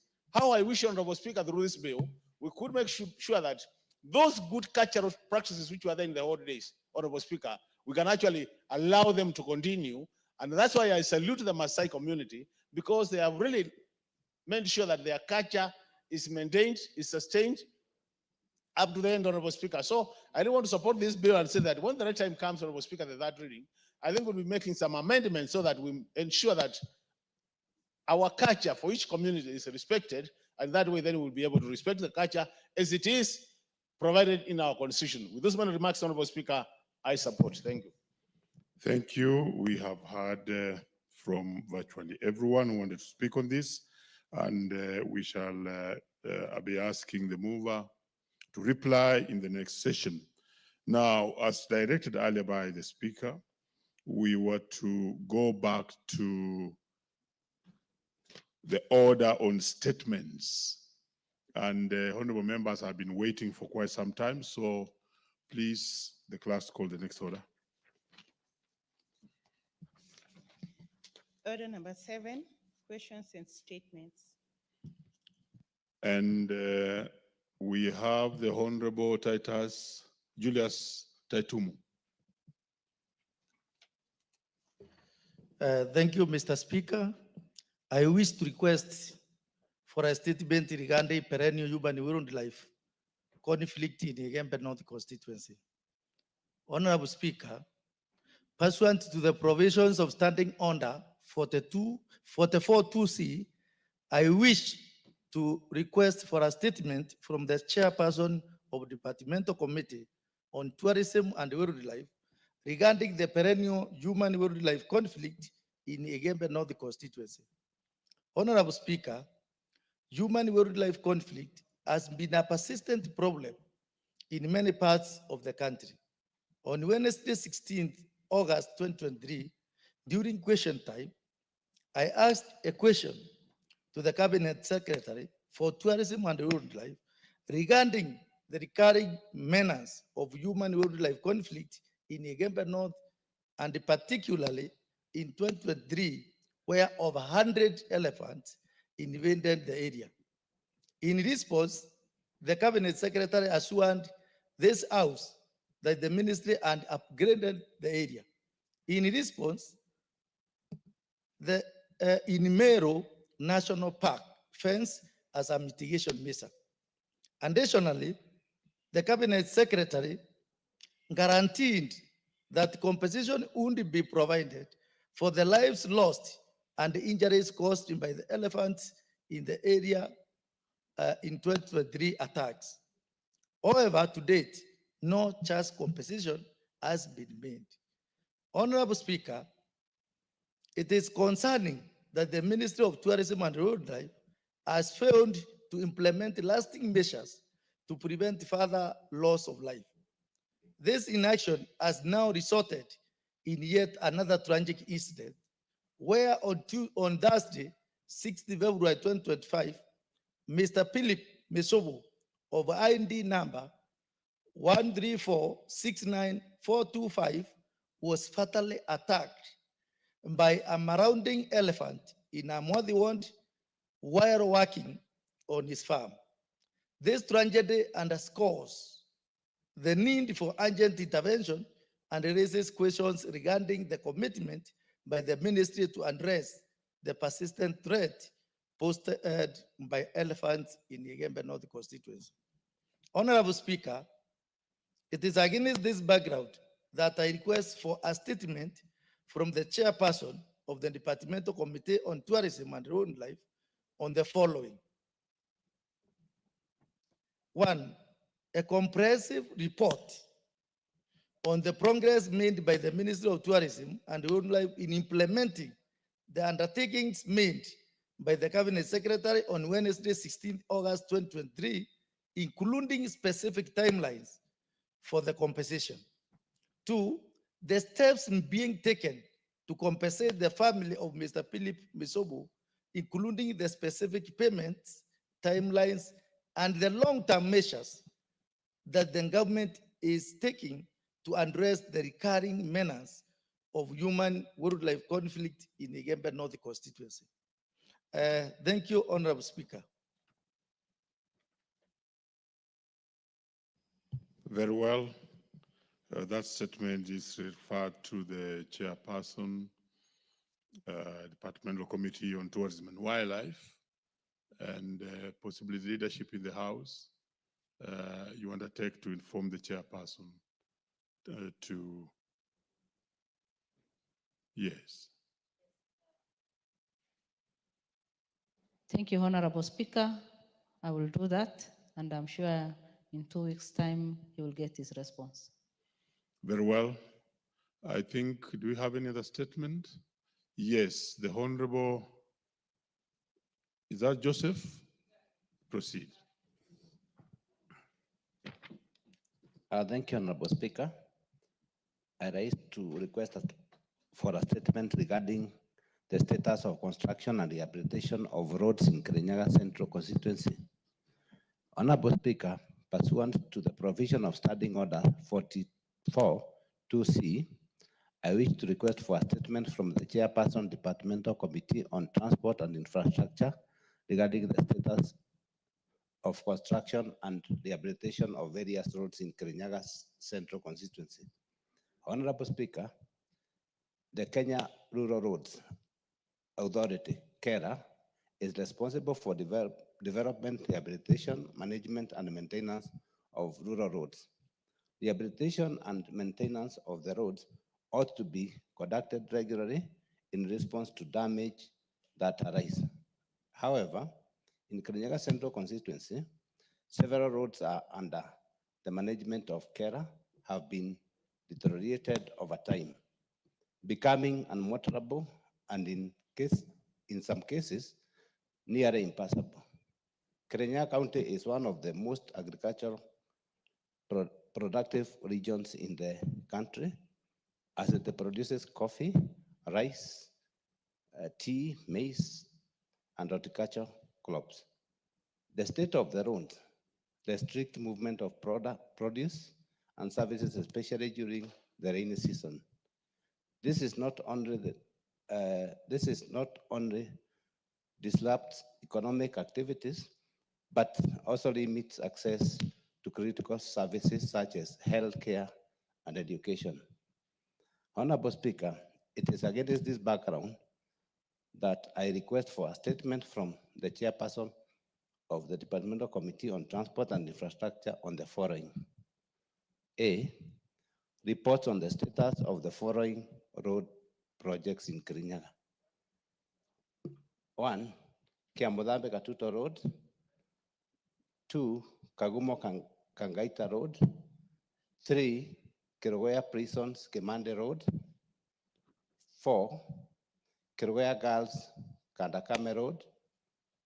5, Kebigo Keratina Road. 6, Mungeda Gitobe Mugwade Road. 7, Mutira Kagumo Keamaina Gadudoma Keajage Road. B, Mr. Speaker, report on the status of the rehabilitation works of the following roads. Kakoigo Kiadieri Kangaita Road, and 2, Meringaere Kiawakara Road. C, the intervention by the ministry to ensure that the completion of these projects, including the specific completion date. I thank you, Mr. Speaker. Very well, the matter is referred to the chairperson, Transport and Infrastructure and Leadership. You undertake to transmit that information for replies within 2 weeks. Honorable Speaker, I will do so, and the chairman of transport comes from Kirinyaga, and I'm sure he knows very well the areas that Honorable Gitar is talking about, and I'm sure he'll give a lot of attention. Thank you. Very well. The other statements, even though the members may not be in the House, we shall give them leverage because they've been waiting for long. Let them not fall. They can come during the next session on Tuesday. The next order. Order number 11, the Equalization Fund Administration Bill, Senate Bill number 14 of 2023, second reading, resumption of debate. That order is actually moved to the next session. I order that we arrange the order paper so that we move it to the next session because of the high interest by members, especially those from the ASAL and other areas that this equalization fund do affect. And therefore, we move it to the next session. Next order. Order number 12, the Insurance Professionals Bill, National Assembly Bill number 13 of 2024, second reading. Mover. Thank you, Honorable Speaker. Honorable Speaker, I beg to move that the Insurance Professionals Bill 2024 is now read a second time. Honorable Speaker, if we will take down the history of insurance, the catastrophic fire of what's called the catastrophic Great Fire of London that happened in 1666 is what highlighted the need to have insurance. And that is when now entities now started thinking about fire insurance. This matters of insurance has grown over the years. In the 18th century is when now we saw the introduction of life insurance, like we call it now. And you've moved so well that now in 2025, we are talking about serious and very new insurance innovations that have been made. Just to give an example of a few, things like on-demand insurance, user-based insurance, parametric, what you call index-based insurance, micro-insurance, banded insurance, AI-driven claims processing and payments, and things like blockchain and smart contracts. As the developments that we made in the insurance sector from 1966 to where we are now. Honorable Speaker, however, despite insurance in Kenya contributing to 2% of our GDP, the professionals around the insurance sector has remained unregulated. If we check the different professionals, if you go to accountants, for you to practice as an accountant, you have to get a practicing certificate from MISPAC. For you to practice as a lawyer, you need to get a practicing certificate from the Law Society of Kenya. For you to practice as a doctor, you need to get a practicing license from the doctors. For you to be a teacher, you need to get a license from the Teachers Service Commission. But what have we seen in the insurance sector? there has not been any recognition or requirement for regulation of the professionals that operate around the insurance sector. And this, Honorable Speaker, could actually be attributed to why the penetration of insurance in Kenya only remains at around 2%, way less than the global average of around 8%, and way lower than some of economies in the region that you compete with, like South Africa, which is between 4 and 5%.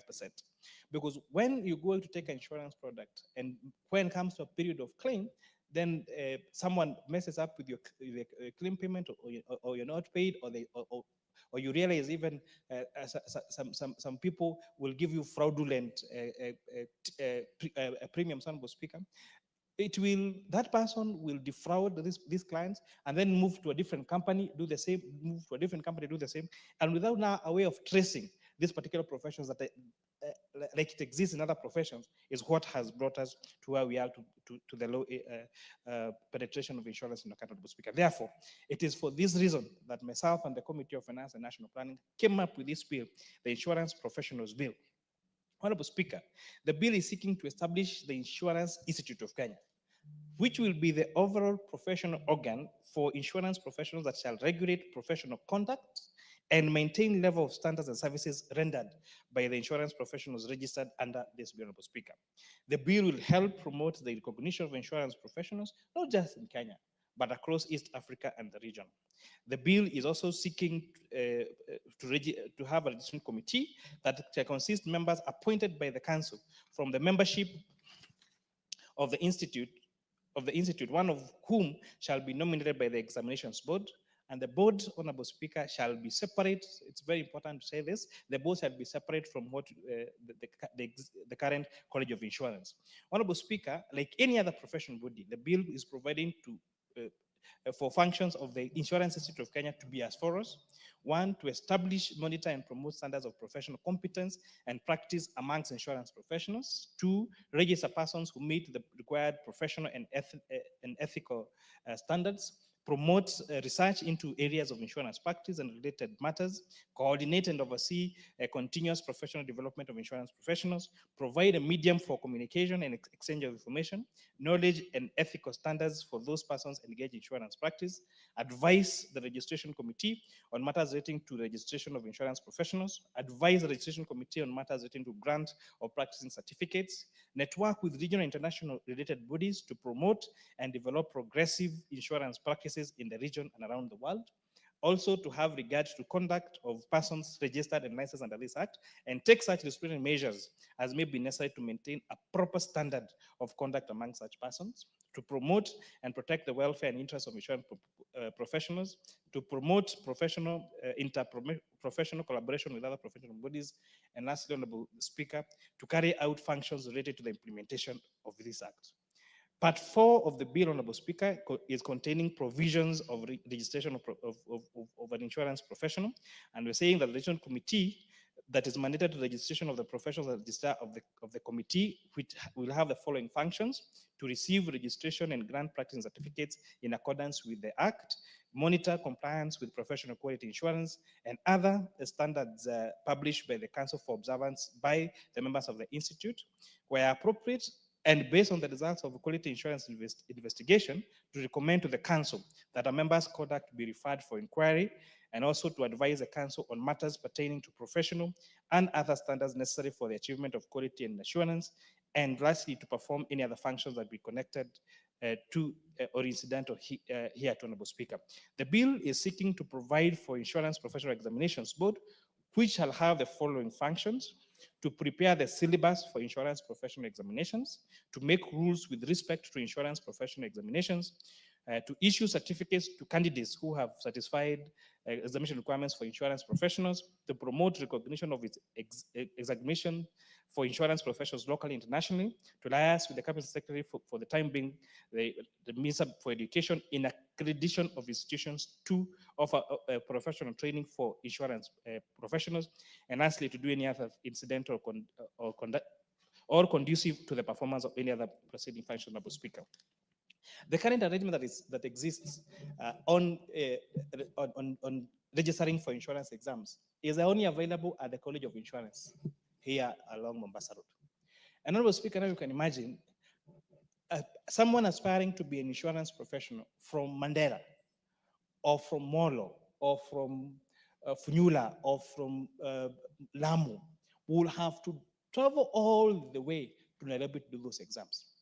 And what you're saying is, can we have opened these exams to be administered by other institutions, including the TVETs in our constituencies, so that the syllabus is set by an independent examination body, training is done by any institution, including TVETs and polytechnics and colleges and universities, and then now once now the student do the exams as per the examination board and pass, then they can apply to the insurance institute insurance institute now for registration as professionals. And therefore, that means we'll have a record of everyone in this particular sector. And if you have misconduct, that means that your pricing certificate, pricing license can be cancelled, and therefore you will have now to go and make good, Honorable Speaker, the mistake that you may have, Honorable Speaker. Considering the need to save taxpayers' money, Honorable Speaker, the bill has expressly put that it shall not require any money from Exchequer. Let the registration, let the running of this institution, whether it's the examination board, be from the fees they're going to charge for those particular examinations, and the institute from membership fees and training fees that they're going to collect from this particular insurance professionals, Honorable Speaker. So this is a very timely bill in our sector. Again, I believe it's going to really help drive the penetration of our insurance business in this particular country and ensure professionalism in insurance sector, Honorable Speaker. With that, I beg to move and request the Honorable Professor Wilberforce Oundo, the MP for Funyula, to second. Honorable Oundo.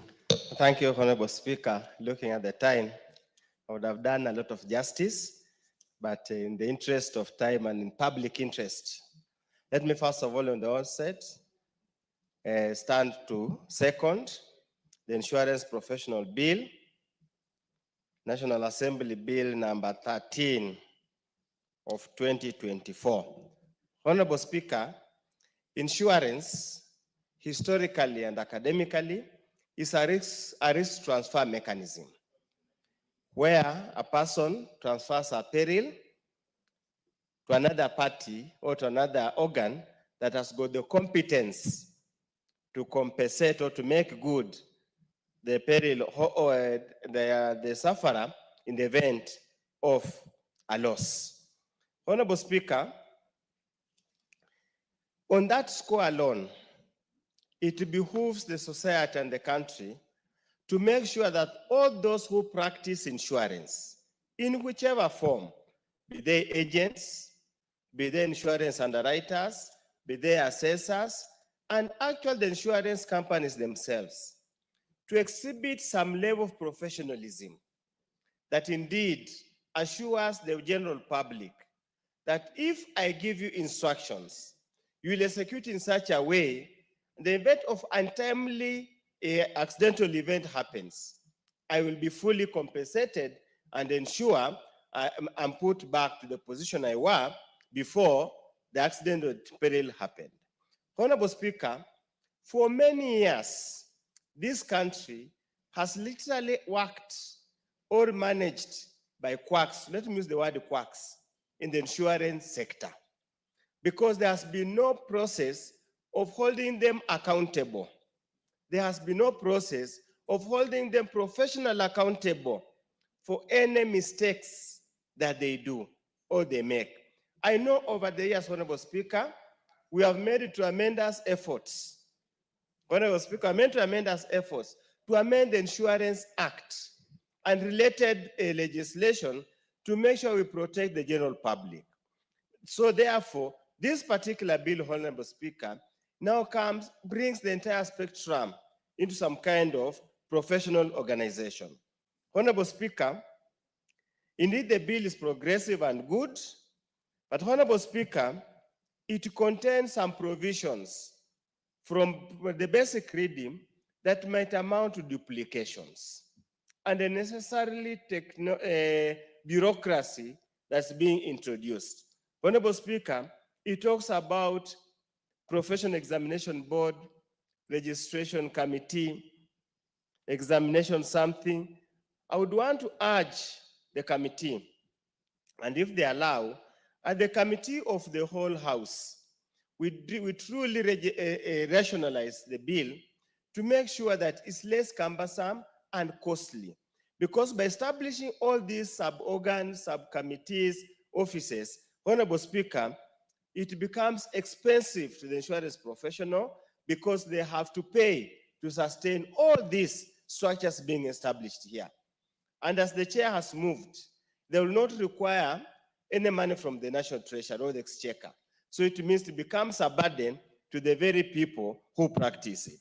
So, Honorable Speaker, we therefore need to look at it afresh.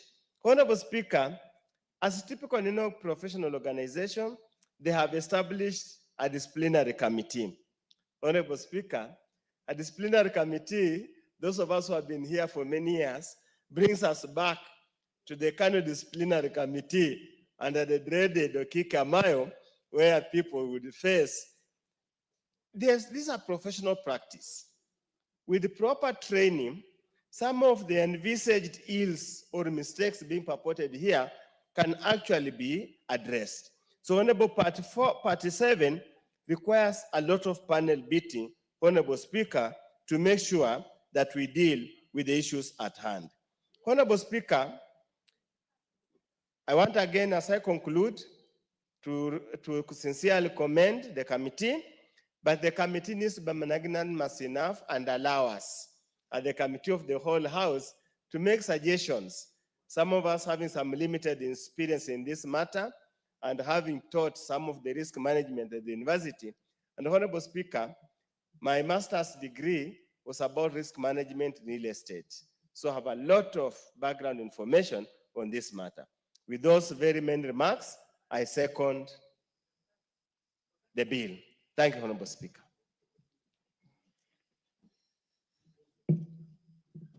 The honorable members, I proceed to propose the question that the Insurance Professionals Bill, National Assembly Bill number 13 of 2024, be now read a second time.